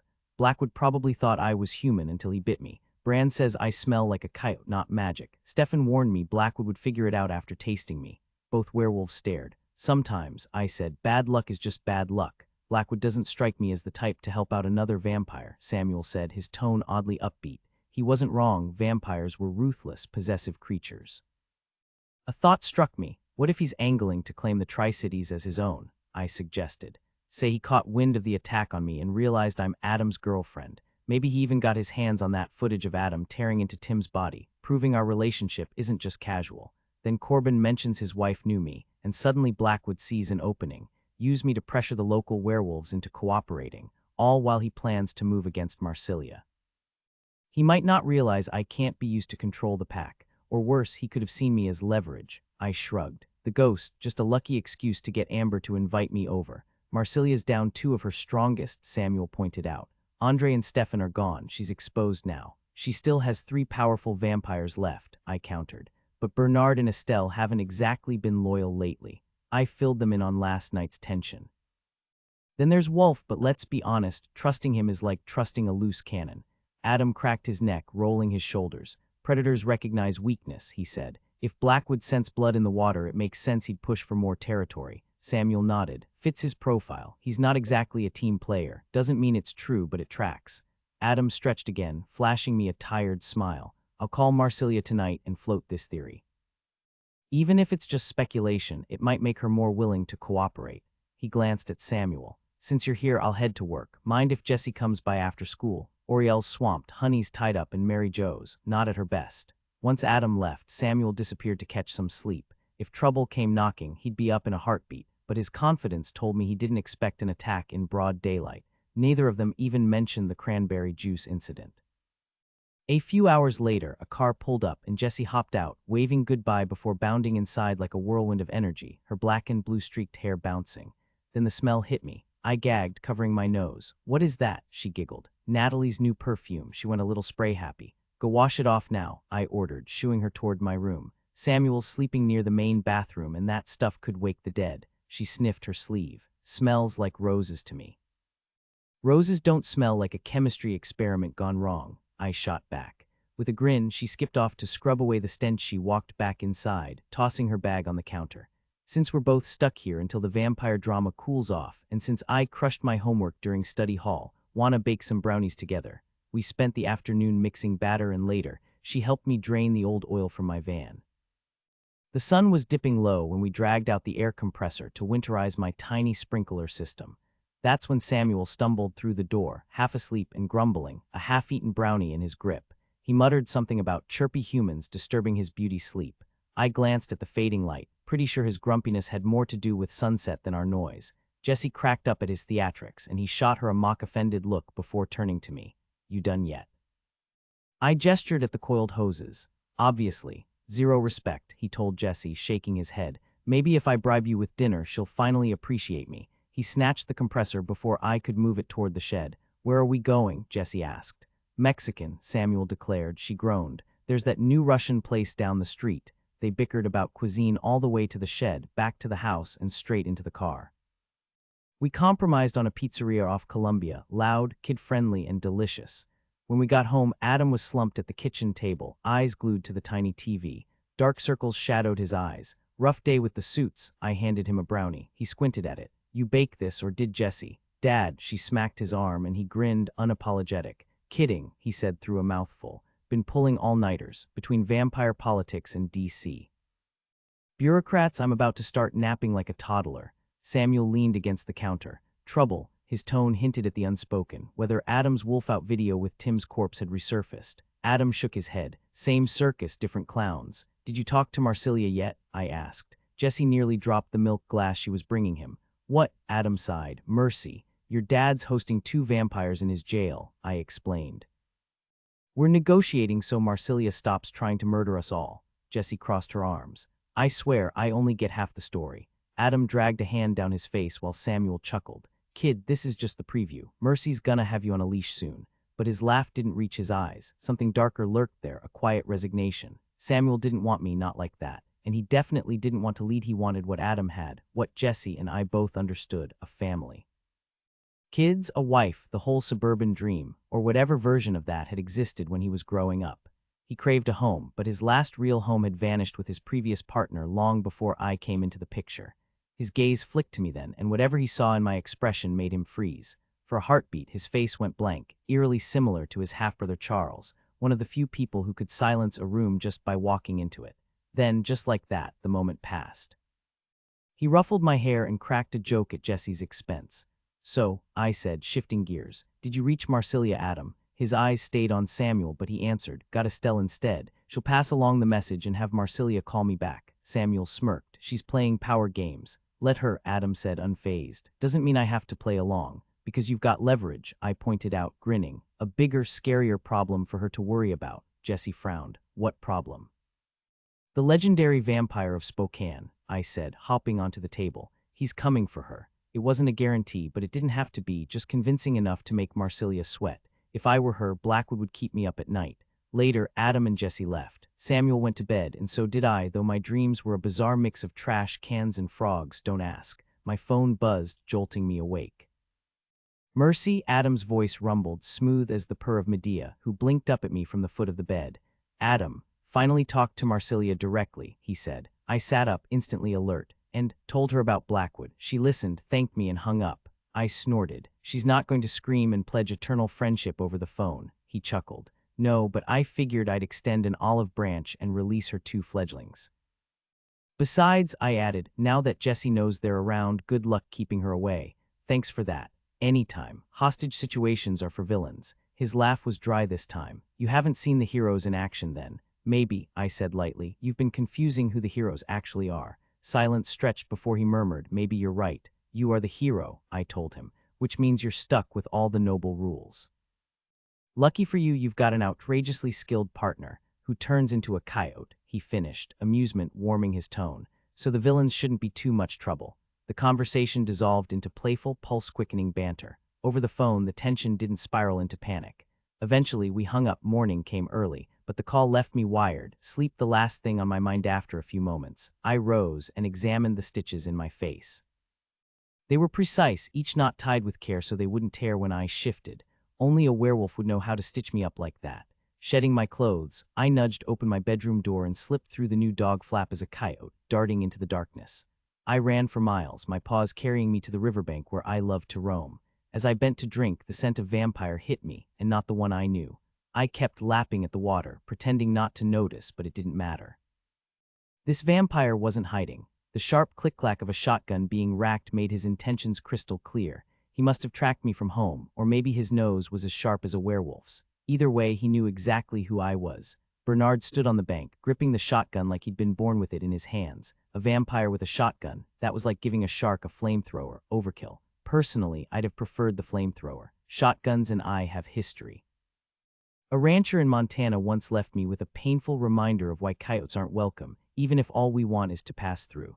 I wagged my tail at him, playing dumb.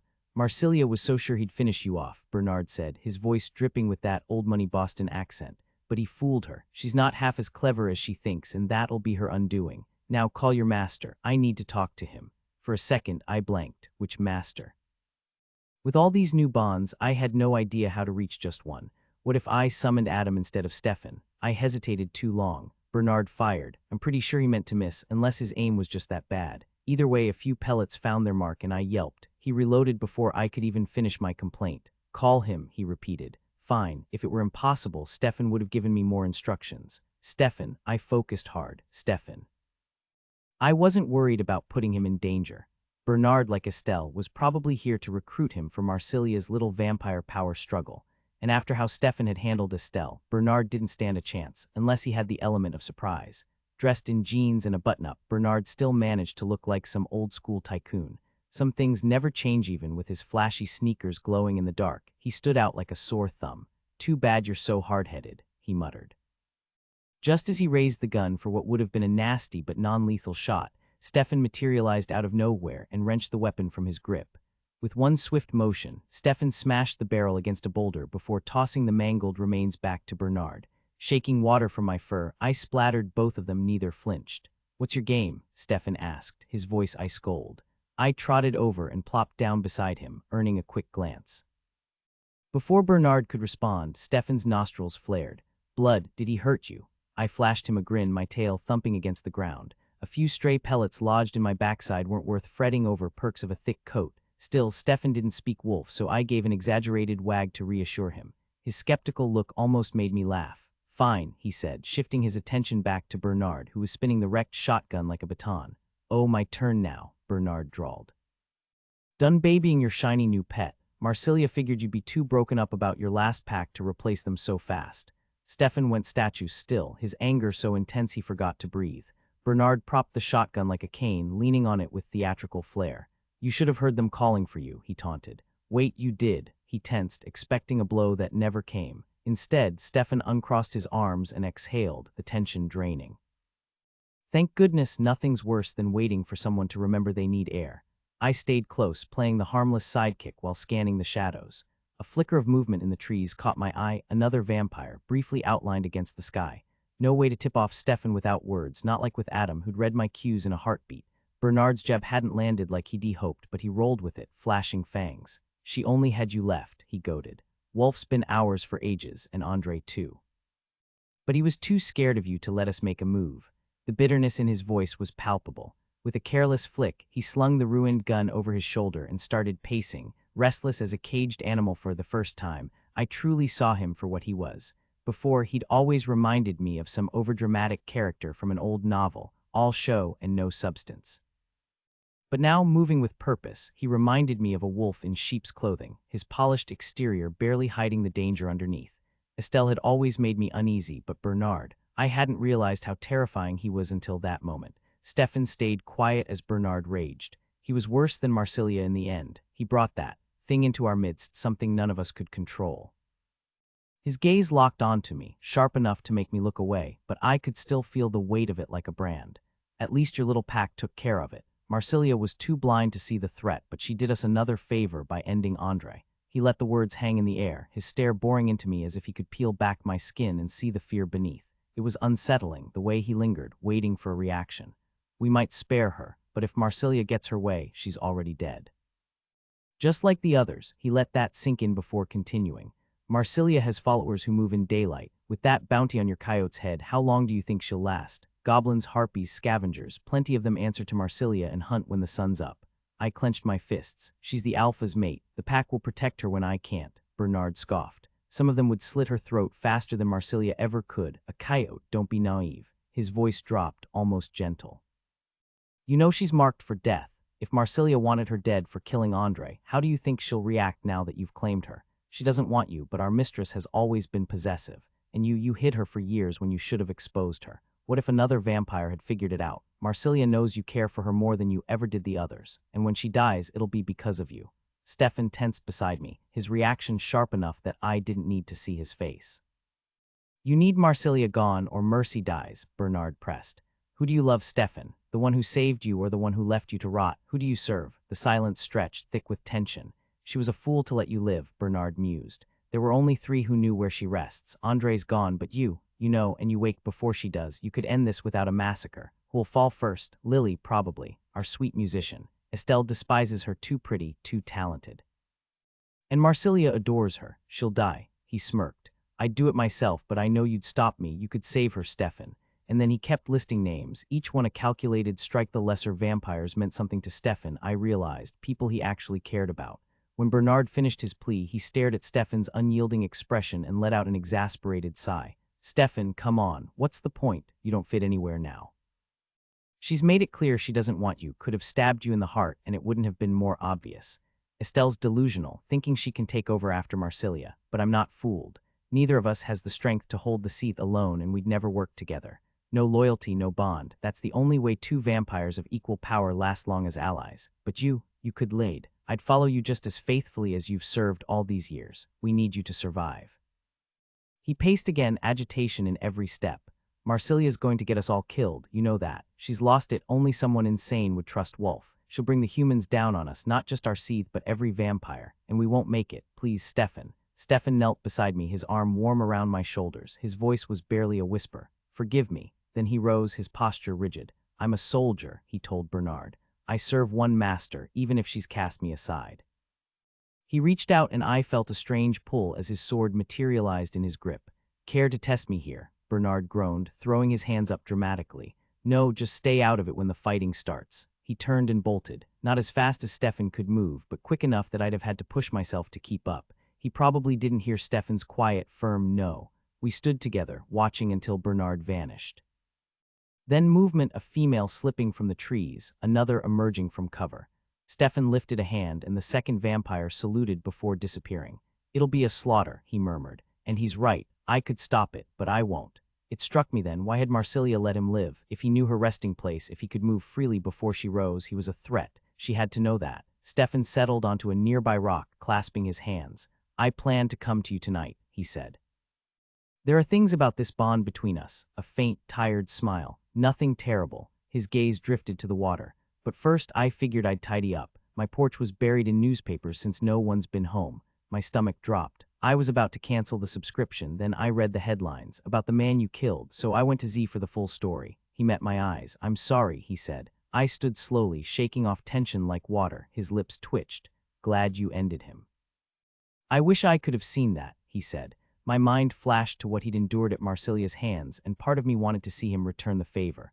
With a sigh, I moved closer and rested my chin on his knee. The river murmured below us, silvered by the sliver of moonlight. Houses dotted the landscape, but here it was just us in the water. Eventually, I had to leave Stefan. Work called early, and a few hours of sleep wouldn't hurt. When I glanced back, he'd already vanished. Smart or not, if he wanted to go back to his place, that was his call. We were alike that way. The lights were on at home, and I picked up speed. Sliding through the dog door, I found Warren pacing while Medea perched on the couch, tail flicking in irritation. Mercy, he said, relieved. Change fast. The vampires called a peace summit, and you're on the guest list. I bolted to my room, shifting back to human mid-stride. My laundry pile had officially taken over. This the kind of peace where we all hold hands, or the kind where someone loses a head? I asked, tossing a dirty pair of jeans aside. Fingers crossed for the first one, Warren said, stepping in after me. Who shot you? Vampire. More of a warning shot, nothing stuck. Yeah, but you'll regret chairs tonight. I always regret chairs around vampires. Well, except Stefan. What's Marsilia's angle? Didn't hear from her directly. The messenger was unhelpful. Read a note, giggled like it was a joke. Lily. I raised an eyebrow. Warren nodded. Samuel mentioned her too. She reached out to him as well. No clue what's going on, but Adam doubts it's an ambush. He just wanted you dressed before we go. Haha, I muttered, yanking on jeans. A miracle unfolded, a clean shirt, neatly folded in the drawer. Probably Samuel's doing. I'm not a slob, my garage tools have a system. Z disagrees, but that's a battle for another day. My room, low priority. Between bills, rescuing Amber, and vampire diplomacy, laundry ranks above gardening. At least I'd make it to the meeting in something presentable.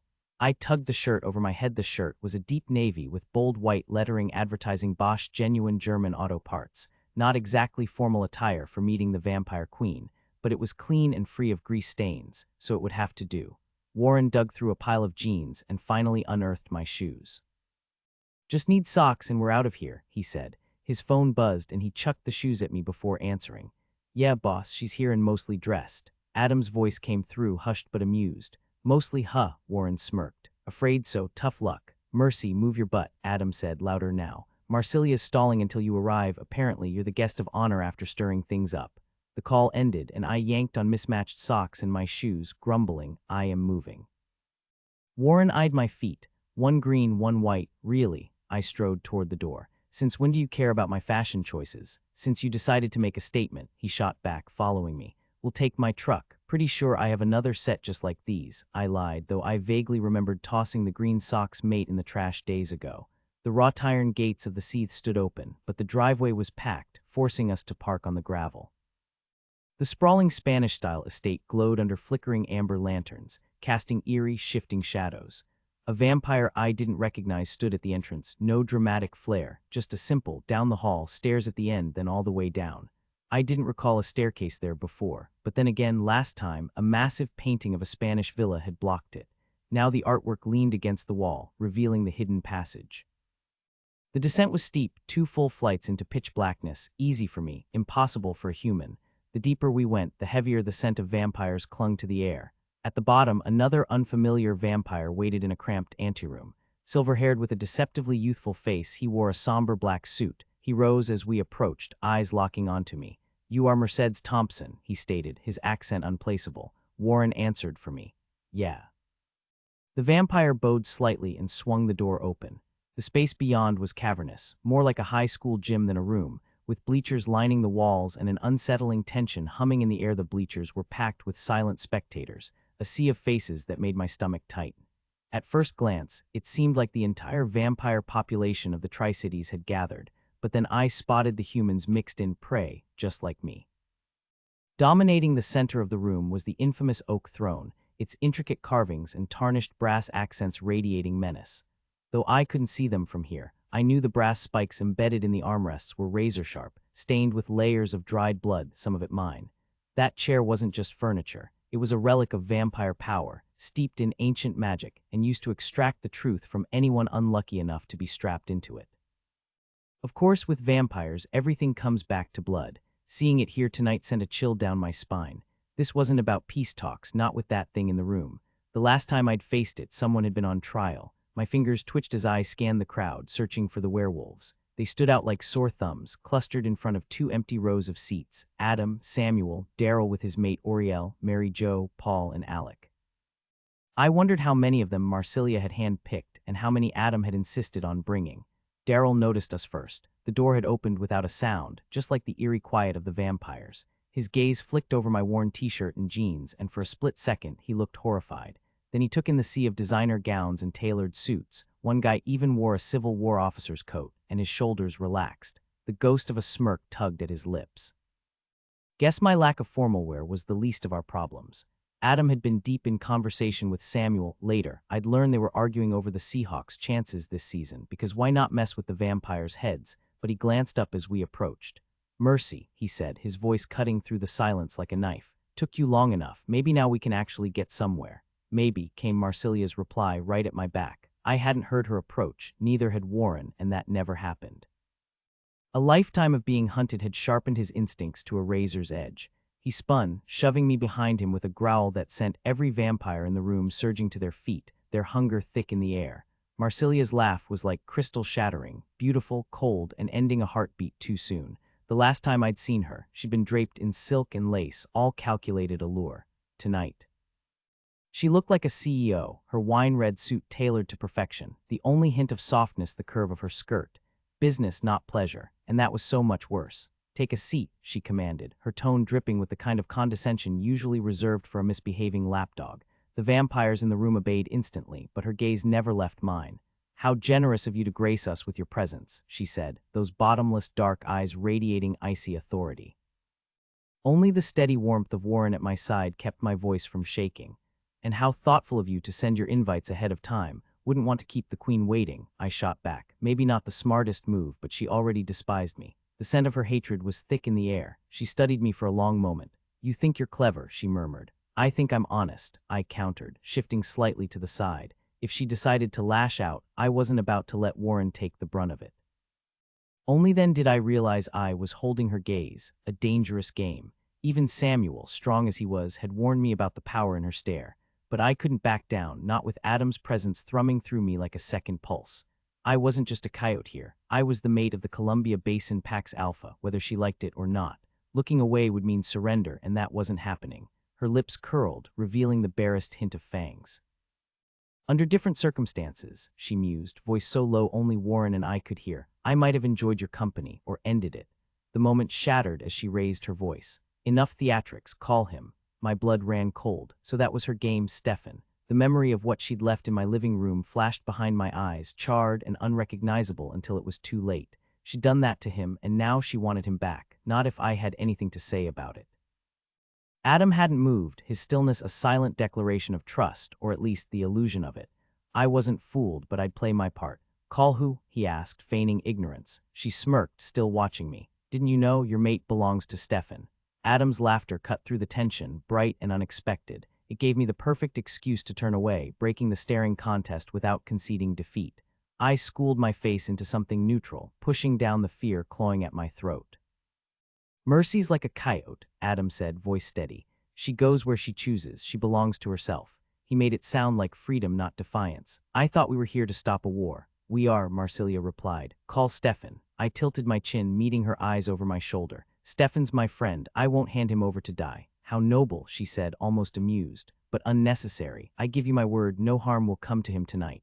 I glanced at Warren, who gave a subtle nod. Fine. But I wasn't letting my guard down. Not yet vampires might be difficult to read, but his ability to detect lies surpassed mine, and his instincts confirmed what I already sensed, she was telling the truth. Or keep him here, I suggested. The sharp scent of her anger had faded, leaving her emotions unreadable. Or keep him here, she echoed. Witness, witnessed, the vampires responded in eerie unison, their voices blending into a single, unsettling chorus. Like marionettes on invisible strings, only far more unsettling. She waited, her patience unnerving, before finally speaking again. I don't intend to hurt him. My mind flashed back to earlier tonight when he had refused Bernard despite likely agreeing with his harsh judgment of her leadership. In the end, his loyalty to her outweighed everything, his seethe, his followers, even his own survival. Your mere existence harms him, I murmured, barely above a whisper. She flinched, and that reaction lingered in my thoughts. The way she had spared him, despite him having every reason and the means to end her. Maybe Stefan wasn't the only one who cared, but love hadn't stopped her from tormenting him. Closing my eyes, I trusted Warren and Adam to protect me. If only I could do the same for Stefan. Still, I knew what he'd want me to do. Stefan, I called silently, just as before, because he'd expect me to. He had to know where I was summoning from, had to be ready to defend himself. But nothing, no sign of him. I glanced at Marsilia and shrugged. I called, doesn't mean he'll answer. She didn't seem fazed, just a curt nod, oddly professional for someone who belonged in a lavish Renaissance court rather than a modern suit. Then let's begin, she declared, gliding toward the ornate chair at the room's center. First, I summoned Bernard. He approached stiffly, reluctance in every step. His movements mirrored a wolf forced into submission, not her creation, yet still under her control. His clothes were unchanged, the harsh fluorescent light catching the thinning patch on his scalp. He sat, resistance burning in his rigid posture. Here, Caro, let me assist. Marsilia seized his hands, driving them onto the brass spikes protruding from the chair. He struggled, jaw clenched, muscles taut, but she held him effortlessly. You've been disobedient, haven't you? She mused. Disloyal. Never to the seethe, he ground out. Truth, came a boyish voice. The wizard. I hadn't noticed him before, though I'd searched. His pale blonde hair was cropped short, his expression faintly amused as he descended the bleachers like steps. He could have passed for a high school student, youthful features frozen in time, soft, almost harmless. Marsilia's smile widened at the sight of him. He vaulted over the last few rows of seats, landing silently on the polished floor. She barely came up to his shoulder, but the way he kissed her sent a sharp pang through my gut. Centuries old, sure, but right now he looked like a teenager playing at something dangerous. He pulled back, dragging a single finger along Bernard's trembling hand before pausing at the armrest. When he lifted it, blood welled up in slow, fat drops. He licked them away deliberately, letting a few escape down his palm, staining the mint-green cuffs of his shirt. Who was this show for? Vampires wouldn't care about a little blood play, or so I thought. Wrong, they didn't just care, they leaned in, some even mirroring him with slow swipes of their tongues. Disgusting. You've turned on me, Bernard, haven't you? Marsilia's gaze never left Wolf as she took his outstretched hand, her lips brushing his wrist where the blood had smeared. Bernard shuddered, his silence louder than any confession. I've stayed loyal to the seethe, he insisted, voice cracking. No matter how she pressed him, that was all he'd say. Stefan materialized beside me, adjusting a cufflink with practiced ease before smoothing his gray pinstripe sleeve into place. His eyes flicked to mine just as Marsilia's did to him. She gestured lazily at Bernard. Up, Wolf, make sure he's front and center. Bernard staggered to his feet, leaving smears of red on the bleached wood as Wolf guided him to the stands. There, Wolf started cleaning his wounds with eerie precision, like a house cat grooming spilled cream.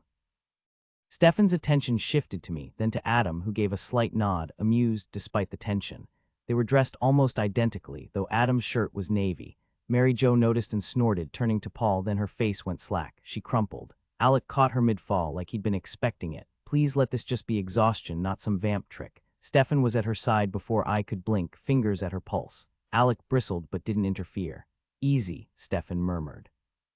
She's safe with me. Happens a lot lately, Adam said, deliberately not stepping in, trust or a test. She's coming around, Stefan said, right as her eyelids fluttered. Only then did he face Marsilia. Take your seat, soldier, she commanded. For a heartbeat, I thought he'd refuse. Love her, maybe, trust her. Not a chance. He gave Mary Jo's knee a reassuring tap before stepping out to meet Marsilia. Hold on, she said, stopping him before he could sit. Her gaze drifted to the opposite stands, where vampires lounged with their human companions. Should I start with Estelle? Would that ease your mind? It wasn't clear who she was addressing. Fine, she finally decided. Bring her in. A hidden door swung open across the room, revealing Lily, Marsilia's eccentric pianist, a vampire who never left the seed's protection. She waltzed in, cradling Estelle like a newlywed carrying his bride, though the scene was far from romantic. Lily's lacy white dress, stained with crimson, clashed with Estelle's sleek dark suit. The latter hung lifeless in her arms, her neck savaged as if by wild animals. Lily, Marsilia scolded, her voice dripping with exasperation. What did I say about playing with your meals? Lily's eyes gleamed with an eerie hunger, even under the harsh lights. Oops, she giggled, skipping a few steps before depositing Estelle onto a chair like a discarded toy. She adjusted the unconscious vampire's head and smoothed her skirt. Better, good enough, now go sit with Wolf. Though Lily had been turned in her 30s, her mind remained childlike. She beamed, bouncing over to Wolf and plopping down beside him. He gave her knee an absent pat as she rested her head against him. Marsilia wasted no time, pressing Estelle's hands onto the thorn chair. The moment the second hand was pierced, the vampire jolted awake with a blood-curdling scream. Marsilia let it linger before snapping, enough, her voice sharp as a gunshot. The scream cut off instantly. Did you betray me? Estelle's body convulsed. No, never, Marsilia glanced at Wolf, who shook his head. If you restrain her too tightly, she can't answer honestly. And if I don't, she just shrieks. Marsilia sighed, scanning the stands. As I said, feel free to try yourself. When no one volunteered, she yanked Estelle's hands free. Go sit with Wolf. A man with a teardrop tattoo beneath his eye stumbled from the bleachers, his descent more of a clumsy tumble than a graceful leap. Estelle, he moaned, pushing past me. He was human, one of her devoted followers. Marsilia arched a brow, and in a blur, another vampire intercepted him before he could reach her. The ancient vampire looked like a withered corpse, his skin paper-thin over brittle bones, yet his grip on the struggling man was ironclad. Your orders, mistress. He rasped, his voice like dry leaves scraping pavement. Marsilia's lips curled. I'd have preferred not to be interrupted, she said. Warren tensed beside me, her lie confirmed my suspicions. This was all staged. After a deliberate pause, Marsilia flicked her fingers. End him. A sickening crack echoed through the room. The man collapsed, and every vampire froze mid-breath. Estelle crumpled near Wolf, her body limp. When I looked up, Marsilia's gaze locked onto mine, her hunger so palpable I could almost taste it. But she had bigger prey tonight. Stefan, she cooed, gesturing to the ornate chair. Forgive the theatrics. Stefan didn't move, his expression unreadable. Just as he stepped forward, she raised a hand. Wait, a better idea. Her eyes slid to me. Mercedes, be our truth-teller, share what you've witnessed. I crossed my arms but didn't budge. Warren's grip tightened on my shoulder. Support or warning, I wasn't sure. You'll obey, Marsilia murmured, unless you want me to revisit your friends, that cop Tony, or your mechanic's family, so many children, so easy to break. Her smile didn't reach her eyes as she nudged the corpse at her feet with a toe. Stefan's jaw clenched, fury simmering beneath the surface. You good? I asked. He gave a sharp nod. Then let's go. Reluctantly, I perched on the chair, scooting forward until my palms met the brass thorns. Pain lanced through me as magic hummed in my skull. Delicious, Wolf crooned, and my fingers twitched. Was he actually tasting my blood or just screwing with me? Stefan came to you broken, Marsilia prompted. Describe him. I glanced at Stefan, who gave a curt nod. I recounted the shriveled creature that had collapsed in my living room, keeping my tone flat, detached. Truth, Wolf declared when I finished. Marsilia leaned in, and why was he like that? Stefan's nod was barely perceptible. Because, I said, he nearly died protecting me after Andres. Let's call it an accident. What do you call it when a vampire is truly gone for good? Her face tightened, the skin pulling taut over sharp bone, making her both striking and terrifying in her fury. Dead, she spat. Wolf nodded. Truth. Stefan tried to hide your part in Andre's death, he said, glancing around. I helped too. Seemed like the right move at the time, though I had a change of heart later and came clean. Marcelia's gaze locked onto me. There are crossed bones marking your shop's door. My shop, I confirmed. And yes, did you know, she mused, voice dripping with false curiosity, that no vampire but Stefan can step inside. That place is as much your home as that rundown trailer in Finley. Why was she telling me this? Stefan's eyes narrowed at her, suspicious. Explain the meaning of the bones, he urged. Betrayal, I said flatly. Or so I've heard. You asked me to kill one monster. I decided two was better. Wolf smirked. Truth. When did Stefan first realize you were a walker, Mercedes? The day we met, I replied. Nearly a decade ago. Truth, Wolf echoed. Marcelia turned toward the bleachers, addressing someone unseen. Remember that. Her attention snapped back to me, then flicked to Stefan as she demanded, why did you kill Andre? Because he knew how to make sorcerers, demon-ridden puppets.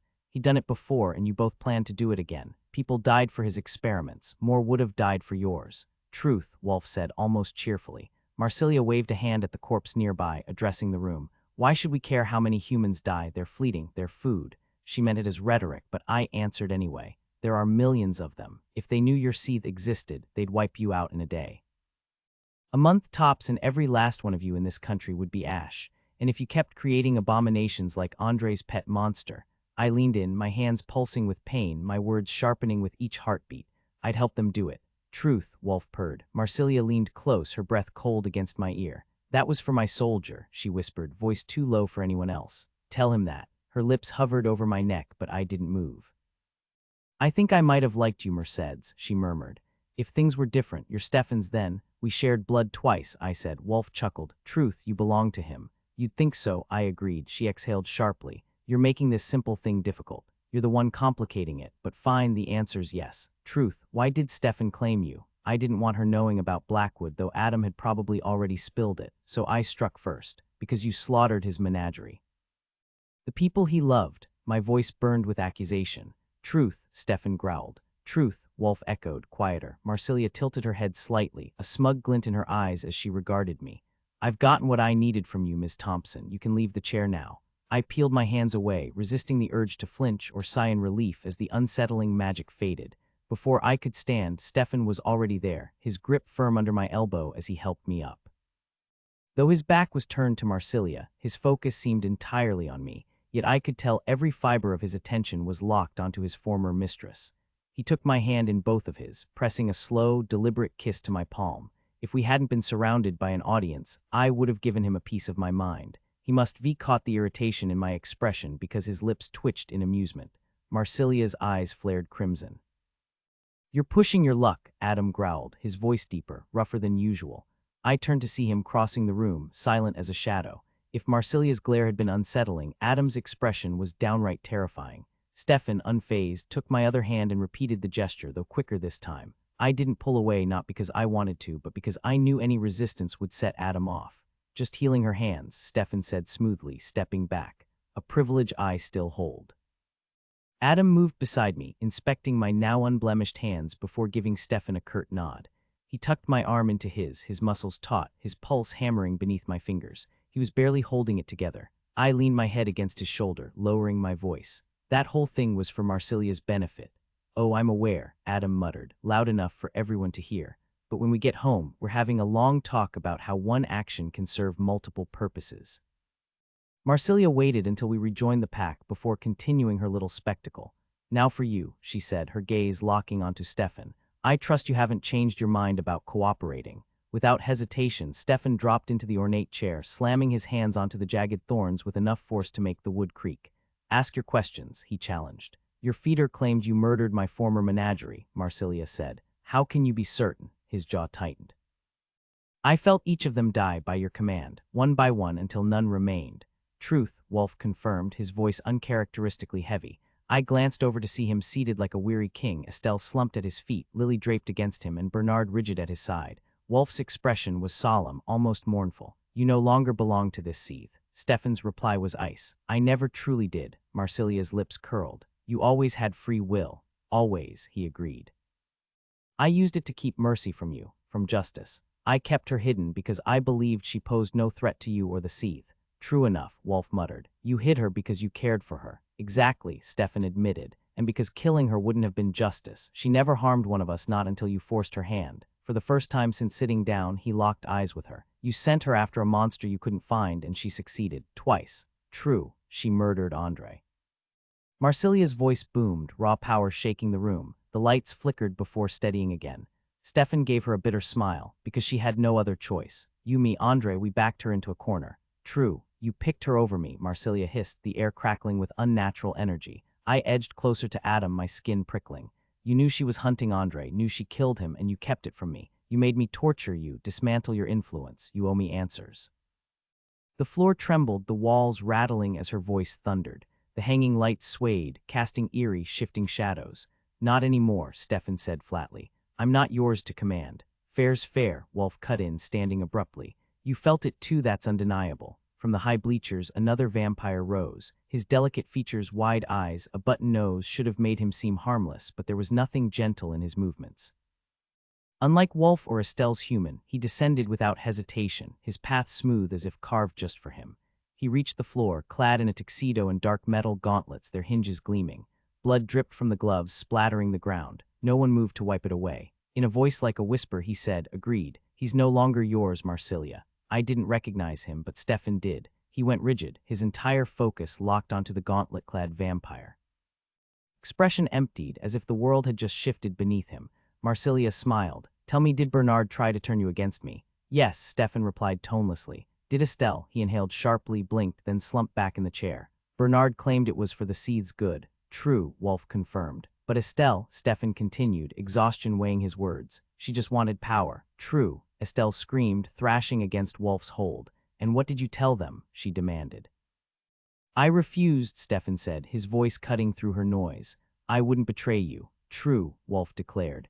Marsilia glanced at the gauntlet-wearing vampire, who sighed and crouched beside Estelle. He stroked her hair gently until she stilled. The sharp snap of her neck breaking echoed through the room. He worked methodically, detaching her head with deliberate precision. I turned away, my throat tight. Bernard, Marsilia said coolly, perhaps it's best if you return to your sire until you understand what loyalty truly means. Bernard rose slowly, disbelief twisting his voice. A setup, all of it. You slaughtered Stefan's people, knowing how much they meant to him. You broke him, all to expose Estelle and me. A rebellion your own Andre planted in the first place. Marsilia's lips curved. Precisely, and let's not forget how useful Mercedes was. If she hadn't killed Andre, if he hadn't helped her hide it, I couldn't have exiled him. Then I couldn't have used him to condemn you both. If you'd been mine to begin with, disposing of you would have been far simpler. Bernard's gaze flicked to Stefan, who sat motionless, his head bowed as if movement pained him. Stefan was loyal to the end, and you repaid him with torture, slaughter, and exile, just because you knew he'd never join us, that no matter how you hurt him, he'd still choose you. Of course, she murmured. His refusal stripped your little uprising of any credibility. She glanced at the executioner. Though I suppose you never expected your offspring to disappoint you so thoroughly. The man smirked, a predator acknowledging another. I'm not the one in chains. He peeled off the blood-stained gloves and tossed them to Wolf, not even by association. His hands were slick with blood, though whether from one wound or several was impossible to tell. I've heard your truths. May they haunt you as much as they disgust me. Come, Bernard, he said. We're done here. Bernard obeyed, his body rigid with shock, but at the threshold he paused. God help me, he said, staring at Marsilia, but I pity anyone bound to you. You broke him for sport. You don't deserve his devotion, I told him that much. God abandoned us long ago, Stefan muttered, his voice hollow. Damnation is all we have left. The two vampires locked eyes across the room. Then Bernard gave a stiff bow and vanished into the hall. Stefan wrenched his hands free and stood.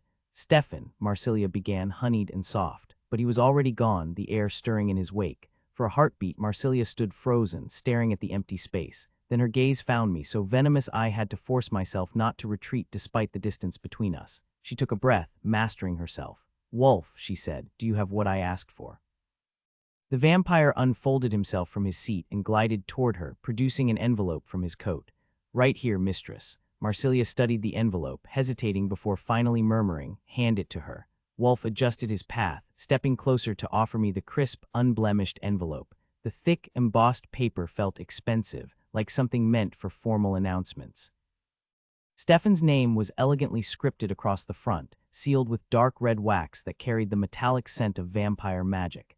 "Deliver this to Stefan," Marsilia instructed, her voice cool. "Tell him it contains facts, not regrets." I clenched the envelope, resisting the urge to crush it under my boot. "Bernard's right," I said, my voice tight. "You manipulated Stefan, broke him for your schemes. You don't deserve his loyalty." Marsilia barely glanced at me before turning to Adam.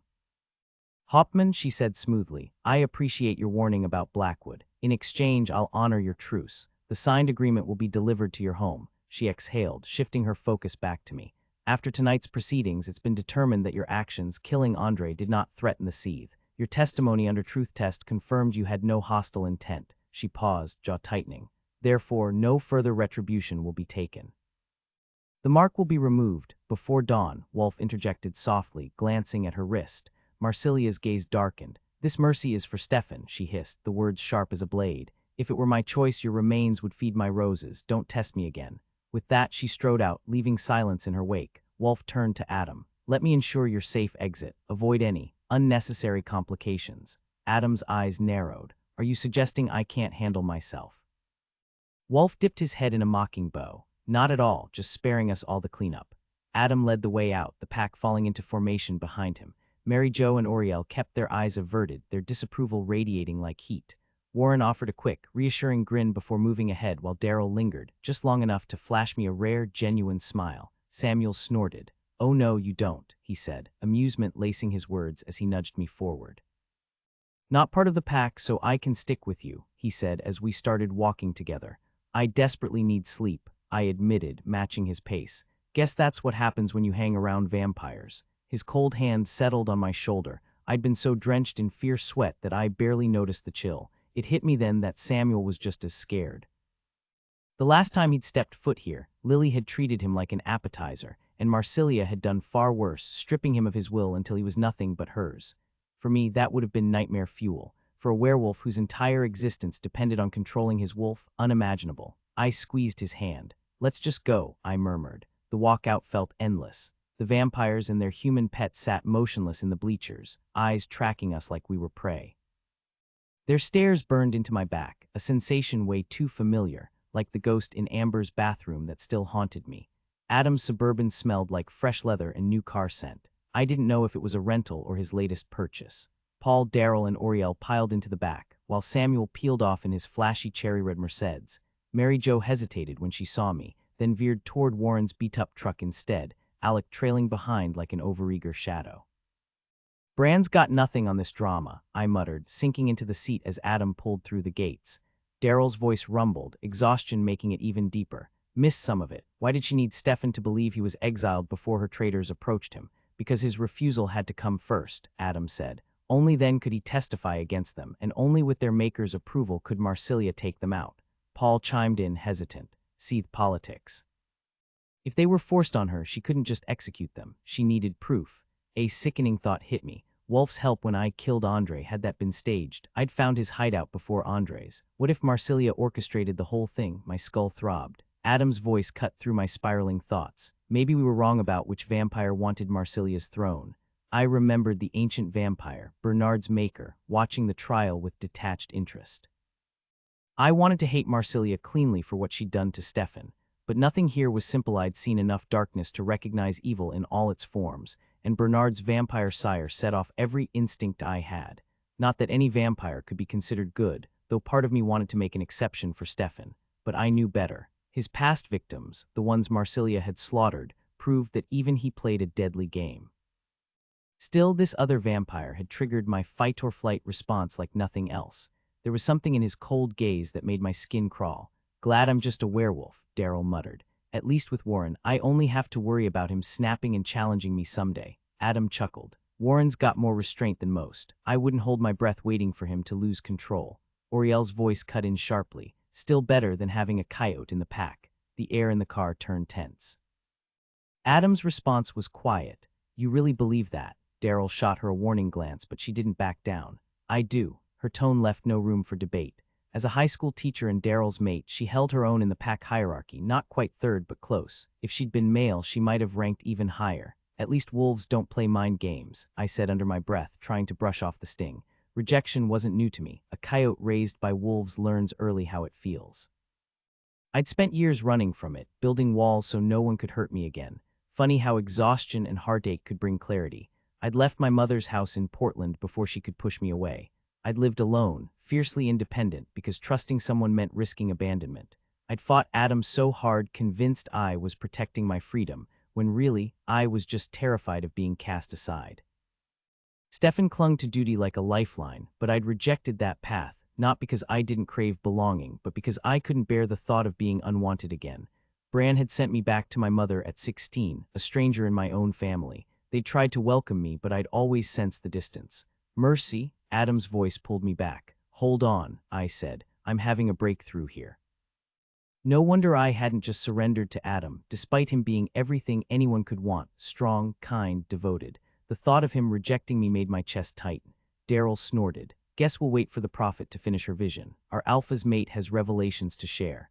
I shot him a glare before turning to Adam, who kept his eyes on the road. My heart hammered as I asked, "Do you love me?" He glanced at me, curiosity flickering in his gaze. He recognized the wolf's intensity in her voice. Yes, absolutely. You better mean that, I warned him, or you'll wish you had. My gaze locked onto Oriel, my will coiled tight around me like armor. Adam belonged to me, no one else. We carried each other's burdens, balanced in every way. If he shielded me from the vampires, then I'd stand between him and whatever else I could. I met Oriel's predatory stare with my own, unflinching. It didn't take long before she looked away. Get used to it, I muttered before resting my head against Adam's shoulder and drifting off. Too soon the car stopped. I stayed curled against him, half asleep, listening as Daryl, Oriel, and Paul climbed out. The rumble of Daryl's Subaru faded before Adam finally pulled away. Mercy, I want you to come home with me. I sat up, rubbing my eyes with a tired sigh. If I lie down, I'm not waking up for hours. It's been days. Maybe more since I slept properly. The sky outside was already lightening. That's fine, he said softly. Yeah, me too. But a shiver ran through me. Phone calls were one thing, this was real. I forced myself to stay awake the whole drive, and Alpha's house was never empty, and with everything going on, Adam had guards posted. Ben greeted us with a lazy salute before disappearing downstairs where the pack often crashed. Adam guided me up the stairs, his hand warm against my back. My stomach twisted with nerves, and I had to remind myself, this was Adam, we were just sleeping. The hallway still showed signs of damage, the bathroom door was back, but the wall needed finishing work. The white carpet at the top of the stairs bore dark stains, my blood. I'd forgotten about that. Who even puts white carpet in a werewolf house? The absurdity steadied me. Stepping into his room, I hesitated. Adam took one look at me, grabbed a t-shirt from a drawer, and tossed it my way. Bathrooms first, he said. Toothbrush is in the top drawer. The bathroom felt like a refuge. I folded my clothes into a neat pile before pulling on his shirt, the sleeves swallowing my arms, the fabric smelling like him. I washed my face carefully around the stitches, brushed my teeth, then just stood there, gripping the edge of the sink, trying to steady my breathing the moment I stepped aside. Adam slipped past me and shut the bathroom door, guiding me into his bedroom with a light touch. The neatly folded comforter on the bed shouldn't have unsettled me as much as it did. After everything that night, fear shouldn't have had room left to grow, especially not over something that would never happen. Adam wasn't a threat. Still, climbing into that bed took every ounce of nerve I had left. But then something shifted. The familiar warmth of his scent wrapped around me, unexpected and steadying. My breathing slowed. The hum of his electric razor lulled me into sleep, and when I woke, it was to the weight of his arm around me, his breath warm against my neck. Late afternoon light filtered through the blinds, and the house buzzed with distant movement. Outside, sprinklers hissed, fighting a losing battle against the relentless sun. The air inside carried that familiar werewolf chill, just cool enough to make his warmth against my skin even more comforting. He was already awake. So I murmured, caught somewhere between nerves and something warmer. Think you're up for an experiment. His voice was rough with sleep, sending a shiver down my spine. An experiment? I didn't need to see his face to know his answer. The press of his body against mine said plenty. Just fair warning, these panic attacks don't always play nice. If I stop breathing, it'll pass, but if I puke, romantic, he deadpanned, tightening his arm around me. His lips brushed the back of my neck, teasing. Don't worry, I've heard about your revenge tactics. I like my coffee unsalted, thanks. A laugh escaped me, tension easing. Smart man. His voice dropped lower. How about we just see where this goes, no pressure. And if you hurl, I promise not to take it personally. Then he shifted and my breath hitched. He stilled instantly. "Talk to me," he murmured. But some things weren't ready to be said, not yet. His lips brushed the spot where I'd tensed featherlight before moving on. No demands. Just patience, and that more than anything made my pulse steady. Adam wasn't the patient type, but his training had sharpened his instincts. He backtracked to the first rough patch and gave it another shot. I still tensed up, but I let him in just a little. Like the predator he was, he tended to the wounds in my mind, soothing them with quiet care before moving to the next. He didn't miss a single scar, even the ones I hadn't noticed, and replaced them with something lighter, something better. Just as things started heating up a little too fast, he murmured, "So this spot ticklish." Turns out, yeah, who knew? I stared at my inner elbow like it had betrayed me. He chuckled, shifted his weight, and blew a raspberry against my stomach. My knees shot up instinctively, and my elbow smacked him right in the forehead. "You okay?" I scrambled back, guilt killing the laughter. Of course I'd clock Adam mid-makeout. Smooth move, genius. He took one look at my face, threw his arms over his head, and flopped onto his back with a dramatic groan. "Hey," I said. When he kept milking it, I jabbed his ribs. I knew his weak spots too. "Quit it, that didn't even hurt." "Prove it," he challenged, cracking one eye open. "Your skull's basically armor," I shot back. "If my elbow's fine, your head's fine." "Come here," he said, arms wide, gaze dark with amusement, and something hotter. I crawled over him, settling in as his hands traced my spine. "Love this," he admitted, voice rough, eyes flickering gold. "Love what?" I turned, pressing my ear to his chest to listen to his racing heartbeat. "Touching you." His palm slid over my hip, deliberate. "You have no idea how long I've waited." His fingers dug into the knots left from last night's tension, and I melted. If I were a cat, I'd have been vibrating. "We look like we're napping," I mumbled. "Sure," he said, "if they ignore my pulse." "Or yours." A well-placed touch dragged a moan from me. "Like Medea," he teased. "One touch and you go from furious to putty." His lips brushed my ear. "That's how I know you're just as gone as I am." His grip tightened, proof his scars ran as deep as mine. "I don't purr as well as her," I muttered. Debatable. And then he proved his point. Maybe I didn't hit Medea's decibel level, but I came close. By the time he really got started, there was no room left for fear or ghosts, just Adam.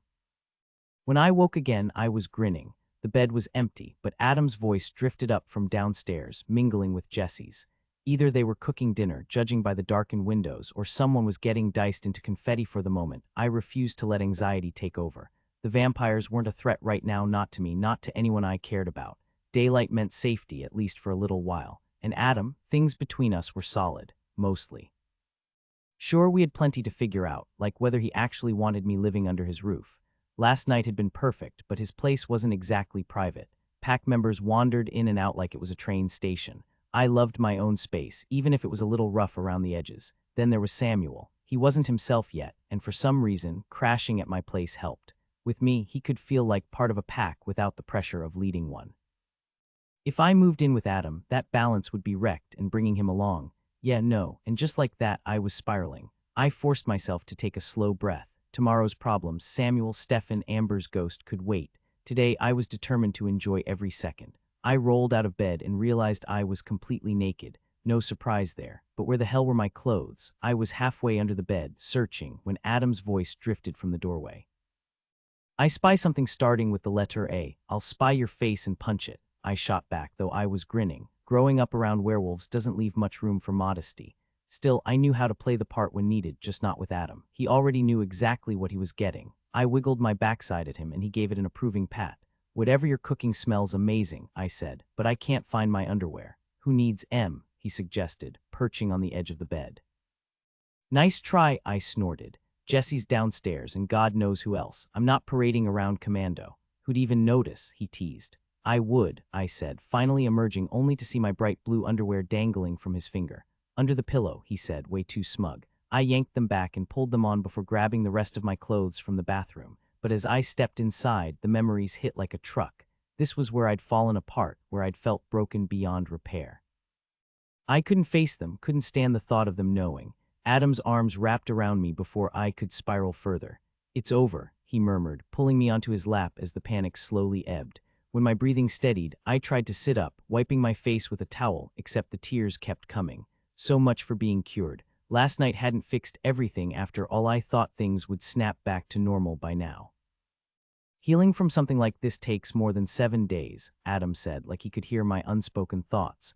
"But I can walk you through it if you're willing." His thumb brushed beneath my eyes as I studied his face. You'll need to lower your walls, Mercy. Let the pack in. His smile carried a quiet weight. You've been shutting us out hard since the drive back from Spokane. If I had to guess, it started when Stefan bit you. Confusion must have been written all over me. Not on purpose, he asked. Somehow I'd shifted from his lap to the far wall, arms crossed. Not that I remember. You panicked in the car, he reminded me. I nodded, recalling the surge of warmth from the pack that had pulled me back, intense, overwhelming, then buried under everything else that had happened. His eyes darkened, flickering with gold. There, that's progress. His fingers grazed the spot below my ear featherlight, but the contact sent a jolt through me. He exhaled, almost shaky. Just like Medea, he murmured, stepping back to steady himself. Let's try this again. When I took his hand, his grip tightened, eyes closing. A current of warmth flowed into me, sunlight on skin, the hum of shared laughter, something sweet and golden. I leaned into it, sinking into a presence that wrapped around me like they don't want you. The thought sliced through, severing the connection. Adam recoiled with a sharp inhale, and I scrambled forward, hands hovering. Adam. Stubborn, he muttered, rubbing his palm. I caught flashes from you. They won't love me, so I won't take from them that it. His tone was more musing than accusing. I dropped to my heels, stunned he'd pieced it together. Instinct rules the wolf, he added, stretching his legs. Coyotes too, I'd bet. Truth doesn't bother with pretty packaging. You can't accept from the pack without offering something back, and if we refuse your part. Silence stretched. I didn't get pack dynamics, but that last part rang true. After a beat, he sighed. Pack bonds aren't always convenient. When the magic's strong like tonight with the moon high, some secrets just slip through. Paul could tell I was still furious about what he did to Warren, and it made him uncomfortable, not because he regretted attacking Warren when he was vulnerable, but because he was afraid of my reaction. That just made me even more irritated. I glared at him, and he tried to lighten the mood. It's not all bad, he said. It's about understanding who they are, what drives them, what sets them apart. Each one brings something unique to the pack. He paused, considering his words. I don't know how much you'll pick up on. As Alpha, I can sense everyone clearly during a full moon. It helps me shape the pack. The others get flashes, usually things that affect them directly or major events. He gave me a small, knowing smile. Honestly, I wasn't sure bringing you in would even work. A human mate wouldn't have been able to handle it, but you're full of surprises. His gaze sharpened. You sensed Mary Jo was hurt. I shook my head. Not exactly. I knew someone was hurt, but I didn't realize it was her until I saw her.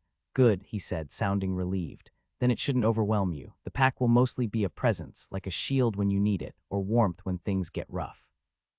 Our bond, once it stabilizes, might add some quirks. Stabilizes, I echoed. What's that supposed to mean? He shrugged. Hard to describe. When I was learning to be a wolf, I asked my mentor what mating felt like. He said it's different for everyone and being alpha complicates it. So you didn't know? I pressed. Adam wasn't the type to dodge questions. He either answered or refused outright. I do now, he said, gesturing between us. To me, it's like a bridge, like the one over the Columbia. It's got the structure, the cables, everything it needs, but it's not fully connected yet. He caught my skeptical look and grinned. Yeah, sounds ridiculous, but you asked. Anyway, if all you felt was a vague sense of pain when Mary Jo was hurt, that's because you picked it up through me. On your own, you won't notice the pack unless certain things align: distance, your openness to them, the moon's phase, he smirked, or how much they annoy you. If I don't feel their dislike, it doesn't matter. His expression turned serious. It matters, but it won't smother you. You'll still sense the ones who don't want a coyote in the pack, just like Warren knows which wolves can't stand him for what he is, not what he does. A flicker of sadness crossed his face before he continued. Same way Daryl knows who resents taking orders from a well-educated black man. His smile was faint but knowing. You're not the only one with biases. Most people carry some. But over time, those sharp edges smooth out. Remember who despised Daryl the most when he first joined us back in New Mexico? I arched a brow. Oriel. She thought he was a pompous, self-righteous jerk, which he can be, I admitted. But he's also sharp, resourceful, and sneaks in little acts of kindness when no one's looking. Adam nodded. None of us are flawless. As a pack, we learn to fold those rough spots into who we are, not let them define us. Let us truly bring you in, Mercedes. The wolves who bristle at you will adjust, just as you'll adjust to the ones who rub you the wrong way. With the progress you've already made, the pack can help quiet those panic attacks. Ben's a jerk, I mused. Adam chuckled. See, you already know most of us, and Ben, he worships you, just hasn't figured out how to handle it. He's not used to liking anyone, let alone a woman. Barely, I deadpanned. Let's try this again, he said, offering his hand. This time when my fingers brushed his, there was no heat, no magic, just skin and rough calluses.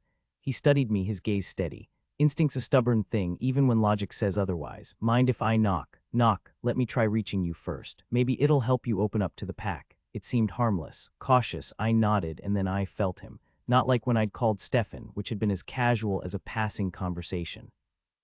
This was deeper, like the quiet presence I'd sometimes sensed in church, except unmistakably Adam. And because it was him, I let him in into the guarded corners of my heart. Something clicked into place, resonating through me like a struck chord. Then everything rushed in. The next thing I knew, I was slumped in Adam's lap, but we were on his bedroom floor, not the bathroom. Pack members stood around us, hands linked. My skull throbbed worse than my one regrettable college hangover. "We'll need to work on your filters, Mercy," Adam said, his voice rough. As if on cue, the circle dissolved, the pack shifting back into individuals, though I hadn't even realized they'd been anything else until the connection snapped. The pressure in my head eased. Embarrassed to be sprawled out while everyone else stood, I twisted to push myself up. "Easy," Samuel said, appearing beside me. He hadn't been in the circle, I'd have noticed, but he nudged through the others and hauled me to my feet. "Sorry," I muttered to Adam, guilt gnawing at me even though the details were fuzzy. Something had gone wrong. I just couldn't pin down what. "Don't apologize, Mercy," Samuel said, his voice carrying a hint of sharpness. "Adam should have known better than to pull you into the pack bonds while sealing the mate connection. It's like tossing a kid into the deep end during a hurricane." Adam still hadn't moved from where he sat, his usual tan now washed out, his jaw tight like every breath hurt.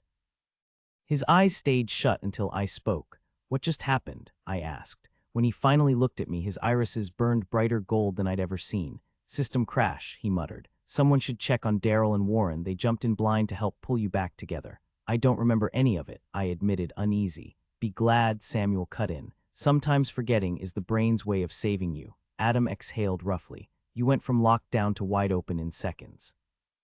The mate bond snapped into place, and before I could stop it, he gestured vaguely, leaked into the whole pack. "Like a rookie general invading Siberia," Samuel added dryly. "Not enough of you to cover the territory." Fragments came back, flashes of drowning in a flood of foreign thoughts, icy and relentless, scraping me hollow. The darkness had been suffocating until Adam's voice cut through. From the hallway, Ben's voice broke in. "Oriel says Daryl's fine. Warren's phone's dead, so I rang his better half. He'll call back." "You definitely didn't call Kyle better half to his face," I said. Ben scoffed. "Oh, I did. You should have heard what he fired back. Kyle, Warren's razor-tongued lawyer boyfriend, could fillet someone with a sentence. I'd put my money on him over Ben any day." Jesse's voice cut through the tension. "Is Dad okay?" The pack shuffled aside, guilty, letting her through. They'd clearly been holding her back. Adam's eyes were still wild, control hanging by a thread, so keeping her away had been smart. But Jesse wasn't the type to wait quietly. Adam lurched upright, catching himself on Mary Jo's arm at the last second. "All good, kiddo," he said, pulling Jesse into a quick hug. "Jesse's the one who called me," Mary Jo admitted. "The rest of us were too busy panicking." "Jesse's a legend," I said, and she flashed me a wobbly smile. Samuel turned to me, serious again. "The trick isn't just connecting to Adam and the pack, it's staying you while you do it. The werewolves might have it down naturally, but you'll probably need some practice," he said. I slipped away from the gathering after our near miss, craving solitude. Adam noticed but didn't stop me. He knew I'd return. Back home, I rummaged through the fridge and found a bowl of tuna salad, so I slapped together a sandwich and tossed the scraps to the cat, who devoured them with quiet urgency. Then I dialed Kyle's number. A drowsy hum answered. The voice was so relaxed I double-checked the caller. "Id Kyle's cell." "Kyle, just checking on Warren," a splash echoed before Kyle chuckled. "Hot tub time, he's fine. Ben said you were okay, you good?" "Yeah, Warren." Found him sprawled in the hallway, empty glass in hand. "Guess he didn't make it to the kitchen." "Wasn't empty when I had it," Warren drawled, amusement in his voice. Kyle snorted. All I noticed was him. "Woke up quick, though. Cold water'll do that," Warren cut in. "But he was stiff, so here we are." "Tell him I'm sorry," I said. "Nothing to apologize for, darlin'," Warren replied. "Pack magic's unpredictable. That's why Adam, Daryl, and I are around. You feel distant. Everything all right? Probably just a temporary glitch," I said. "Samuel thinks it'll reset soon." "Sounds like I'm off messenger duty," Kyle quipped. A car rolled into the driveway, a sleek Mercedes, unfamiliar. "Just give Warren that hug for me," I said. "Enjoy the soak." I hung up before Kyle could fire back something ridiculous and headed to the door. Corbin, Amber's husband, was already on the porch steps, looking frazzled, tie crooked, stubble shadowing his jaw. His startled expression when I opened the door early shifted to something tense. "Corbin," I frowned. A call would have been simpler. "What's going on?" He hesitated, then lurched forward, gloved hand outstretched, clutching something strange. No time to react before the taser crackled. I'd seen videos, some college kid zapped in a library for breaking rules, but reality was worse. Pain exploded, locking my muscles. I crumpled, paralyzed, as Corbin rifled through my pockets, my phone clattering onto the porch. He grabbed my arms and legs, heaving me up with a grunt I weigh more than most people expect, thanks to solid muscle. And this guy wasn't supernatural, just some frantic dude muttering apologies like a broken record. Through the fog of pain, one thought burned clear. Payback wasn't just a concept for me, it was a lifestyle. I'd seen people hit with tasers before, they usually shook it off in seconds. Even that scrawny kid at the library had managed to scream. But me, totally paralyzed, and I had no clue why. I reached for the pack bond for Adam, but all I found was a searing wall of agony. My skull throbbed like someone had taken a jackhammer to it. No way to call Stefan either, too much sunlight. The guy hauled me up again, dumped me into his trunk with a metallic thud. My head smacked against the floor hard enough to see stars. When I got free, Amber would be shopping for black dresses. Zip ties cinched around my wrists and ankles, then came the sock, floral-scented fabric softener with a hint of Amber's perfume, crammed into my mouth before he wound an elastic bandage tight around my jaw. "Chad's got him," he rasped, pupils dilated with panic. The fresh bite mark on his neck was the last thing I saw before the trunk slammed shut. 11 The paralysis lasted way longer than any stun gun should, 15 minutes at least. Whatever he'd used, it wasn't standard issue. Shivering and nauseous, I curled in the vibrating darkness, forcing my brain to strategize. Shifting wasn't an option yet, but by the time we hit Spokane, those flimsy plastic ties wouldn't hold a coyote. The trunk release glowed faintly, no coffin for me tonight. That knowledge alone dialed back the panic. Blackwood wasn't getting his fangs into me, but why go through the trouble of kidnapping a werewolf's mate? Corbin wasn't some disposable lackey. Their partnership reeked of years, not weeks. Was this a power grab? Use me as leverage against Adam, maybe spark a war with Marsilia. Except the Tri-Cities were quiet now. Starting fresh chaos would be idiotic, and Blackwood didn't survive this long by being stupid, unless he hadn't heard the news. Marsilia was weakened, down 3 of her heavy hitters. If he wanted to make a move, now was the time.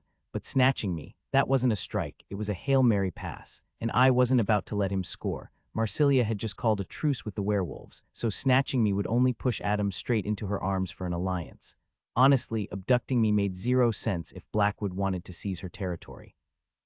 Since the guy clearly wasn't an idiot, yet here I was, crammed in Corbin's trunk, maybe we'd misread his motives entirely. So why me? Pride maybe. He'd marked me as his next meal, just like anyone who wandered into Amber's place. Then Stefan swooped in and stole his snack. Simple, right? No grand conspiracy, just vampire ego. It even lined up with Bran's favorite saying, overthinking ruins everything, but something still felt off. Stuck in that trunk with nothing but my thoughts, I picked apart every detail. Amber's sudden reappearance had been weird from the start. The Amber I remembered, the one who'd splashed me with a water gun, who hosted fancy dinners, would never have tracked me down over a ghost story just because she'd read about my past in the papers. That wasn't her style, and the way she'd acted, stiff, unnatural, like she was following a script. So maybe she'd been sent. But why? What did Blackwood actually know about me? The papers mentioned I was dating a werewolf. Amber knew I saw ghosts. And then it hit me. She also knew I'd grown up in Montana with a foster family.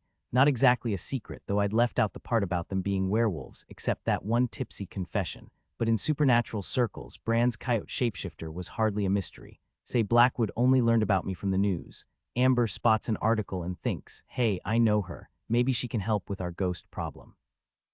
Blackwood hears that and goes, interesting. Let's see where this leads. But if that's all it was, why the trunk? Why the kidnapping? There had to be more. And that's when the real question hit me. What else did he think I could do? A girl whose boyfriend leads the Tri-Cities werewolf pack. A girl who can communicate with spirits. Given his age and experience, he probably knew more about walkers than I did. So he connected the dots and thought, wait, could she be that walker Bran raised years ago?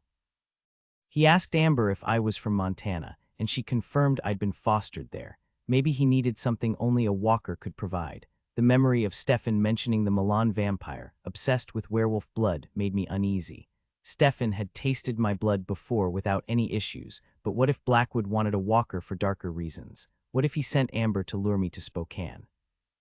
I hated this theory more than the simple explanation, because it meant he wouldn't stop chasing me just because I got away this time. He'd keep coming until he either got what he wanted or ended up dead. Walkers are rare. I've never even met another one. If he knew what I was and wanted me, logic said he wouldn't give up. But why? What could he possibly need from a walker? The pins and needles in my limbs faded, leaving behind a dull throb. Time to run until Corbin's words hit me. He is Chad. Blackwood had taken Chad hostage to force Corbin's hand. What would happen if Corbin returned empty-handed? Would Blackwood just send him after me again, or would he kill Chad without a second thought? Marsilia's coldness flashed through my mind, how she'd slaughtered Stefan's people like they meant nothing. To her, humans were just prey. If Blackwood saw Chad the same way, he wouldn't hesitate. My stomach twisted. I couldn't risk it. I was stuck. I mentally ran through my options. The fairy staff was missing, but it would return eventually. Too bad vampires didn't fear enchanted sheep. No pack, no Adam. Samuel had said the bonds would reset, but he never said how long it would take. Adam had mentioned distance weakened the connection. Samuel once fled all the way to Texas to escape Bran, but Spokane was way closer to the Tri-Cities than Texas was to Montana. If I bought enough time, maybe I could rally the pack for another rescue. And after sunset, Stefan would be awake. I could summon him, and he'd come, just like he had when Marsilia ordered me to do it, but I had to act fast before Blackwood forced another blood exchange. Whatever broke his control before might work in reverse, but calling him here would mean calling him to his death. If he didn't think he could take Blackwood, and he clearly didn't, then I had to trust his judgment. He knew the vampire better than I did. Walking away meant abandoning a kid I cared about to a monster. Staying meant surrendering myself to one. The monster. Maybe he wouldn't kill me. That was easy enough to believe. Harder to ignore was his obvious hunger to turn me into his puppet. I could still run. Shifting into coyote form, I wriggled free of the ropes and gag, then changed back, dressed quickly, and ran my fingers over the trunk's lock release. The ride to Spokane was cramped and dark, the hum of the highway lulling me into uneasy stillness. When the car slowed, trading the steady roar of the interstate for the stop-and-go rhythm of city streets, I adjusted my clothes. My hand brushed against something solid, the silver and wood staff tucked beneath me like a hidden promise. I traced its length, the touch grounding me. "Better vanish, sweetheart," I muttered, slipping into a ridiculous pirate voice. "Unless you fancy being locked away in some vampire's trophy case forever." A faint chime vibrated near my ear as the car took a sharp turn and the staff slipped from my grip. I hoped it had taken my advice and disappeared. It wouldn't do much against a vampire, and I'd hate to see it destroyed on my watch. "Great," I muttered. "Now I'm giving orders to sticks and expecting them to obey. Get it together, Mercy." The car rolled to a stop. Metal clanked against pavement, chains, maybe, or gates. Fancier than Marsilia's place. Did vampires really care about curb appeal? I curled into a tight ball, chin resting on my knees, so when Corbin popped the trunk, I could sit up smoothly like I'd been lounging there the whole time. Maybe he wouldn't notice the missing staff if it was even still there. "Blackwood's got Chad?" I asked, scrambling out with less finesse than I'd hoped. "Damn stun gun residue. We're on a clock here. What's the play? What did he tell you? Why does he want me?" Corbin's jaw worked, his face flushing like he was straining under an invisible weight. "He is Chad," he ground out. "I was supposed to grab you alone. No roommate, no boyfriend. He'd tell me when. I'll bring you back, my son is alive." "What does he want with me?" I asked, still processing that Blackwood had known exactly when I'd be alone. The idea of being watched unsettled me. Even with Adam and Samuel around, someone had slipped past unnoticed. Corbin shook his head. "No idea." Fingers closed around my wrist. "We have to go now." "Fine," I said, pulse racing. A quick glance at the iron gate and towering stone walls told me I still had a chance to bolt. But then there was Chad. "Mercy," Corbin said, voice strained. "One more thing. He wanted me to mention Chad, to make sure you'd come." Knowing it was a trap didn't mean much when the bait was irresistible. I exhaled sharply. If a deaf kid could stand up to a ghost, the least I could do was match a fraction of his nerve. Decision made, I studied Blackwood's setup dark, but darkness had never been a problem for me. His house was modest compared to Adam's, smaller than Amber's, yet built with precision from warm-toned stone. The land around it, maybe 5 or 6 acres, had once been a rose garden. Now it was all tangled weeds and wild growth. This wasn't his showpiece. No, he'd have some grand estate elsewhere, manicured lawns for impressing business associates. This place left to decay was where he actually lived. It said a lot. He valued craftsmanship over size, solitude over spectacle.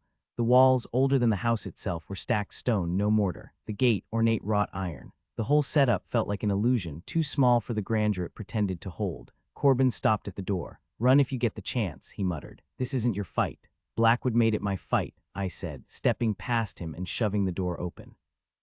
"Honey, I'm home," I called out in my best old Hollywood drawl. Kyle would have cringed at my outfit. The shirt was pushing 2 days, the jeans even longer. The foyer was empty, but not for long.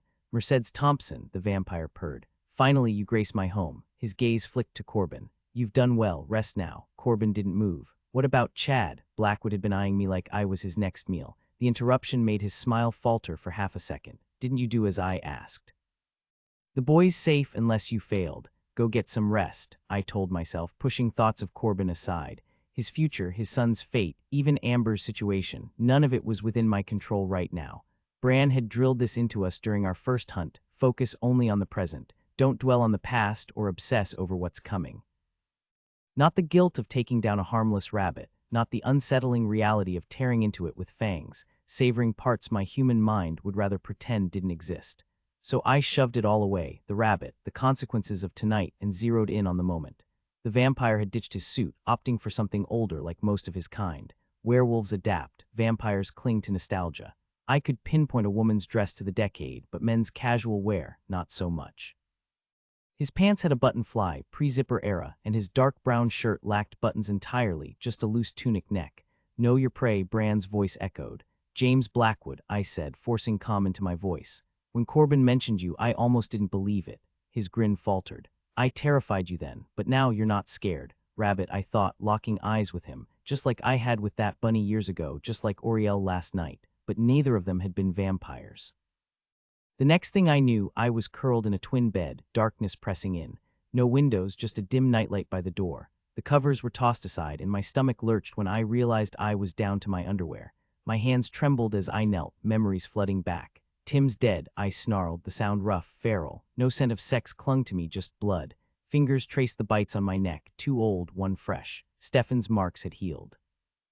Relief and fury warred inside me, but panic wasn't an option. The door was locked. My clothes sat folded in a plastic bin. No tools, no escape. Just the hum of the nightlight and the weight of what came next. My pocket still held the quarter and Stefan's letter, but the screws I'd gathered while attempting to fix that woman's clutch at the gas station were gone. The bed was just a pile of foam pads, nothing I could turn into a weapon or tool. A whisper brushed my ear, cold and deliberate. His prey never escapes. I stiffened, still crouched by the bed. The room was empty. I'd know, the voice continued clearer now. I've watched them try. Slowly I turned, but there was nothing, just the thickening scent of copper and rust. Were you at the boy's house? I asked. Poor kid, the voice murmured, almost wistful. The one with the yellow car. Wish I had a car like that. Ghosts are unpredictable. The challenge was prying answers without scaring it off by questioning its reality. This one seemed sharper than most. Do you take orders from Blackwood? For a split second, I saw him, a guy in his late teens, wearing a red flannel and work pants. His lips didn't move when the voice replied, I'm not the only one bound to his commands. Then he vanished before I could ask about Chad, Corbin, or Amber. The room reeked of fresh paint and new carpet, everything sterile. Even the air carried a faint cinnamon tang, whether for me or his own preference, I couldn't tell. Dressing quickly, I missed the underwire bra he'd confiscated. That could have been useful. Shoes were whatever, but the bra's wire. That was a lockpick waiting to happen. A hesitant knock. No footsteps. Maybe the ghost again. The lock clicked and Amber stood there, her grin too bright. Silly Mercy, locking yourself in. Her voice was sweet, but her eyes held something feral. Vampire, maybe, or just the part of her that knew too much. Wasn't me, I said. Blackwood did it. She smelled off, the cinnamon masking it. Why would he? Her hair was tangled, her shirt misbuttoned. Before I could answer, she shifted gears. Dinner's ready, you're joining us. Us, her laugh was hollow, her gaze sharp with something desperate. Not hunger, something worse. Corbin, Chad, and Jim, obviously, she said, turning to walk ahead. I caught the uneven rhythm of her steps, a pronounced limp. You okay? I asked, keeping my voice casual. She didn't even glance back. Fine, why?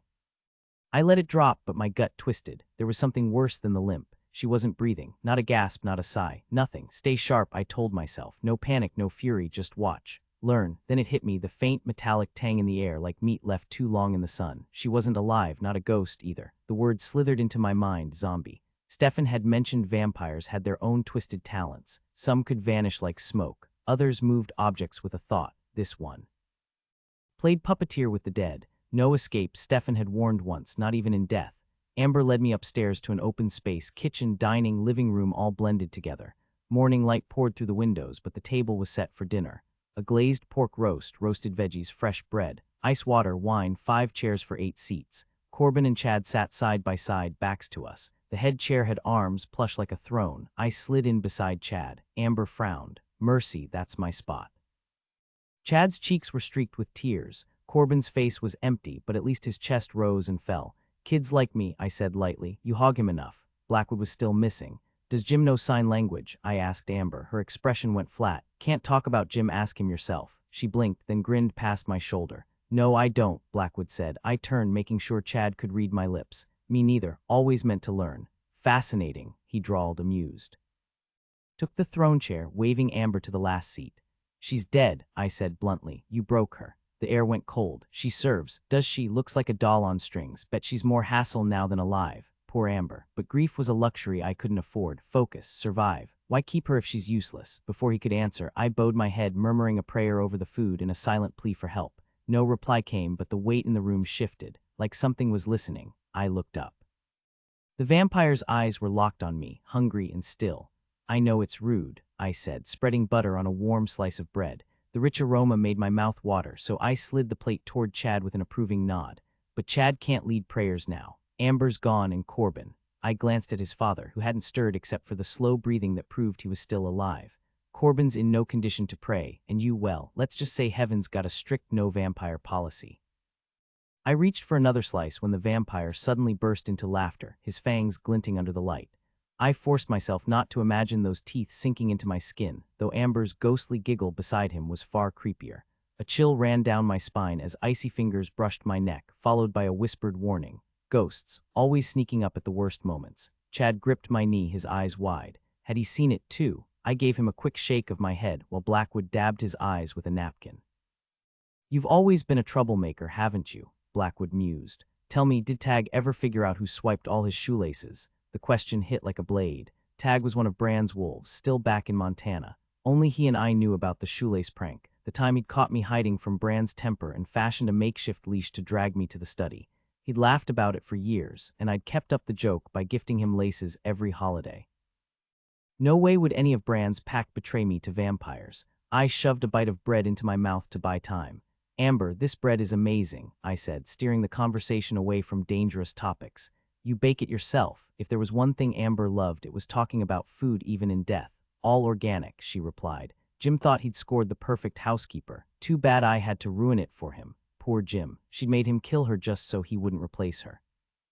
Blackwood cut in with a sharp hush. I smirked. Won't matter soon. Even a human nose will catch the stench of decay. Not exactly appetizing for a chef, not that you need one. I took another bite. So, how long have you been spying on me? His smile widened. I'd nearly given up hope of finding another walker. Imagine my delight when I heard the Marok had taken one in. Yeah, well, I muttered. You'd have had worse luck if I'd stayed. Ghosts. Of course he'd used ghosts to track me.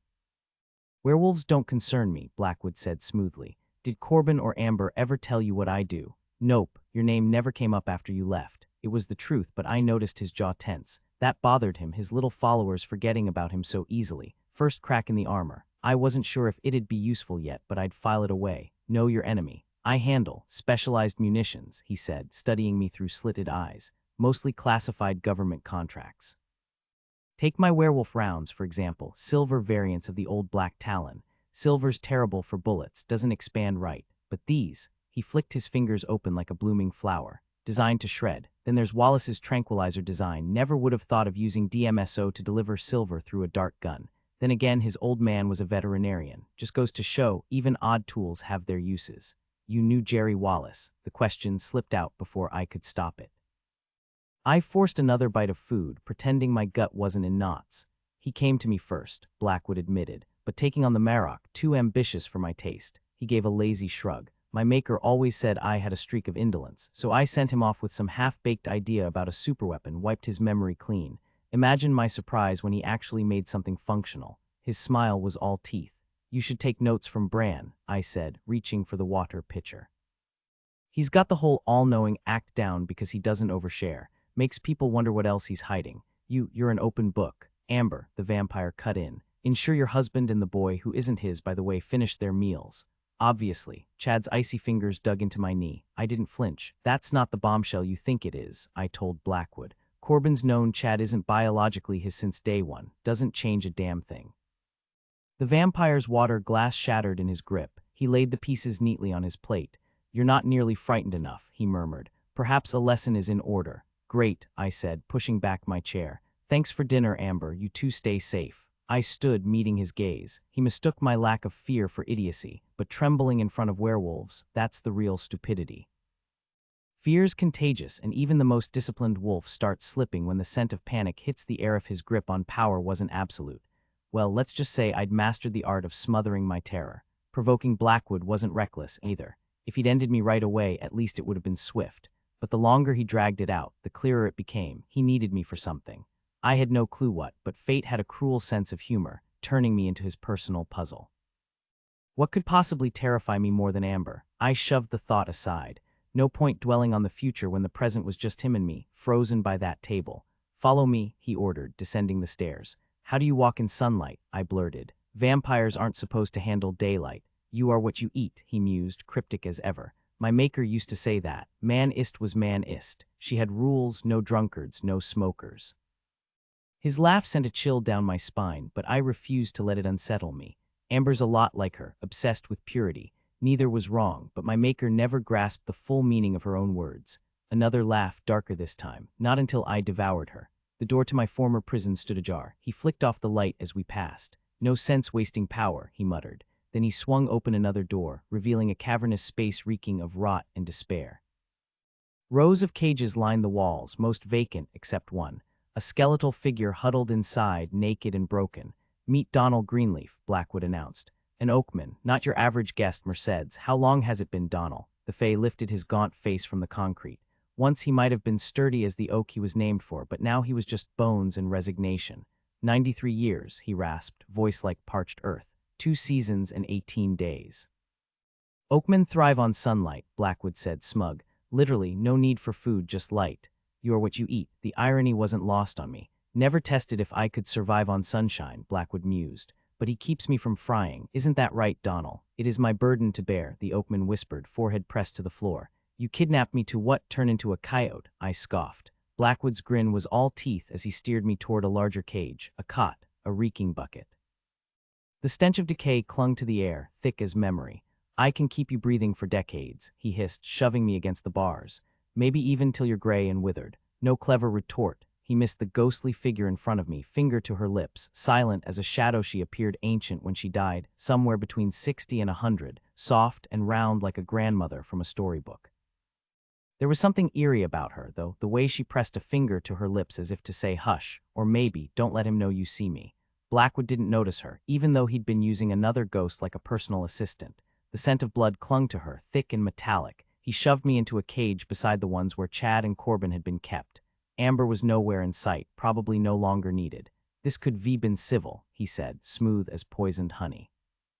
The ghostly woman had vanished, so I didn't hold back. "Tell that to Amber." His grin widened, fangs glinting. "She didn't mind. Last offer, play nice and I'll move you to the other room."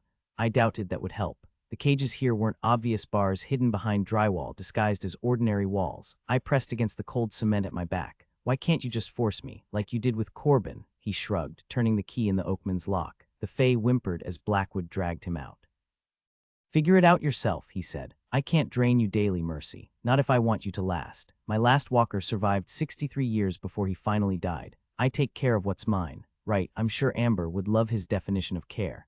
Blackwood crouched over the oakman, who lay curled on the floor, dark eyes locked on me. Without breaking my gaze, Blackwood sank his teeth into the Fae's thigh. The oakman gasped, then whispered in Welsh, "The oak foretold. Mercy frees me at harvest." I stiffened. How did he know I'd understand? There were 2 ways to free someone: escape or death. Something told me he wasn't talking about escape.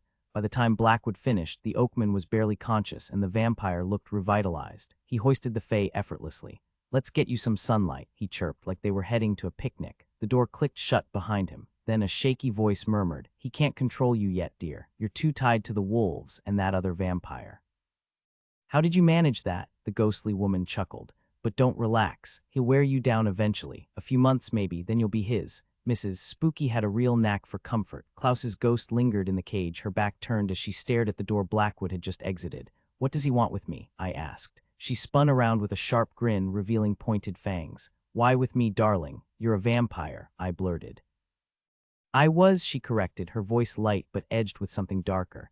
"Not the usual arrangement, I know. That young man you met earlier, another one of James's creations. We're both bound to him, his mistakes, his trophies. John was the only vampire James ever turned willingly. As for me, she gave a rueful shrug. I'm the reason he exists at all. Your fault. He was such a gentleman at first, polite, charming. I thought he was harmless. Then one night, one of my other fledglings showed me what he'd done. He captured a Murd-Huacha, one of the Marrow folk. You don't do that, love. The Fae aren't to be trifled with in turning something magical. That's a recipe for disaster. She sighed, shaking her head. When I confronted him, well, let's just say he didn't take it well, killed me on the spot. I haunted him all the way here, not my brightest moment. Then he took that other man, the one like you, and suddenly, he saw me. Realized I could still be useful. I wasn't sure why she was spilling her secrets, loneliness maybe. For a second, I almost pitied her. Then she licked her lips, slow and deliberate. I could help you. Vampires are evil. The warning echoed in my head like the Marok's growl. I arched a brow. If I feed you, you'll tell me what to do. Her smile widened, fangs tucked neatly away. Just a drop or two, sweetheart. I'm only a ghost. It wouldn't take much. I could just take it while you sleep, dear, she purred, suddenly less sweet, more serpent. But I'd rather you gave it to me. Makes the help I offer more binding. She looked like somebody's doting grandmother, the kind you'd trust to babysit. It made the threat worse. You won't, I snapped, and something clicked inside me, a spark of power. Her eyes widened and she recoiled. Of course not, dearie, not if you don't want me to. She tried to play it off, but I'd felt it. The same surge I'd had back at Amber's place when I'd ordered the ghost away from Chad. Magic not Fae, not witch, but mine. I leaned in, channeling Adam's effortless command. Tell me, did Blackwood send you to haunt Amber's house? Her lips thinned, eyes flashing with vampiric fury, but she answered. No, that was James's pet project, the boy. Outside the cages, a stack of cardboard boxes teetered on a table. A cluster of 5-gallon buckets sat at the edge until they didn't. They toppled with a crash, rolling toward the drain in the floor. You were nothing more than his plaything, she spat, her sweet grandmotherly voice twisting into something cruel. He turned you into a vampire, toyed with you until he got bored, then killed you and kept playing until there was nothing left but rot. It reminded me of what Blackwood had done to Amber, though he hadn't even bothered making her a vampire before turning her into a walking corpse. I forced myself to focus. Stay present. Don't waste energy on things you can't fix right now. The rolling buckets had finally stopped, leaving the room eerily silent except for the sound of my own breathing. The old woman shook herself as if snapping out of a trance. Never fall in love, she warned. It makes you weak. I couldn't tell if she was talking about herself, the dead boy, or even Blackwood, but I had more pressing concerns. Tell me, I demanded, why exactly Blackwood wants me. She tutted, her lips curling. Such rudeness. Didn't that mangy wolf teach you any manners? I didn't flinch. Tell me how Blackwood plans to use me. Her fangs flashed as she hissed, but I held her gaze, refusing to back down. She looked away first, smoothing her skirts with nervous fingers, though I knew it wasn't fear. He is what he consumes, she finally admitted. He told you as much. I never understood it before. How was I to know what he was really doing? I thought he fed for the taste, but he wasn't just drinking blood. He was draining power, and he'll do the same to you.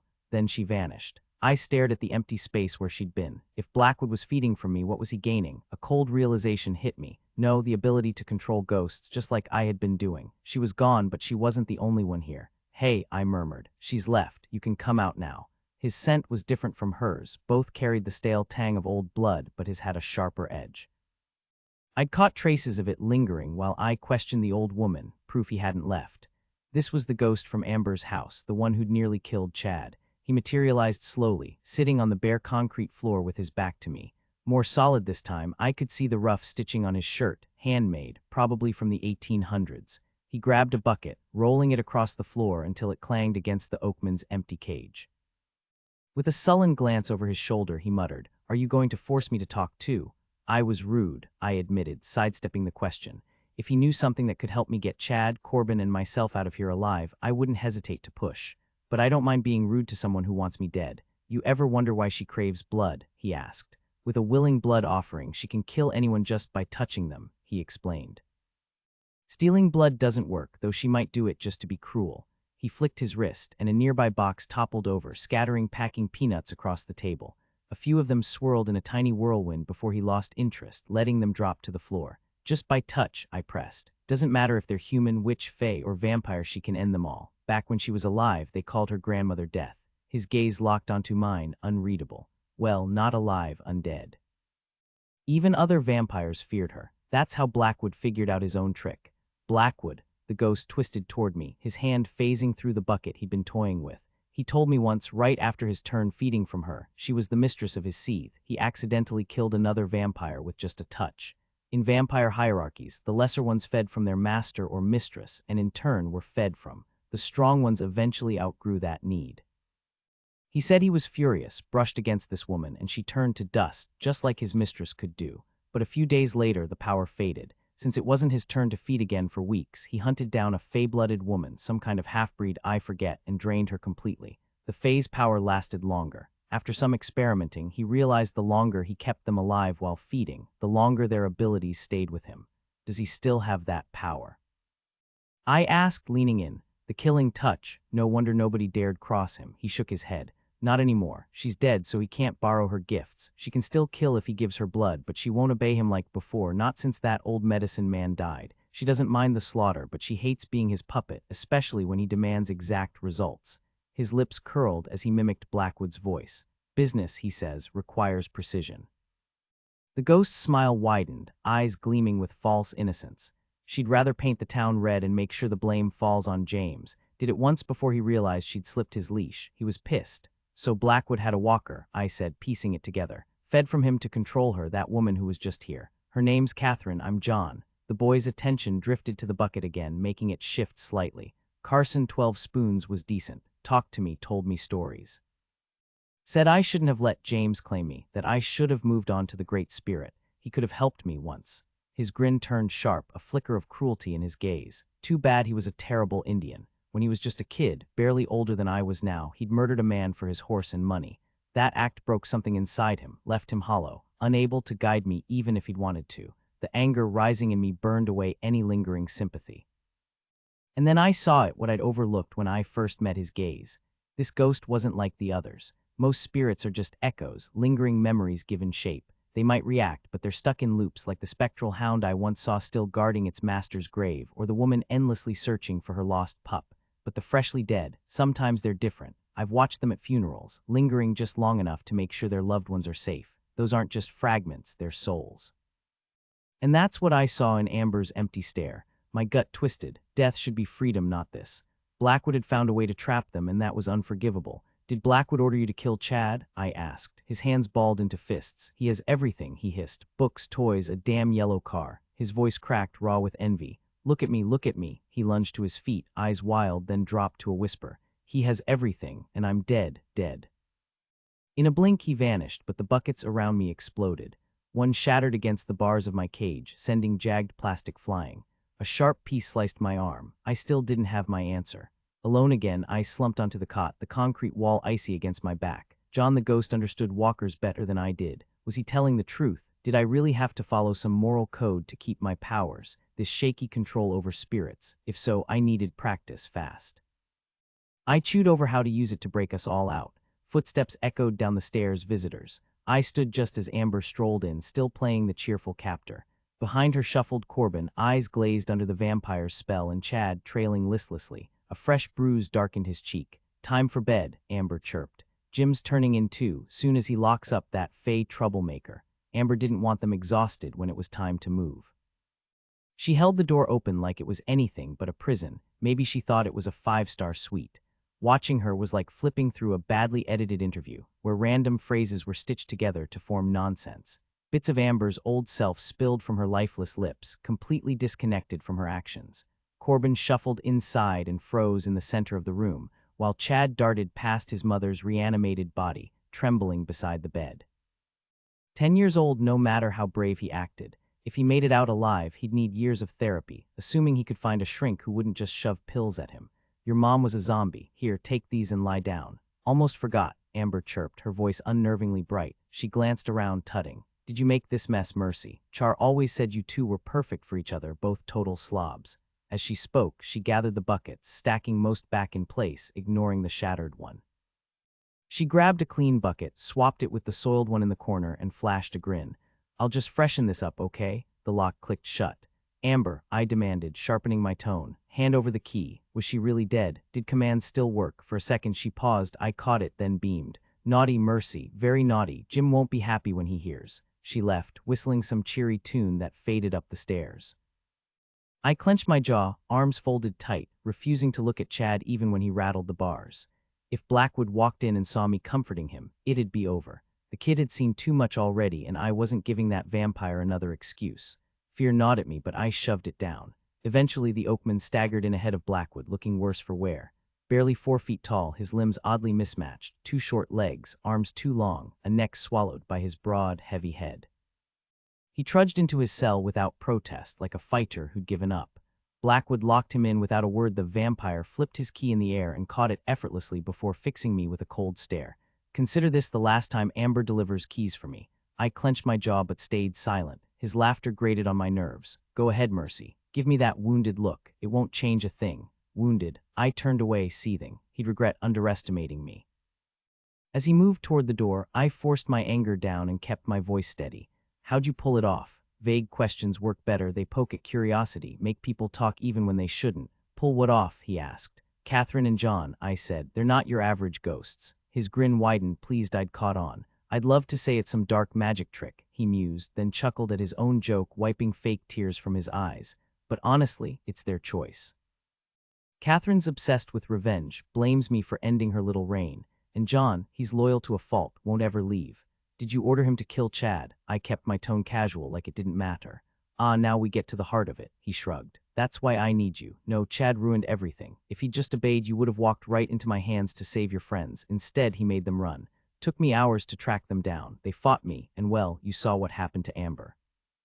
I didn't want to ask, but I had to know. What did you take from her to make zombies? Zombies, he scoffed.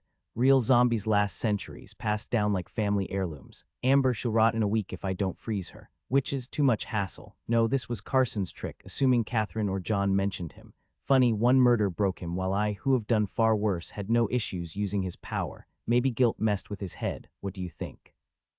You explain Catherine and John, I pressed. What's keeping Amber here? His gaze slid to Chad, who stood frozen in the corner, pale and shaking. She stayed for her son, then back to me. Anything else? Not today. Good. Oh, and don't expect visits from John or Catherine. I've made sure of that. The door clicked shut behind him, the old stairs groaning as he left. Once he was gone, I turned to the cage. Oakman, when does the sun set? The Fae lifted his head from the concrete floor, eyes glinting in the dim light. Okay, he finally answered.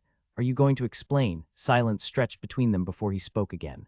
I will. Corbin swayed slightly, his balance unsteady as he took a step forward, blinking hard. Blackwood had let him go. He sucked in a ragged breath, then turned to Chad, hands moving urgently. I don't know how much Chad understands, but it's enough, more than enough, and not knowing could get him killed. It took me a second to realize he was addressing me. His attention was locked on his son. Once he finished signing, Chad, still keeping his distance, responded with his own gestures. Watching his son's hands, Corbin asked me, how much do you know about vampires? Is there any way we make it out alive? The oak promised me freedom this harvest, the oakman rasped, switching to English. I'll try, I told him, but I can't guarantee it'll happen. The tree told me, he said, as if that made it inevitable. It's not ancient, but it was furious with the vampire, so it pushed itself too far. I hope it didn't break something permanent. His words slurred together, consonants dropping away. He exhaled, turning his face from me. Are oaks usually this reliable? I asked. They used to be, he muttered. Long ago. When he fell silent, I turned back to Corbin and gave him the essentials.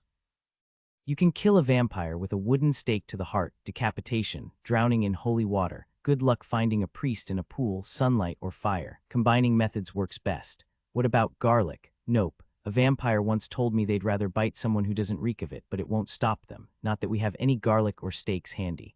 I know sunlight works, everyone does, but Blackwood doesn't seem bothered by it. I nodded toward the oakman.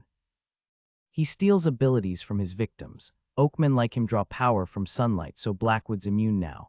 And blood, the oakman added. Back in the old days, they gave us blood to keep the trees strong. His voice was hollow. That's how he keeps me alive in this iron cage. 93 years. The weight of that number crushed any hope I'd carried from the Tri-Cities. At least he wasn't tied to a werewolf or bound to a vampire. Have you ever killed one? The oakman asked. Twice, I said.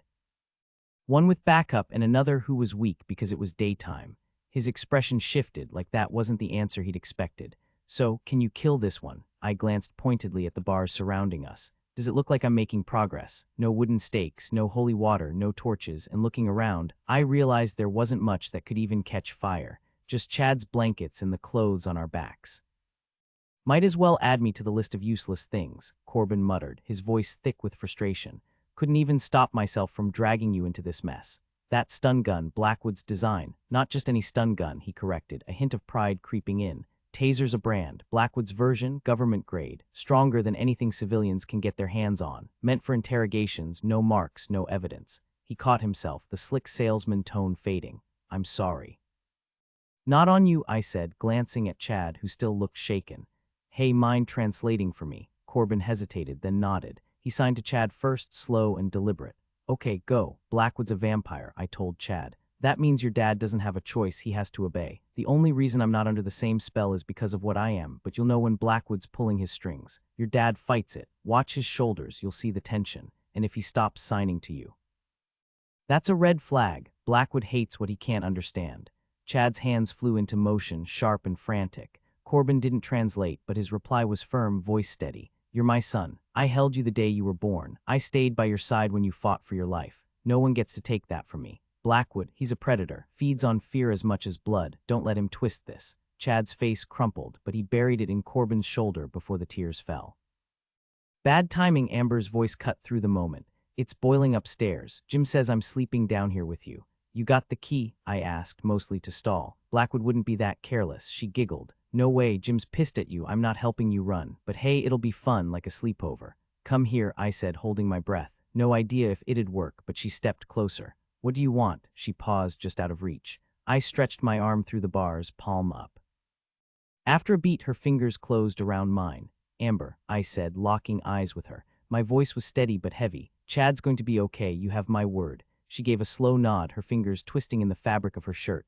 I won't let anything happen to him. That's not how this works. I cut in, hardening my tone. You're already gone, Amber. Her face stayed blank, unreadable. I squared my shoulders, channeling Adam's unshakable confidence. Trust me on this.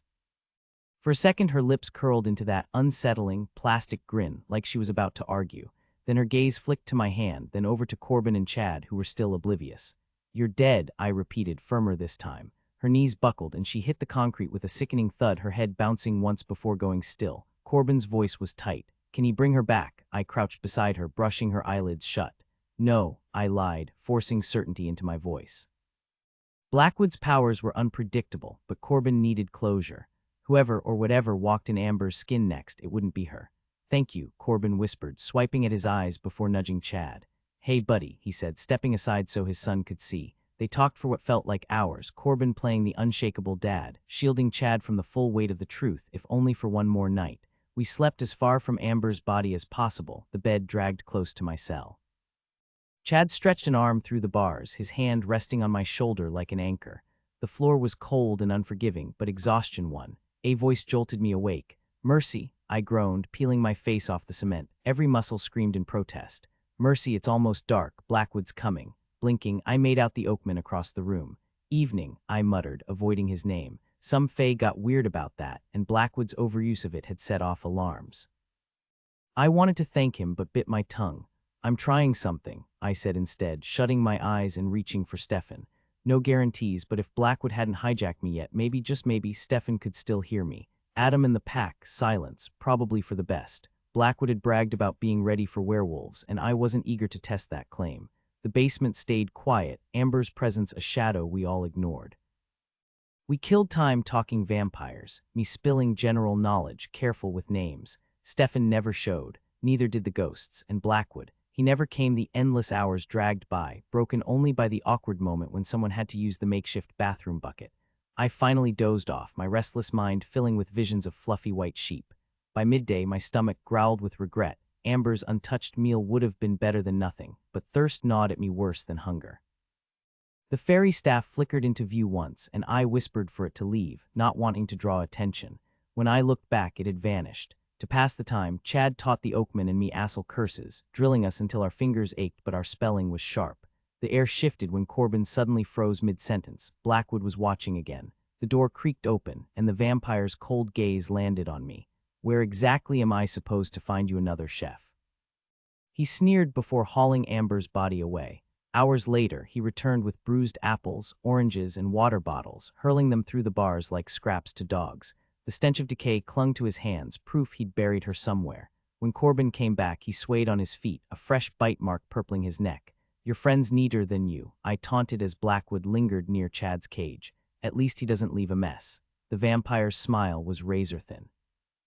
Every time you speak, he mused, I wonder why the Marok didn't snap your neck sooner. Then softer, since you've starved me, you'll do nicely. Hunger, my gut twisted, sending Amber's spirit away had cost him. Good, if I could bait him into raising more zombies, maybe I'd weaken him enough to fight back. Problem was, we were the only candidates left. When my cage door swung open, I shoved down panic and lunged. Years of karate made me quick, but starvation left me sluggish. He pinned me easily, his fangs sinking deep. This time he didn't bother knocking me out, just let the pain burn. When he tried to force-feed me his blood, I thrashed until he wrenched my chin up, his eyes locking onto mine. Darkness swallowed me whole. I woke crumpled in the corner, Chad's frantic whispers pulling me back. My arms shook as I pushed upright, but standing wasn't happening. Not yet. Chad finally quieted down, his whimpering fading into silence. I clumsily signed the crude gesture he'd shown me, forming each letter with exaggerated care. Enough of this. Next time that bastard shows his face, I'm taking more than just his pride. A faint ghost of a smile touched Chad's lips. Across the cage, Corbin sat motionless, tracing cracks in the concrete floor with his fingers. Hey, tree buddy, I sighed, exhaustion weighing my words. Can you even tell if it's day or night in this hellhole? Before Corbin could respond, Stefan materialized in our cell. I blinked, stunned. I hadn't realized how completely I'd written him off until he stood there, solid and real. My fingers brushed his sleeve just to confirm he wasn't another cruel hallucination. He gave my hand a quick squeeze, then tilted his head like he could sense movement upstairs. He knows I'm here. Mercy, take Chad first. I cut in, my voice tight with urgency. Stefan's gaze snapped to the boy, his whole body going rigid. His mother Blackwood turned her into one of his puppets, I hissed. I had to put her down, he can't stay here. Stefan studied Chad, who stared back with hollow eyes. If I do this, I won't be able to return for days, Stefan warned. No backup, no second chances. He spat out Marsilia's name like it burned his tongue. And she won't lift a damn finger to help you. I'll make it, I said, sharper than I meant to. Stefan's fists clenched. If I do this, he growled, and you're still breathing when I come back, you forgive me for everything. Done, I said. Just get him out. 1 second, Stefan stood beside me. The next, he was at Chad's side, hands moving in rapid assault. The thunder of Blackwood's footsteps on the stairs cut him off. Adam or Samuel's place, I urged. Stefan gave a terse nod. Stay alive. Then they were gone. Blackwood's fury when he stormed in wasn't about the missing kid. It was all about Stefan daring to cross his threshold. He paced like a caged animal, ranting until spit flew. When he finally turned on me, I braced myself, praying I could keep my promise to Stefan. At the last second, Blackwood pulled back, his rage cooling into something more calculating. There are methods to keep pests out, he mused, studying me like a lab specimen, but they'd leave me parched.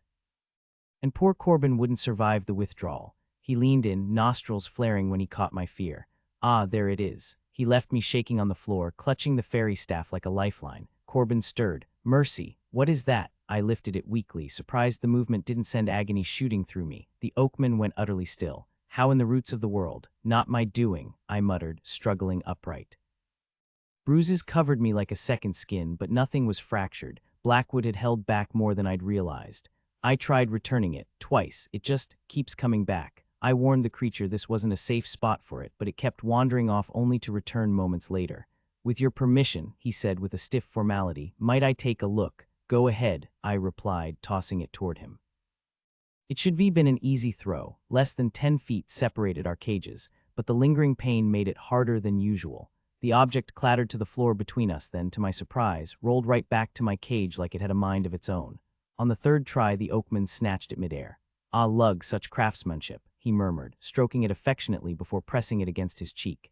His dark, bark-like skin creased with a smile, his black eyes flickering violet. It stays because it owes you a debt, Mercy, and because it's fond of you. I opened my mouth to respond, but a sudden pulse of magic cut me off. The oakman's expression darkened. Brownie magic, he muttered. He's trying to seal the other vampire out. That brownie served him before me. She only broke free last spring. His control over her power is still absolute. His gaze shifted to Corbin. This spell will leave him starving. I had one option left, and it meant breaking my promise to Stefan. But I couldn't just stand by while Blackwood murdered Corbin. Stripping off my clothes, I shifted. The bars were narrow, but coyotes are built slim. If my head fits, the rest of me follows. Once free, I shook out my fur and watched the door swing open. Blackwood's focus was locked on Corbin, not me, so I struck first. Speed is my one real advantage. I'm as quick as most werewolves, maybe even vampires. Normally, the beatings, the starvation, and feeding the vampire should have left me sluggish. But I'd forgotten one thing. Sharing blood with a vampire doesn't just weaken you, it can make you stronger. I lunged, wishing I had the bulk of a werewolf, the lethal claws and fangs to match. All I could do was scratch the surface, wounds that sealed almost before I made them. He seized me and hurled me at the concrete wall. Time stretched as I twisted midair, landing on my feet instead of my ribs. I rebounded instantly, already sprinting back for another attack. This time, though, surprise wasn't on my side. At a distance, I could outrun him, but up close, speed doesn't mean much when you're the size of a large house cat. I sank my teeth into his shoulder, but it wasn't enough. A coyote, no matter how fast or strong, can't kill a vampire. I ducked back, searching for any weakness in his stance. Then he collapsed forward onto the concrete with a sickening thud. The walking stick stood upright in Blackwood's spine like some grotesque trophy. I was decent with a spear in my day, the oakman remarked. But Lug, now there was a master. Anything he crafted could turn deadly in an instant. Breathing hard, I gaped at him, then at Blackwood, who twitched. Shifting back to human form, I bolted for the kitchen. I needed something heavy-duty, something that could split bone. The knife blocked by the sink had what I needed, a hefty cleaver and a long carving knife. Gripping both, I sprinted downstairs. The door was locked, the knob refusing to budge. "Open it," I snarled, my voice raw and unfamiliar. "No," John protested from inside. "You can't do this, I'll have no one left." But the door swung open anyway. Catherine knelt beside Blackwood, sparing me only a venomous glance before turning back to him. "Just a taste, darling," she cooed. "Let me drink and I'll handle her for you." Blackwood's eyes locked onto mine as he struggled to push himself up. "Drink," he rasped. His grin sent a chill down my spine. Catherine bent over him eagerly, just as the cleaver sliced clean through her misty form and into Blackwood's neck. An axe would have been cleaner, but the borrowed strength in my arms made do. Another swing severed his head completely. It rolled to my feet and I stepped back, knives still raised. No time for relief or disgust, not with Catherine standing there, grinning like a sweet old lady, her lips smeared crimson. "Die," she whispered, lunging. "Last year my sensei drilled me relentlessly on psi techniques. These blades weren't ideal, but they'd have to work." I hacked at her like a butcher, forcing myself to stay present. The blood-slick floor, the metallic stench, the fact that nothing seemed to slow her down. "Toss me the stick," the oakman murmured. I dropped the carving knife, yanking the staff free from Blackwood's back. For a split second, I thought I saw a glint of sharpened wood at the tip, but Catherine was already coming at me again. I hurled the stick to the oakman and shoved her away from Corbin's cage. He'd crumpled when I took Blackwood's head, motionless as a discarded puppet. Alive or not, I couldn't help him now. Out of the corner of my eye, the oakman ran an unnaturally long tongue along the bloodied wood. Nothing like the taste of death. He mused. He hurled the stick against the exterior wall, shouting something that sent a shockwave through the room. The force threw me backward, and I landed hard on Blackwood's remains.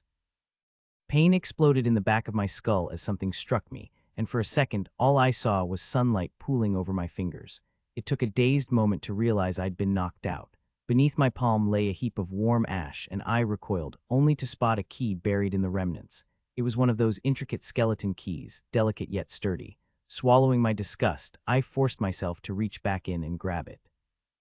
Every inch of my body ached, but the worst of the vampire's bruises had already faded, the rest vanishing before my eyes.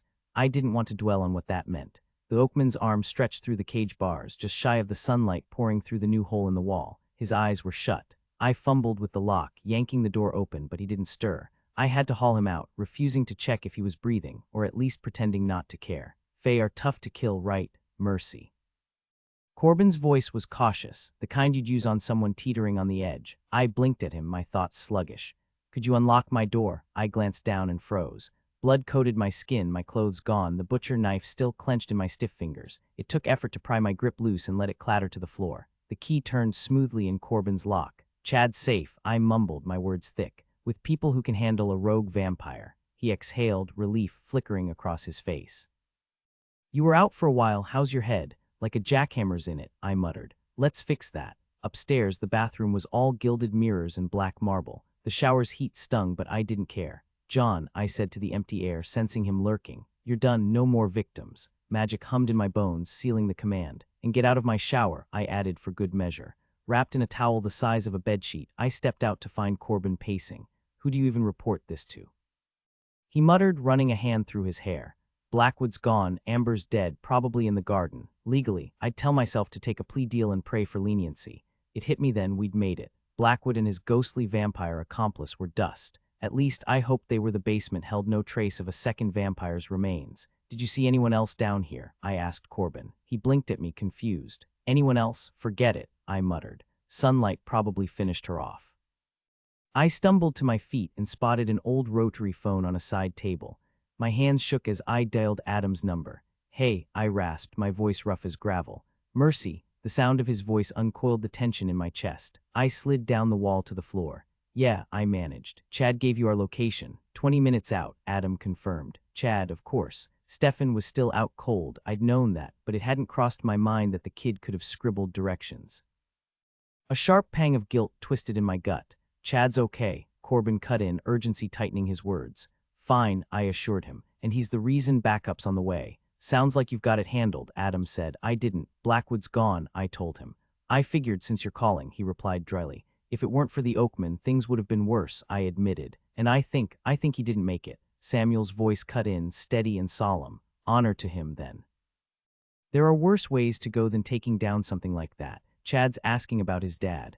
I scrubbed a hand over my face, watching the bruises on my legs fade like spilled ink in water. Tell him his dad's fine, we're both fine. A ridiculous request bubbled up. Hey, can you grab something on your way? A toy car. Yellow. Silence. Then a yellow toy car, Adam repeated slowly. Yep. Then it hit me. Adam, Corbin's freaking out.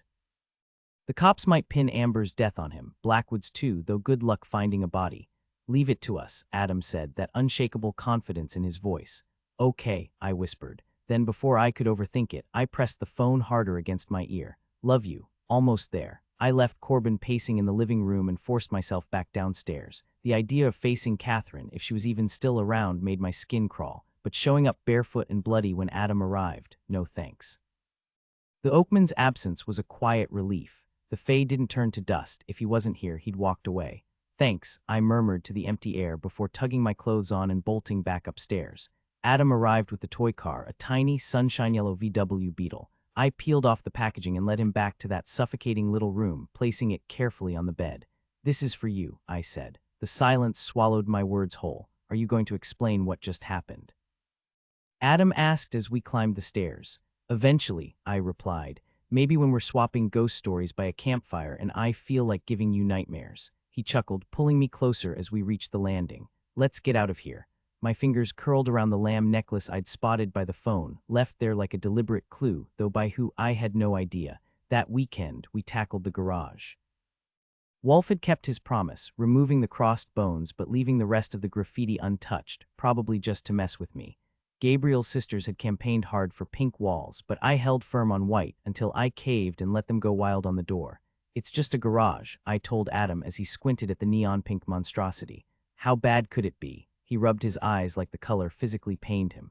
I think I just burned my retinas. You know what this means. Now I know exactly what to get you for your birthday. A full set of pink wrenches, maybe with glitter. Clearly, you're mixing me up with someone who enjoys eyesores, I shot back. Give it a few weeks in the sun and that cheap spray paint will fade into something even worse. Then I'll let them repaint it something sensible like moss green.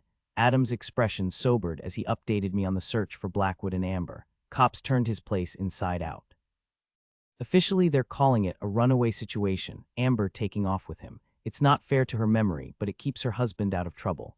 The right people know the truth, I said quietly. Amber hadn't had much family, but I planned to visit Char in Arizona eventually. She deserved to hear it from me. No fallout from this, right? Adam shook his head. Blackwood had plenty of enemies breathing easier now. Nobody's digging deeper. I ran a hand over the fresh white paint, hoping it wouldn't spook customers. The garage had its own charm, shabby enough to signal good deals, but solid where it counted. Tim's cousin had covered the costs as part of her apology, and I'd let the charges drop. Some lessons didn't need legal consequences. Z and I settled the loan, I added. Full repayment, same terms, no wiggle room with the Fae. Adam smirked and swung the pink door open with a flourish. After you, boss. So you're still paying him the same rate? Uncle Mike suggested it, and Z seemed pleased. More like entertained, honestly. The Fae always have this odd way of finding things funny. Stefan was perched on my stool by the register. After spending 2 nights completely still in Adam's basement, he'd vanished without a word to either of us. Hey, Stefan, I said. His response was stiff. I came to tell you our bond is broken. Blackwood severed it. When, I asked. He couldn't have. You answered my call, and it wasn't long after that he died. Stefan's expression darkened. Probably when he fed from you again, because when Adam called to say you were missing, I couldn't sense you at all. Then how'd you track me down? Marsilia. I studied his face, but his poker face was flawless. No telling what it cost him to go to her or what she demanded in payment. You didn't tell me, Adam said. I would have gone with you. Stefan's smile was sharp. Then she wouldn't have told me a thing. Adam frowned. She knew where Blackwood was hiding. That's what I hoped. Stefan fiddled with a pen, smudging his fingers with ink. But no, what she did know was that Mercy had a message for me sealed with her blood. Marsilia could track that. Since it was just outside Spokane, we figured Mercy still had it. That jogged my memory. I pulled the crumpled letter from my back pocket. It had narrowly escaped the laundry, thanks to Samuel's habit of checking for stray nuts and bolts before washing. Pretty sure that habit was aimed at me, but I could be imagining things. Stefan took the note like it might explode. He unfolded it, read it, then crushed it in his fist before staring at the counter. She says my people are safe, he said, voice tight. She and Wolf took them, made me believe they were dead, so I'd think she'd cast me out. They're unharmed. A pause. She wants me back. Adam crossed his arms. What's your move? I already knew the answer, but I hoped he'd make her sweat for it. She hadn't killed his people, but she'd made him suffer. I'll think about it, Stefan said, smoothing out the letter to read it again. Hey, Stefan, he glanced up. You're one of the good ones. Thanks for having my back. He smirked, tucking the letter away. Back at you, if you ever feel like being a snack again. Then he vanished without another word. Adam sighed. Better grab your bag. Let's not be late, Adam said as we headed to Richland for the local theater's performance of The Pirates of Penzance.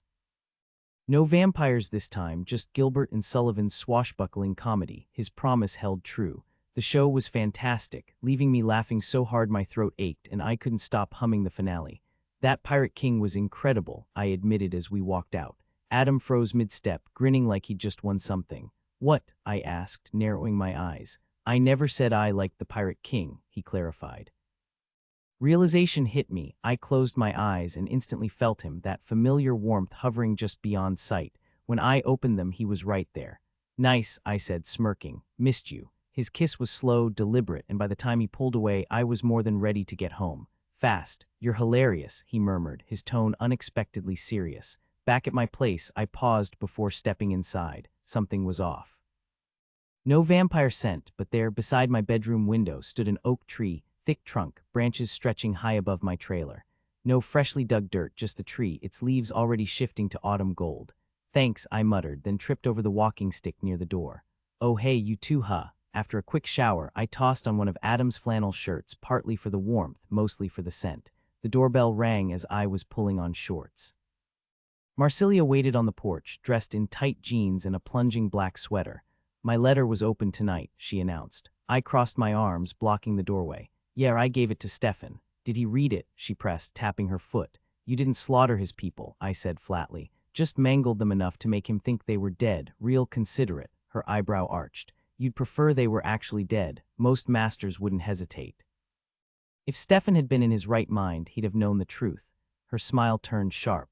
Ah, you were worried about his little flock. Hurt but alive better, no? Why are you here? I snapped. Her expression went eerily blank before she replied. The letter was read. Stefan didn't come. You broke him, I shot back. Pushed him to the edge of something he'd never choose. I wish he'd killed you, she said, almost wistful. But it would have destroyed him. I know his control. You were never at risk. He doesn't believe that, I said, and now you're tossing him scraps. Stefan, we didn't actually kill your people, she said, her voice dripping with false sympathy. Sure, we tortured you, left you broken, made you suffer, but it was all for a noble purpose. Andre was meant to die, and letting you drown in guilt for months, just part of the plan. She tilted her head. And yet you still wonder why he didn't rush back into your arms. He gets it, she murmured. I do too. Stefan's hands settled on my shoulders, gently tugging me away from the doorway. I understand the reasons, the methods. For a fleeting second, exhaustion flickered across her face, revealing centuries of weariness. Everything was for the seethe, she insisted. Stefan rested his chin on my head, his arms tightening around me. I know, he said quietly, but I'm not coming back, not yet. His breath warmed my hair as he added, tomorrow. That's when I'll take my people from you. And then just like that, he vanished. Marsilia turned to me, her gaze icy. He's a soldier, she said. Sacrifices are nothing new to him. It's not the torture he can't forgive, not even the lies about his people. A slow, dangerous smile curled her lips. It's because I endangered you that he's furious. Then almost casually she added, "If I could kill you right now, I would." Poof, gone, just like Stefan. I smirked at the empty air. "Right back at you, lady. Always ensure you're buying official copies." The Ace logo and distinctive emblem are registered trademarks owned by Penguin Group, USA. Catalog records show this publication's details. Digital ISBN 9781446988804. Categories include 1 fiction featuring Mercy Thompson as protagonist, 2 stories involving auto repair professionals, 3 shape-shifting narratives, 4 vampire lore in fiction, 5 werewolf mythology in literature. Original catalog number PS 3602, R 53165 B 66 2009, with Dewey classification 813.6, DC 22.208,046,403.